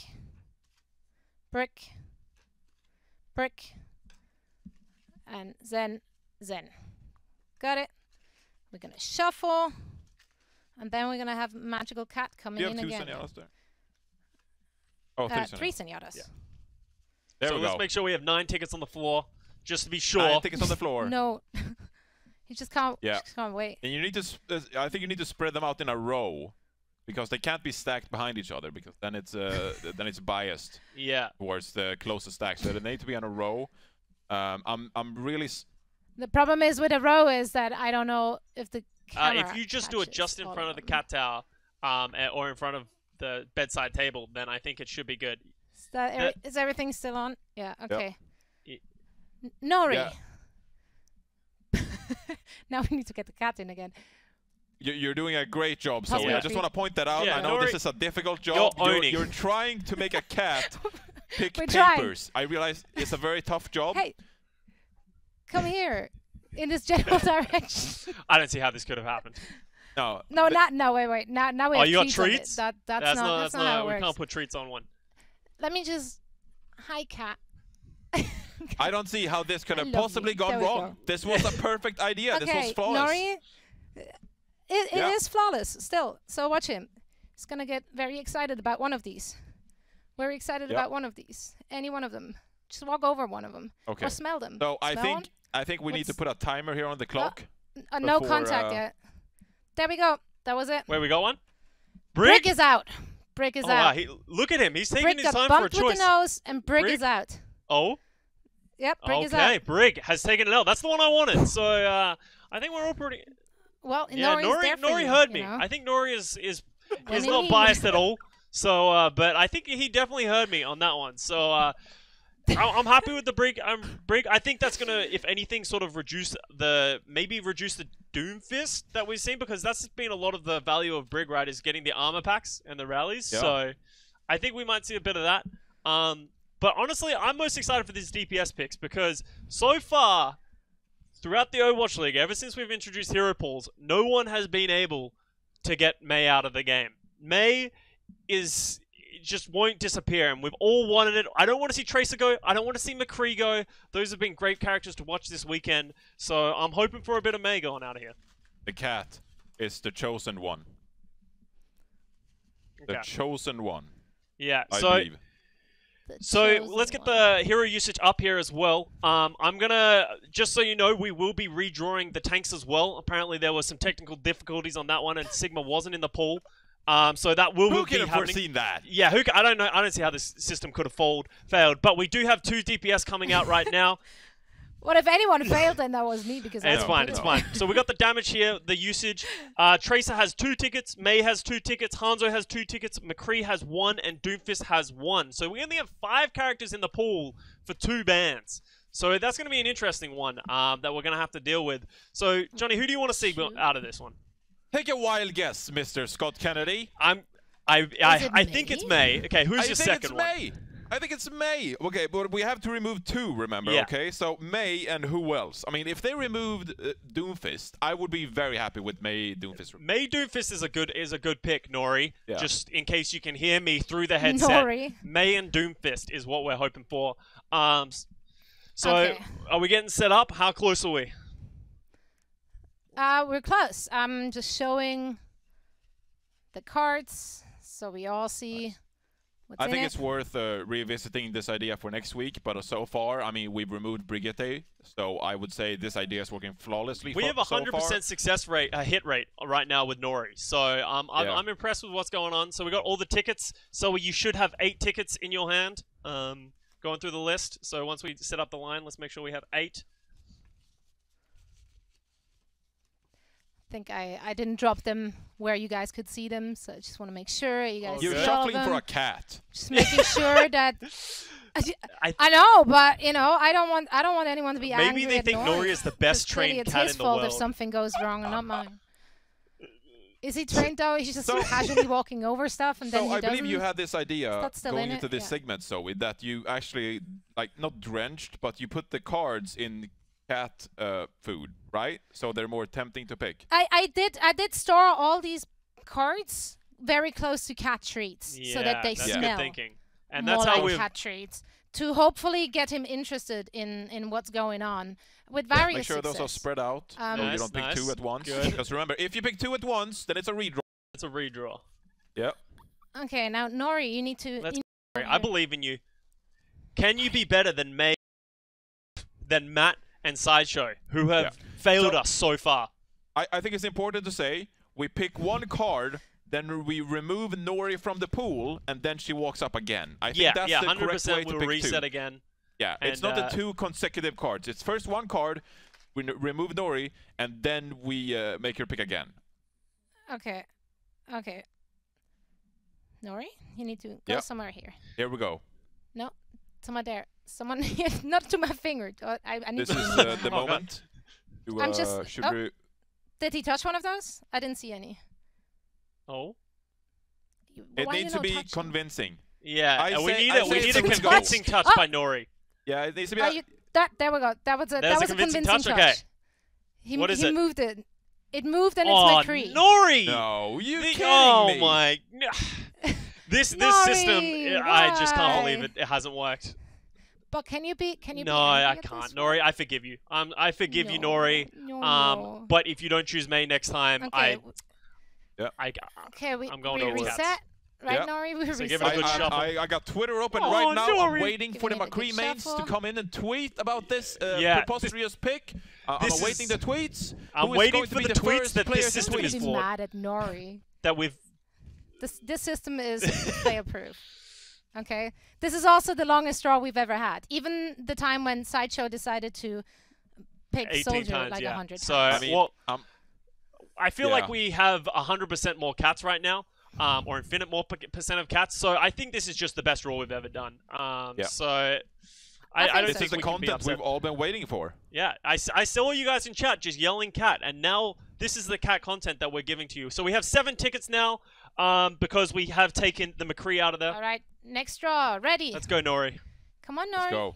You just need to pick the May. Come on, pick the May. Pick the May. Let's go, Nori. Okay, Nori. Everyone let's channel your again. energy to the kitty. That's a great way. Put them. Kitty. Let's go, Nori. Him in a corner. Nori, this is your favorite toy. Pick something. Okay, Nori, now come on over here and pick something as you're going. Look at all these great choices in front Pick of a card, you. any card. Nori, look at any card. Make it May. Oh, okay. There we go. May! Nori works! The system works! Nori did it! Nori is the hero we need but don't deserve. It's finally happened. You're a hero and a scary. Yes! I don't think anybody can doubt the system anymore. Take that, Matt. Take that, Josh. Unbelievable. The cats work. We will immediately replace all Okay. analysts and analysts. We've done it. Post it on Reddit. Get it up Okay, there. we're gonna redraw Let's the run tanks, right? tanks back. We need to get the tanks draw going again. So for anyone who wasn't paying attention, we have to redraw it. We didn't have Sigma in the pool last time. So we're going to get that going. So can we get the tank hero usage coming back up? Oh, there it is. Sorry, I couldn't see it. There it is. We have 2 tickets for Orisa, 2 Okay, tickets for Diva, 2 tickets for Sigma, 1 ticket for Reinhardt, 1 ticket for Zaya, and 1 ticket for Wrecking Ball. So we're going to be drawing again. So we talked about this last time. Okay, I think we banned Reinhardt just to annoy Johnny. What do you think? No, you removed May. You cannot remove Reinhardt for this week's Hero Ball. That's true. No, this is Reinhardt's power spike right now. Do you think Wrecking Ball is going to get a ton more value and play with May out of the pool, or do you think with Sombra back in the pool? Do whatever. Do whatever. I don't care who else is playing. May is not going to get played next week. This is an incredible moment. I'm so happy for everyone. I'm seeing Twitter just go off right now. People are happy. People are rioting in the streets. There are fireworks outside. I repeat, there are fireworks outside. People are going nuts over this. This is unbelievable. They shouldn't be outside. We're in quarantine, Johnny. What are you talking about? No. People are going outside still. This is unbelievable, unprecedented news in Overwatch League history. May is removed from the. Well, for the first time since I'm going to say 2017, May will not be played. To you. All right. People are misspelling Nori with a Y. Hey, Nori. Yeah, okay. That's not how you spell let's Nori. get this clear. Friends. So Nori is spelled N-O-R-I, okay? So that is the best way to tweet that Nori is the best thing to happen to Watchpoint ever.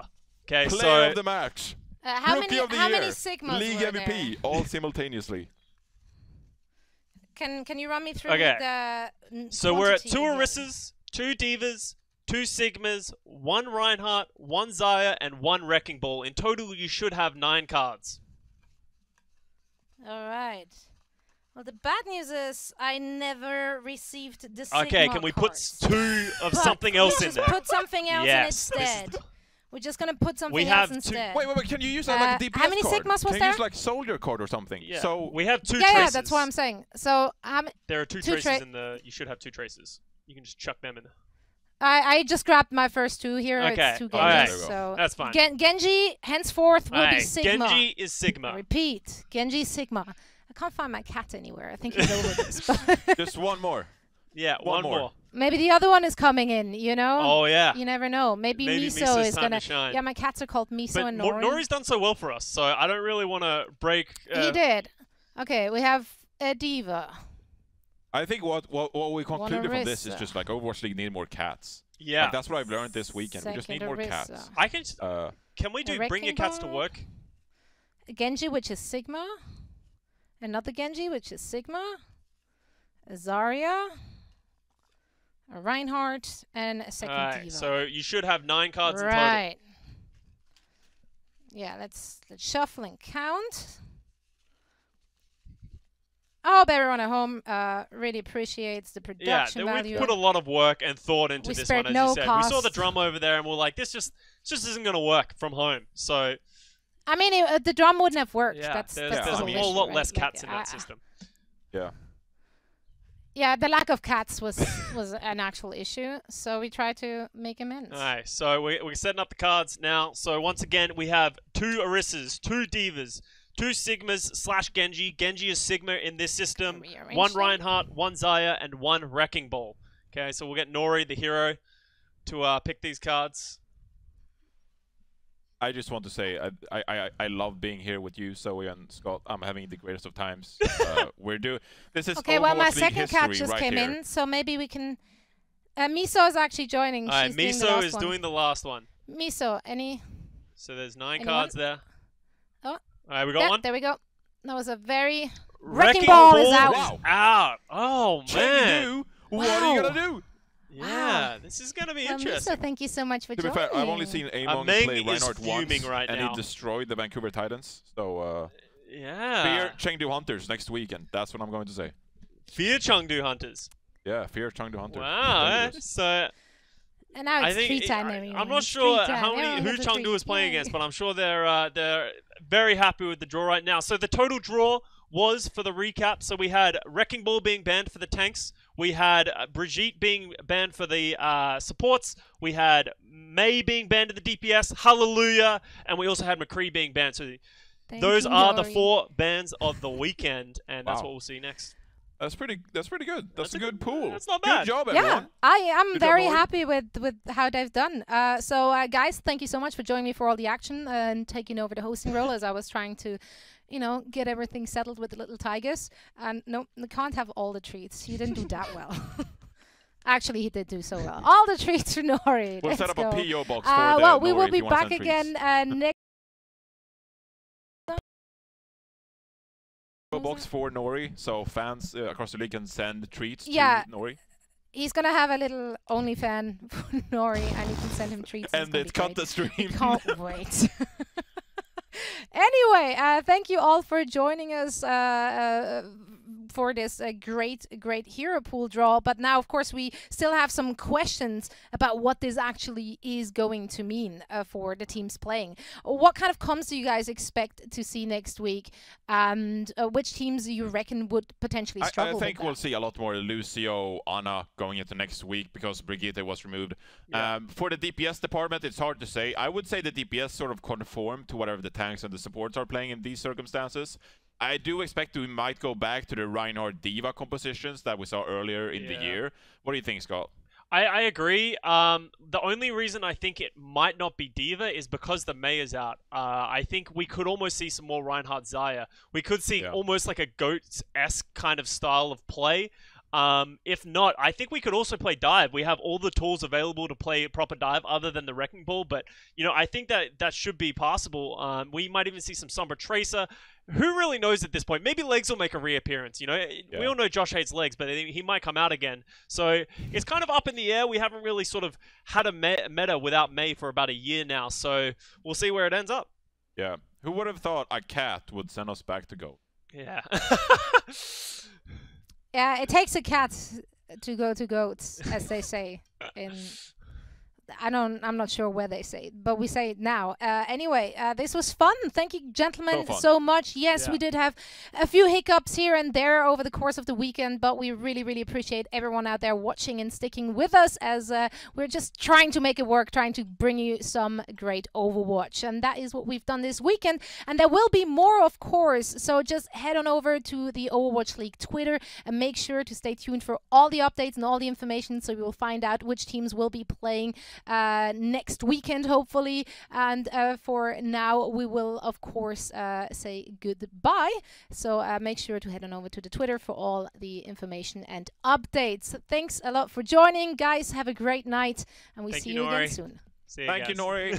Thank you.